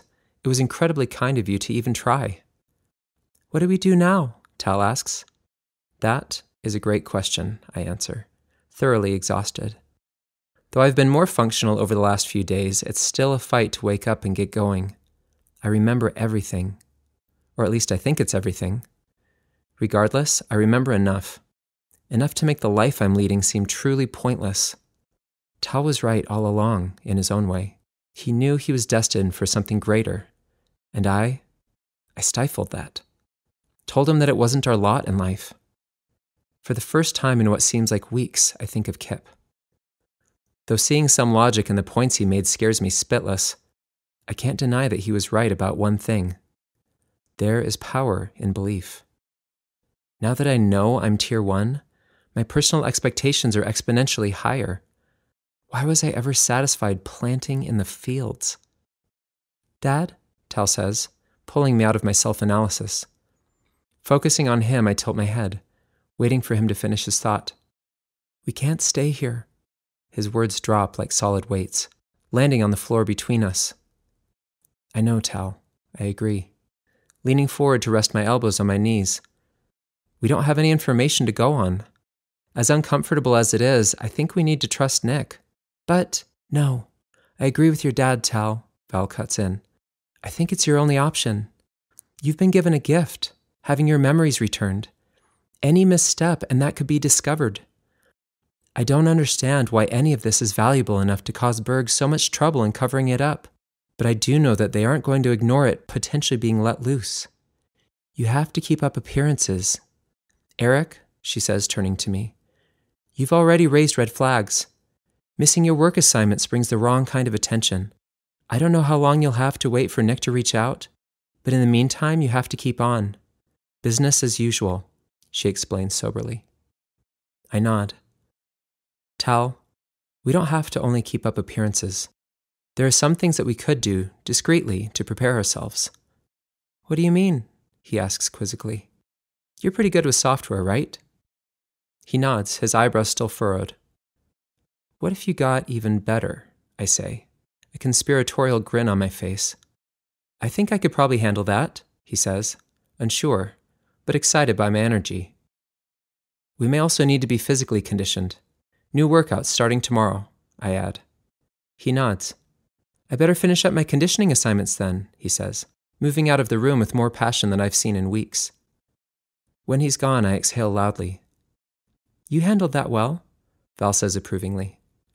I gave him false hope, I mutter. What's convinced you that it's false? The fact that I have no information, nothing to go on. So finding Kate is the only acceptable outcome? I stare at her, not sure how to respond. She gives an exasperated laugh. I'm trying to help you understand that 100% success isn't the goal. Life is messy, Eric, as you are now blatantly aware. If you base your happiness on one perfect solution, you're going to miss the beautiful conclusions all around you. Your son has a purpose. You have a purpose that was hidden from you before this happened. Yes, finding your family is ideal, but your path isn't dependent on it. If you let it be, you'll be actively limiting your view all on your own. If I don't find them, Val, how? You'll move on, because you are strong. You are kind, you are intelligent, and you are a father. Stop worrying about how and commit yourself to doing, Eric. I nod, anxiety still plaguing my mind, but dissipating slightly. What if I fail? A laugh explodes from her lips. Fail? What does that even mean? Taken off guard, my eyes search the room for an answer that isn't there. What if I don't get what I want? I whisper, the words resonating deeply within me. Then you will truly be tier 2, like the rest of us. 47. Kate. Nick, I say softly, shaking his shoulder. He stirs slightly. I am so sorry to wake you, but your sensor has been going off all morning. I am worried it's an emergency or something. At that, he rolls over, throwing the covers off of the bed. What time is it? He asks, sitting up and stretching his arms high above his head. Almost 11? I just dropped the girls at the nursery. Wow, I am so sorry. I didn't realize it was so late, he apologizes, standing and reaching for his shirt, hastily tossed on the bedside table the night before. When Nick arrived home last night, I didn't dare ask him how it went. With a pale face and shaking arms, he had collapsed into bed without saying a word. This morning, he looks like himself, but I don't want to risk upsetting him. Instead, I pick up the comforter and methodically put the bed back in order as he dresses. As I stand, I become aware of his presence next to me. Thank you, he says, hugging me and walking into the hall. Sitting on the bed in a near stupor, I mull over my possibilities. I know I can't stay here, but other options escape me. Every time I consider a new alternative, I eventually end up in the same place.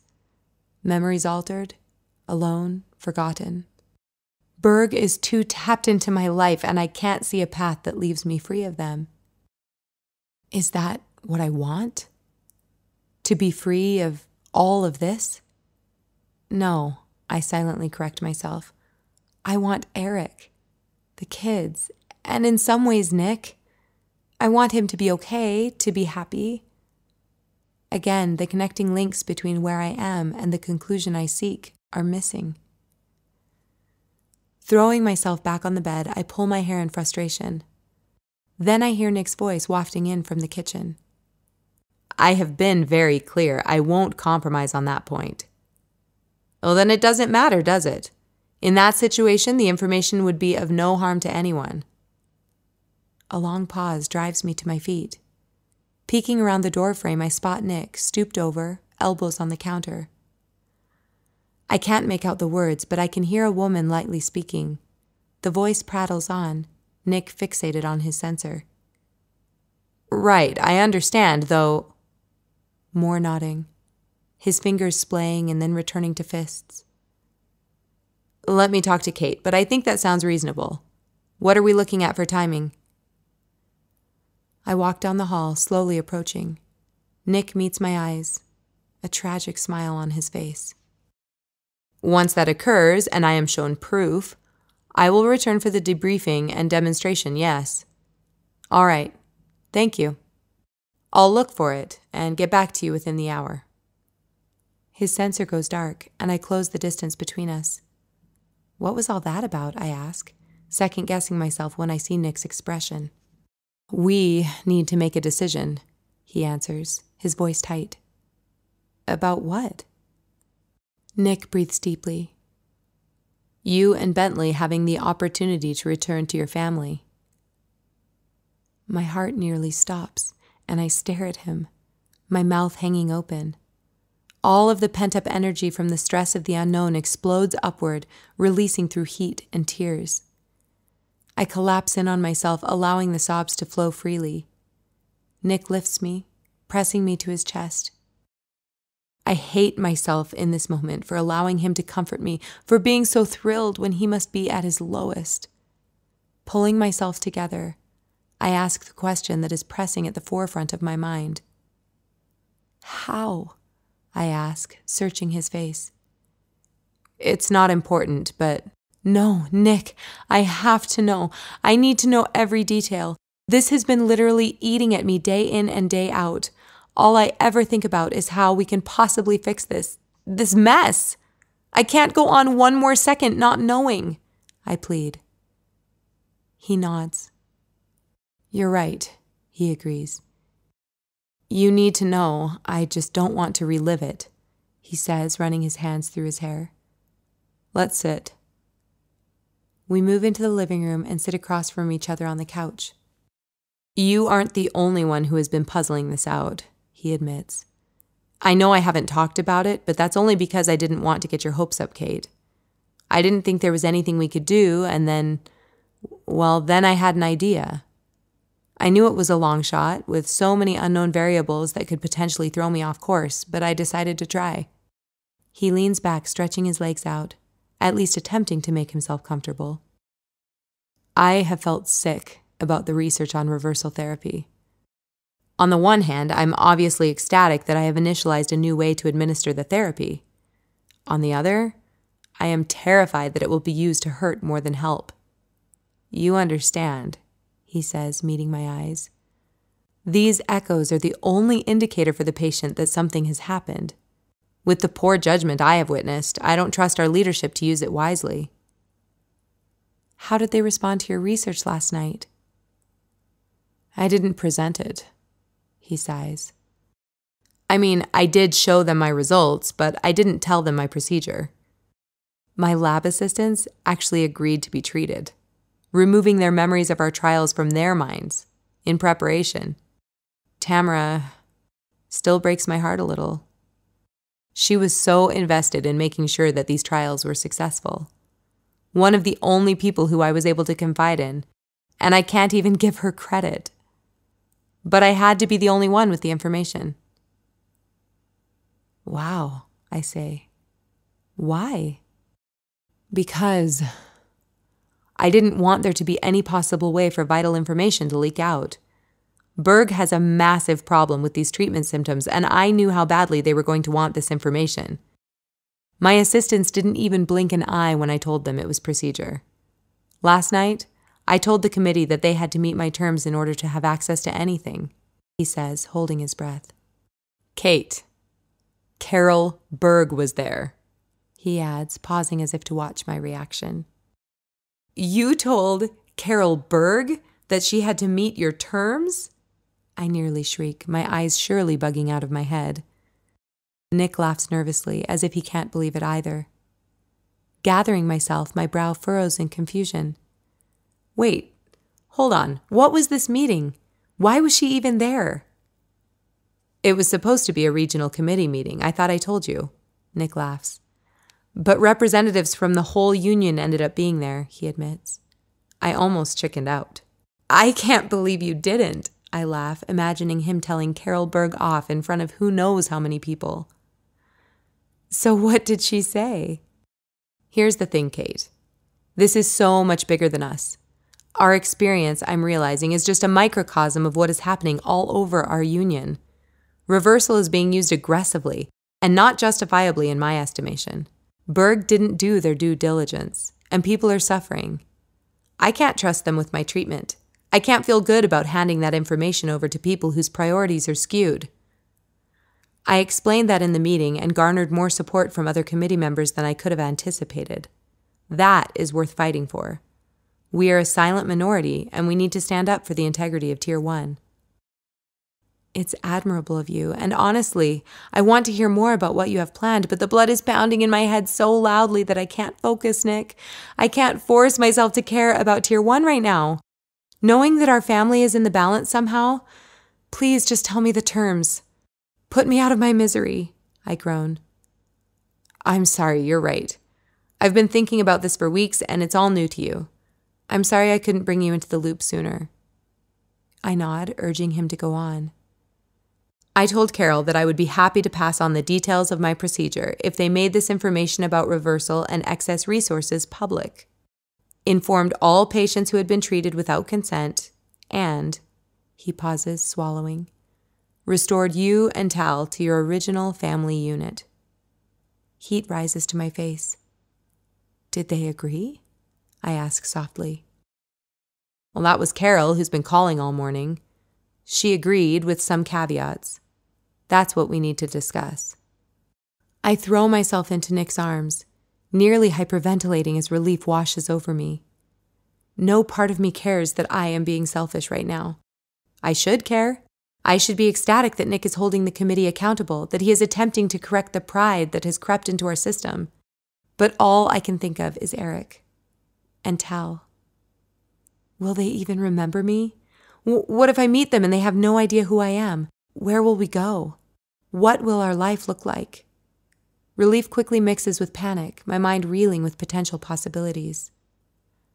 I pull back, attempting to breathe normally. Nick, how? And when? What? Take a minute, Kate. Just breathe, he encourages, brushing his fingers through my hair. I allow my eyelids to drift closed, my face pressed against his chest. As difficult as it is to admit, I have come to depend on Nick. I care about and respect him deeply. Watching him parent, witnessing him consistently giving of himself to help others, being willing to make mistakes and try again. Eric is my partner, my pair, but Nick is a dear friend, one that is potentially putting his life on the line for me. What will Berg do with him once they have their information? My hands go cold. This time, the discomfort that pulls at my heart is for him. Nick, I say softly, my breathing returning to normal. What does this mean for you? I haven't thought that far, he answers truthfully. I know this is right, Kate. That's it. I figure the rest will fall into place, or they will find a way to silence me, he says with a sardonic laugh. Either way, I've done what I can. Do you honestly think they would go that far? I didn't think they were capable of what they've already done, so in my mind, anything's possible, he sighs. But I do have hope. There were enough people who seemed to support me. Maybe we aren't too far gone. Stretching my neck, I turn over and lay my head in his lap, staring at the ceiling. Streams of light filter in through the back window, creating a juxtaposition of peace and clarity against the muddy unknowns swirling through my mind. Okay, I say, finally ready. Give me the details. Let's go outside, he suggests, lifting my head. I obediently follow him to the yard and stretch out on a shaded chair. Nick sits across from me. Let me say everything before you jump in, if that's all right. It's not all going to be easy to hear. I nod, bracing myself. My mind races through the myriad worst-case scenarios. We are put into Tier 3? Wait, there isn't a Tier 3 anymore. Tier 2 then? That wouldn't be that bad. What other options are there? I shudder. They have agreed for you to be reconnected with Eric and Tal, Nick begins. At first, Carol insisted that I treat you, removing all the memories of your life here with me, but I rejected that. It is a moot point, given her other conditions. Nick rubs his hands along the arms of the chair, building up to something. Kate, your family will be reunited, but you won't be able to participate within the tier system. My eyebrows furrow. What does that even mean? It means you will be on your own. On our own? How? Like we can't use any resources? I blurt out. Don't jump in, remember? Let me get this all out. You will be given space in old Tier 3 territory, abandoned but safe to use. Soil toxicity will be mitigated. You will have a water source, seeds, some raw materials that have been left there, shelter, obviously, but you will be opting out of the union. On your own. No communication, no assistance. Berg refuses to support any part of this, but will allow you to go through with it without any repercussions. Those sound like some pretty intense repercussions, I mutter. Kate, I know, I'm sorry, go on. Your family will be reunited. You, Bentley, Eric, and Tal. I nod, and his eyes seem to be pleading with me. What am I missing? Beth and Leah, I gasp. They aren't going to let me take Beth and Leah, I repeat, my stomach dropping. Nick, they are my family. They are my daughters. How can they? They are both of our daughters, Kate, and they are Eric's. His research brought them here, and they are Berg's. By creating our pairing and providing the resources, they argue that the girls don't belong to anyone. Do any of us really? We are all members of this community, privileged to live here, and charged with the responsibility to improve it. Beth and Leah have to stay in Tier 1 so they can procreate and continue to build a cleaner gene pool. He stops, noticing my distress. My face, despite my attempts to keep it calm, has twisted in pain, tears streaming down my cheeks. I am frozen like this, unwilling to move in case it breaks me. He's right. I know he's right. But I can't bear the thought of never seeing them again. Never seeing my beautiful girls again. Kate, he soothes, leaning forward. In the event that you go forward with this, they will be with me. I will take care of them and give them every opportunity. I know it's a small consolation, but it's non-negotiable. I know, I whisper, biting my cheeks. I know, but this is an impossible split. Either option deprives me of people I love. I gasp for air. I'm allowed to grieve, Nick. These are my children. I won't ever get to see them walk or talk in full sentences. I cough, clutching my midsection as if someone punched me in the gut. Nick watches me, his knuckles white against the chair. Kate, there's nothing more I can do, he pleads, his voice strained. This is the best I could do. I'm not accusing you. Please don't take it that way. It's just terrible. It's wonderful and terrible, and I'm not sure which truth wins.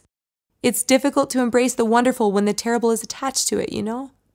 I breathe, barely getting the words out. Oh, Kate. I know, he whispers, his eyes filled with tears. Don't you think I know? I am giving up half of my family, too. I know you weren't ever really mine, but this is all I've known. You are all I've ever known. And I'm giving it up because it's the right thing to do, Kate. But there's not much that feels wonderful to me right now. Nick, There's nothing to say, Kate. It's not our fault. That's what kills me. Somehow, it would be easier if I could blame you or even me or Eric. That would be ideal, honestly. But I can't. I can't even blame Berg fully. These genetic pairings will improve society in the future. I don't agree with their means, but I understand how they thought they could justify it. So what is there to do? We live it. We feel it. Yes, we hate it, but we have to move forward. Our eyes are linked, unblinking. I would normally say something meaningful like, I will support you in whatever path you determine to be best. But I know what you need to do, and you know it too. So, I will assure you that the girls will be cared for. I will love them, Kate. I will tell them stories about their incredible, brave mother and allow them to grow into strong women just like her. I will. He sucks in a breath, squeezing his eyes closed for a moment, composing himself. You and Bentley are a part of me forever, and I will love you enough to help you go. That's it, Kate. That's all I've got. I nod, still biting my cheeks, the taste of iron in my mouth, my arms squeezing my chest as if trying to keep it from ripping apart. I have to get back to Carol, Nick says. Do you agree to Berg's terms? I nod quickly, still stunned, and see something in Nick's eyes glaze over. You need to pack your things. You and Bent will leave on Thursday. I will escort you to your new location, set you up with some necessities, and then I will come home. I will come home, he repeats slowly, standing and walking abruptly into the house. Nothing moves. Even the air is still. The pain radiates within me, throbbing rhythmically. Frozen, I stare at the stones of the garden wall, not truly taking them in, just allowing my eyes to rest there. Home. He will come home. 48. Kate. Packing. What do I pack? What will I need when we have nothing? I glance at the 2 storage cubes in the front hallway. We will need everything, and everything won't fit into those. Robotically, I comb through each drawer and cupboard looking for necessities. Nick assures me that he will set us up with medical and emergency supplies, so I ignore those. He has also promised 1 year's worth of sustenance so we can get our feet under us. Apparently, that's all Berg could spare. Nick didn't appreciate my derisive comments about excess resources, so I have been keeping them to myself. Moving into the bedroom, I pull out Bentley's clothes, my body numb. Halfway through his shirts, I hear a rustle in the girls' room next door. Dropping the shirt in my hands, I rush to them. Leah is rolling around, her legs splayed over Beth's back. I want desperately to pick her up, but her eyes are still closed, so I wait. Her legs twitch, her back arching as she attempts to find a comfortable position in her sleepy state. Cheeks flushed pink with the heat of sleep, her cherry lips curve around her thumb. Beth breathes evenly, her hair slightly damp against her forehead, small curls forming near her perfect miniature ears. Try as I might, I can't memorize it. My eyes slowly scan every inch of them, attempting to burn this image, this feeling, this smell, into my brain forever, but I know it's futile. It will fade, and I won't have anything left. Frantic, I begin slowly searching their room, finding 2 of my favorite sleepers. I fold them gently and tiptoe back into the hall, placing them in the cube. Back in Bentley's room, my sensor rings, jolting me from my seated position. Running out to the kitchen to avoid noise near the girls, I answer. Hey, Kate, Sherry says, her voice stilted. I wanted to check in before you head out tomorrow. Head out? As if I'm going on a vacation? Sherry doesn't know that all of my memories are intact as far as I am aware, but somehow we need to acknowledge something real. Leaving this relationship open-ended will nag at me. I know it. Sherry, can we cut the pretense and have a real conversation? You have been my mentor my entire life. I am leaving with 0 communication tomorrow, and you are checking in? That's as real as it gets, Kate. I'm willing to help even when you are making the worst mistake of your life, she says matter-of-factly. Worst mistake? Are you serious right now? Kate, you are removing yourself from a community that has provided you with everything. Safety, resources, opportunity, relationships. You are walking away from that for one person. One person! When you have so many other people who love you and who I know you care about. Because of the agreements our committee has made, I have to support it. But I don't have to pretend I am happy about it. You think I am walking away because of a person? You don't get it, Sherry, I say, shaking my head. For you, it has always been so simple to toe the line. You don't question, even when you should. Did you hear Nick the other night? The director, along with many others, has been way out of line. You have worked shoulder to shoulder with him, and as far as I can tell, have said nothing, I shriek. You participated in breaking my family apart as if it was nothing. And even I could convince myself that that part of it was justifiable. You have been party to countless treatments of aggressive reversal that is not. How could you? I accuse, my eyes burning.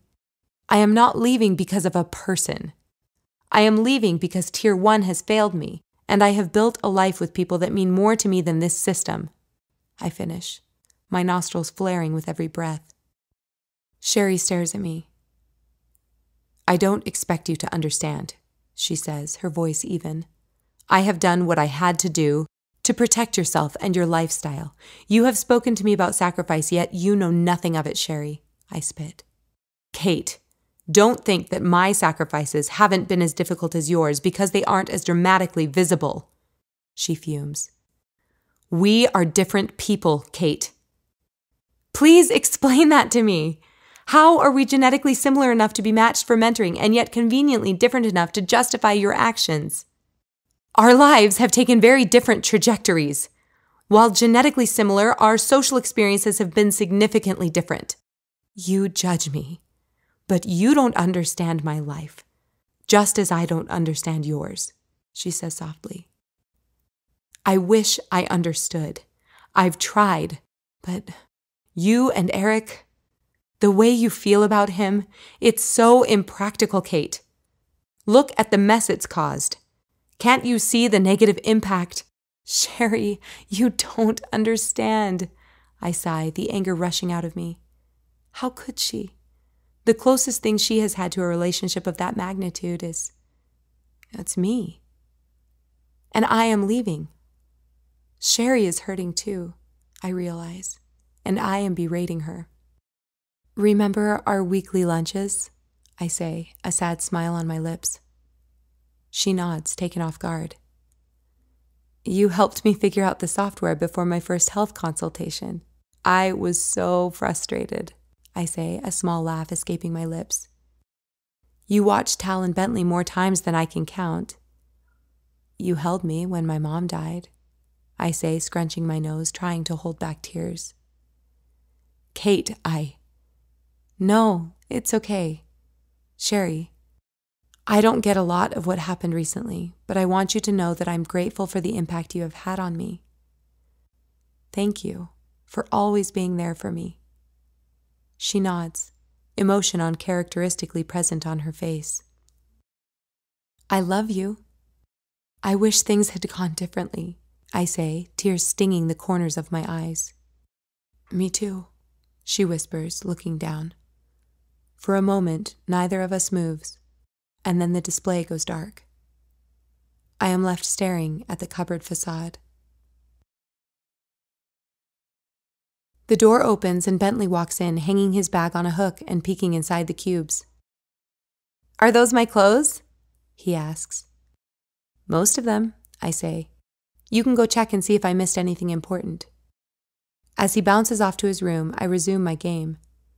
Leah waits patiently to see my head peek around the corner of the cabinet.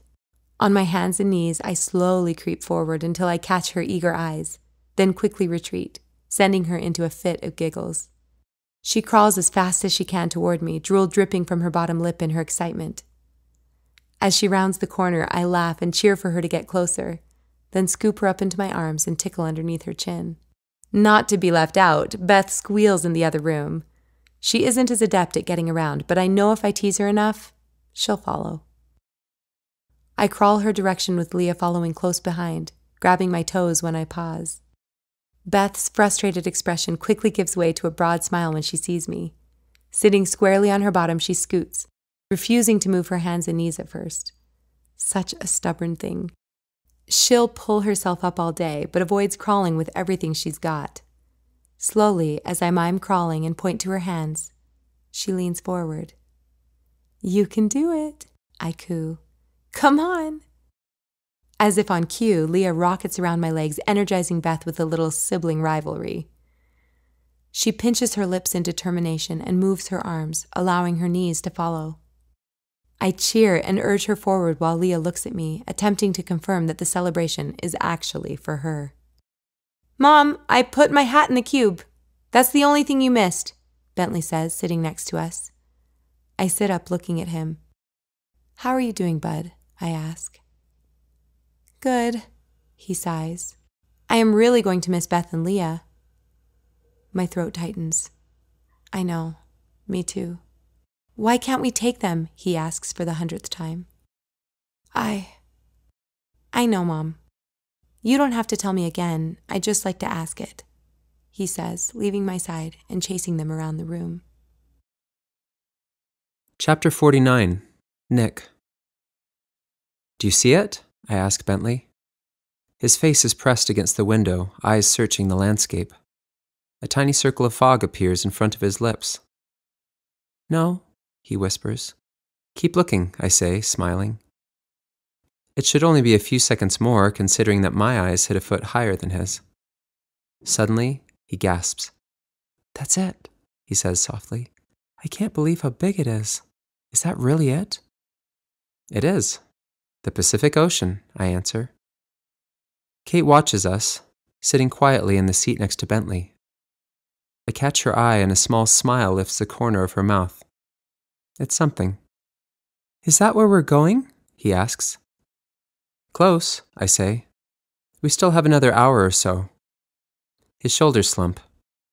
"Bent, when we arrive, you'll only be a 15-minute walk from the coast. We're going south, not further inland." His energy returns at this revelation, and I can't help but laugh.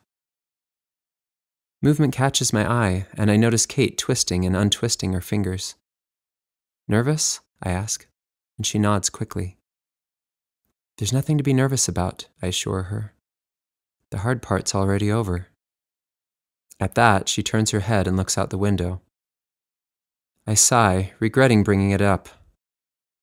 Hours earlier, Sherry and I loaded up supplies into this transport vehicle, while Kate and Bent spent their last moments with the girls.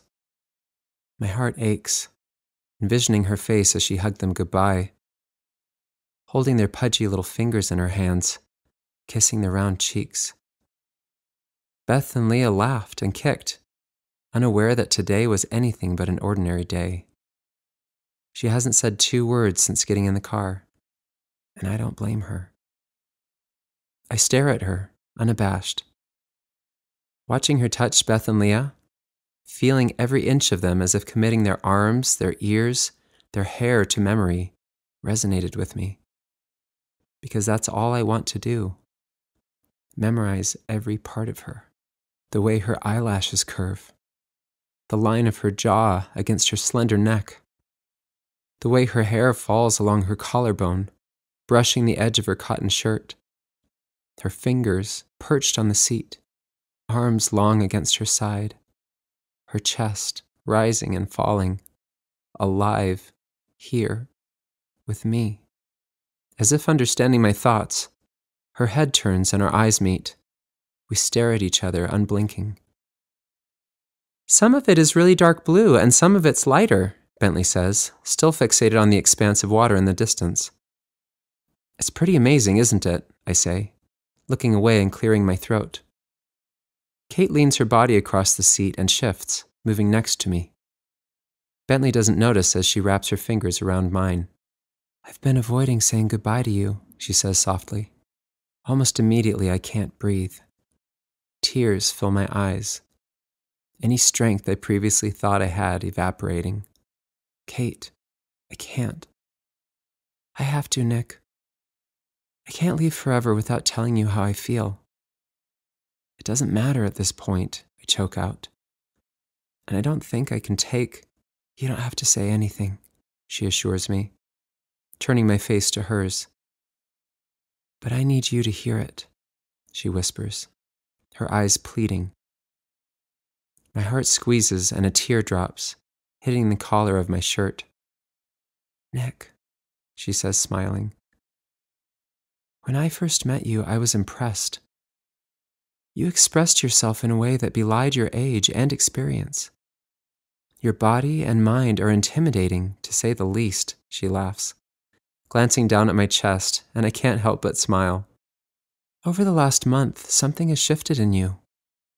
You went from being unsure of yourself, trying to prove your worth in our home, in your work, to becoming this pillar of strength. You moved forward with research you believed in.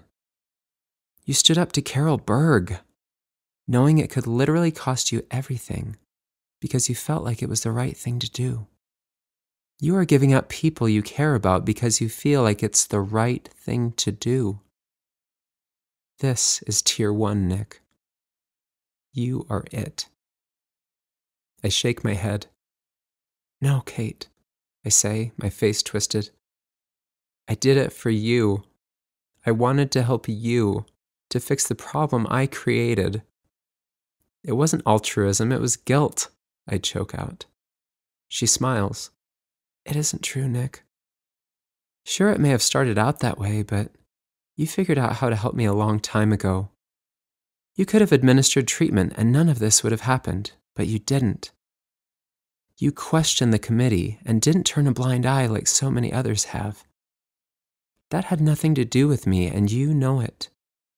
At this point, I'm simply a representation of the many poor decisions the committee has made. I stare at her, tears still streaming down my cheeks. I tell you this, she continues, because I want you to know what I see. A man who is solid, a force. You've started something, Nick, and it isn't going to stop here. You have to see this through. You don't need me. I look down, gripping her hand.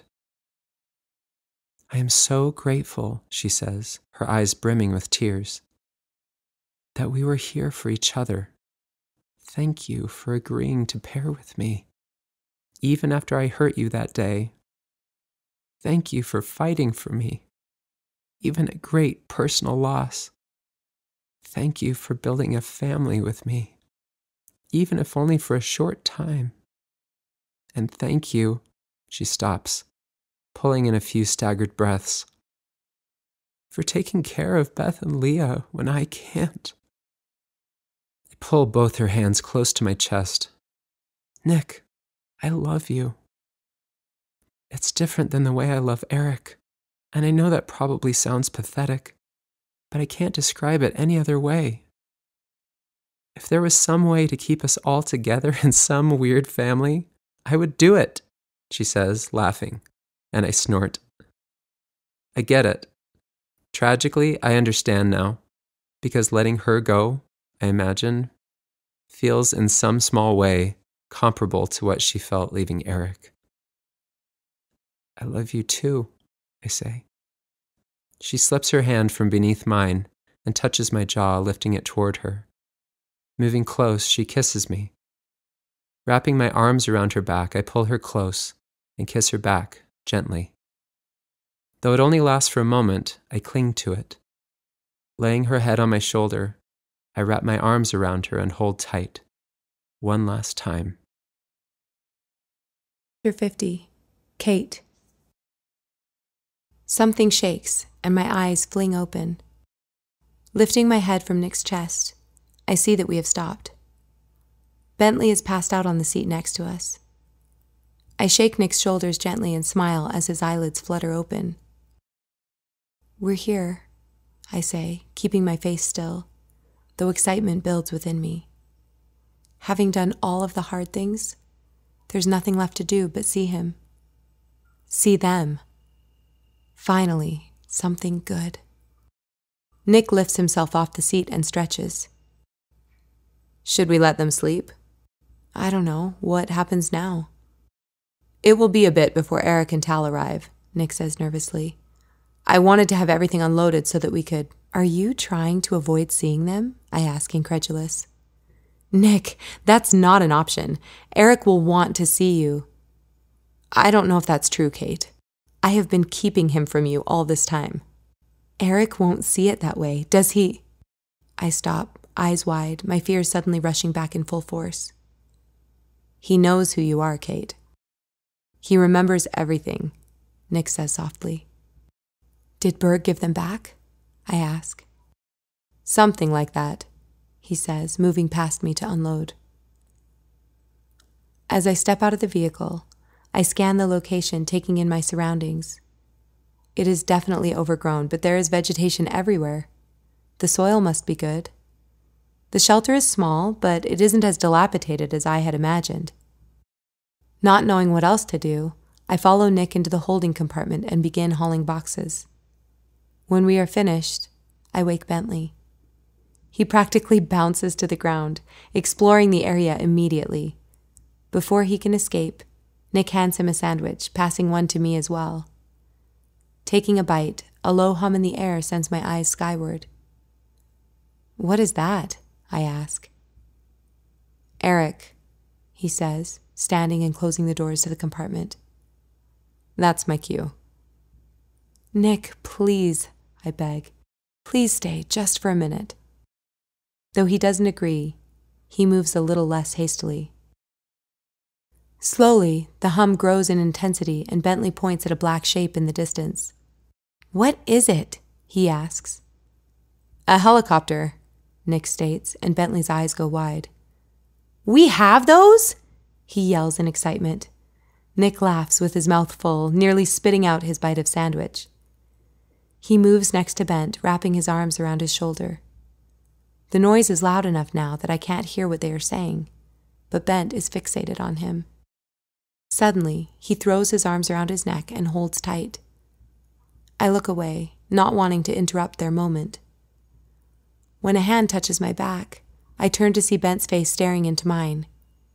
He reaches for my hand and pulls me closer to the shelter. We watch as the helicopter draws closer, holding our ears as the wind whips around us. It touches down in a clearing, and with blades still spinning, the door opens. Two figures climb out and reach up to retrieve duffel bags.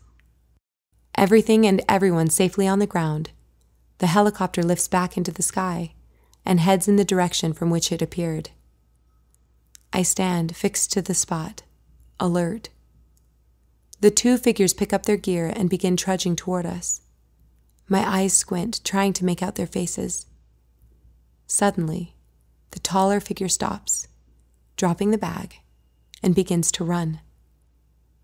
Without thinking, I drop my sandwich and sprint toward him. Breathless, with legs pumping, I finally get close enough to make out his features.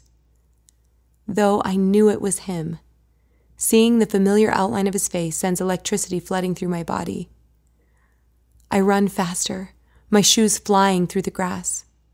When we meet, he swings me into the air and I grip his shoulders, surprised at their strength.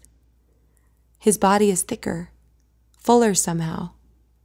I kiss his face through my tears, squeezing so tight I think I might burst. Noticing someone next to us, I stop and gasp. It's Tal, but he's tall and masculine. I fling my arms around him, sending him backward. He catches himself and sobs into my shoulder. Something hits my waist and I glance down to see Bentley gripping us tightly. I laugh at the impossibility of it all. We are here together. After touching Tal's face, I turn, remembering Nick. He stands awkwardly next to the shelter, kicking the dirt with his shoe. Meeting Eric's eyes, I grab his hand and walk speedily toward him. Nick, Eric calls, and he looks up. Without saying another word, Eric moves toward him and pulls him into an embrace. Thank you, he says, loud enough that I can make out his words. Nick claps him on the back, eventually stepping back. Eric, he stammers. I owe you everything. Eric cuts him off. How did you find us? My eyes flit between them, not understanding. It wasn't hard, Nick says. I'm sorry it had to be so abrupt. Thanks, Nick. Tal pipes in. Nick looks at both of them and nods. I have to get going. I've unloaded your supplies and enough medical essentials to last all of your lifetimes. He pauses, grinning, then thinks better of it. Good luck, he says, giving a small wave and moving to the door of the transport. Nick, I say. He stops but doesn't turn. I can't finish my sentence. I've said everything I wanted to say, but somehow it doesn't feel like enough. He walks forward and lifts himself inside the vehicle. We watch, entranced, as it drives down the road. The weight of our situation hits me in the silence. My body is paralyzed momentarily, fear coursing through me. What have we done? Our children will have nothing. We have nothing, I think, glancing around at the empty landscape. Kate, Eric says softly. I turn, taking in his face, strange and familiar all at once. Welcome home, he says, his voice tight with emotion. The boys embrace and Bentley follows Tal into the shelter. Eric pulls me close and we stand there. We could stand here forever, I realize. We have nothing pressing, no assignments to report for, nobody to check in with. Tears spill across my cheeks, the immensity of it, all of it, simultaneously lifting from my shoulders and settling in. As Eric presses against me, something hard hits my ribs. Pulling back, I look down. Not seeing anything on Eric that could have caused the sensation, I reach into my jacket pocket and pull out something familiar. Did you forget to turn in your sensor? Eric asks, and I look at him, my eyebrows furrowed. It's okay, he assures me. It won't work here anyway. We can keep it as a memento. This isn't mine, I say softly, turning the small blue indicator light toward him. Thank you for listening to this production of Tier 2. If you would like to read or hear more, you can visit my website at www.cindygunderson.com, or you can follow me on Instagram or Facebook at Cindy G. Writes.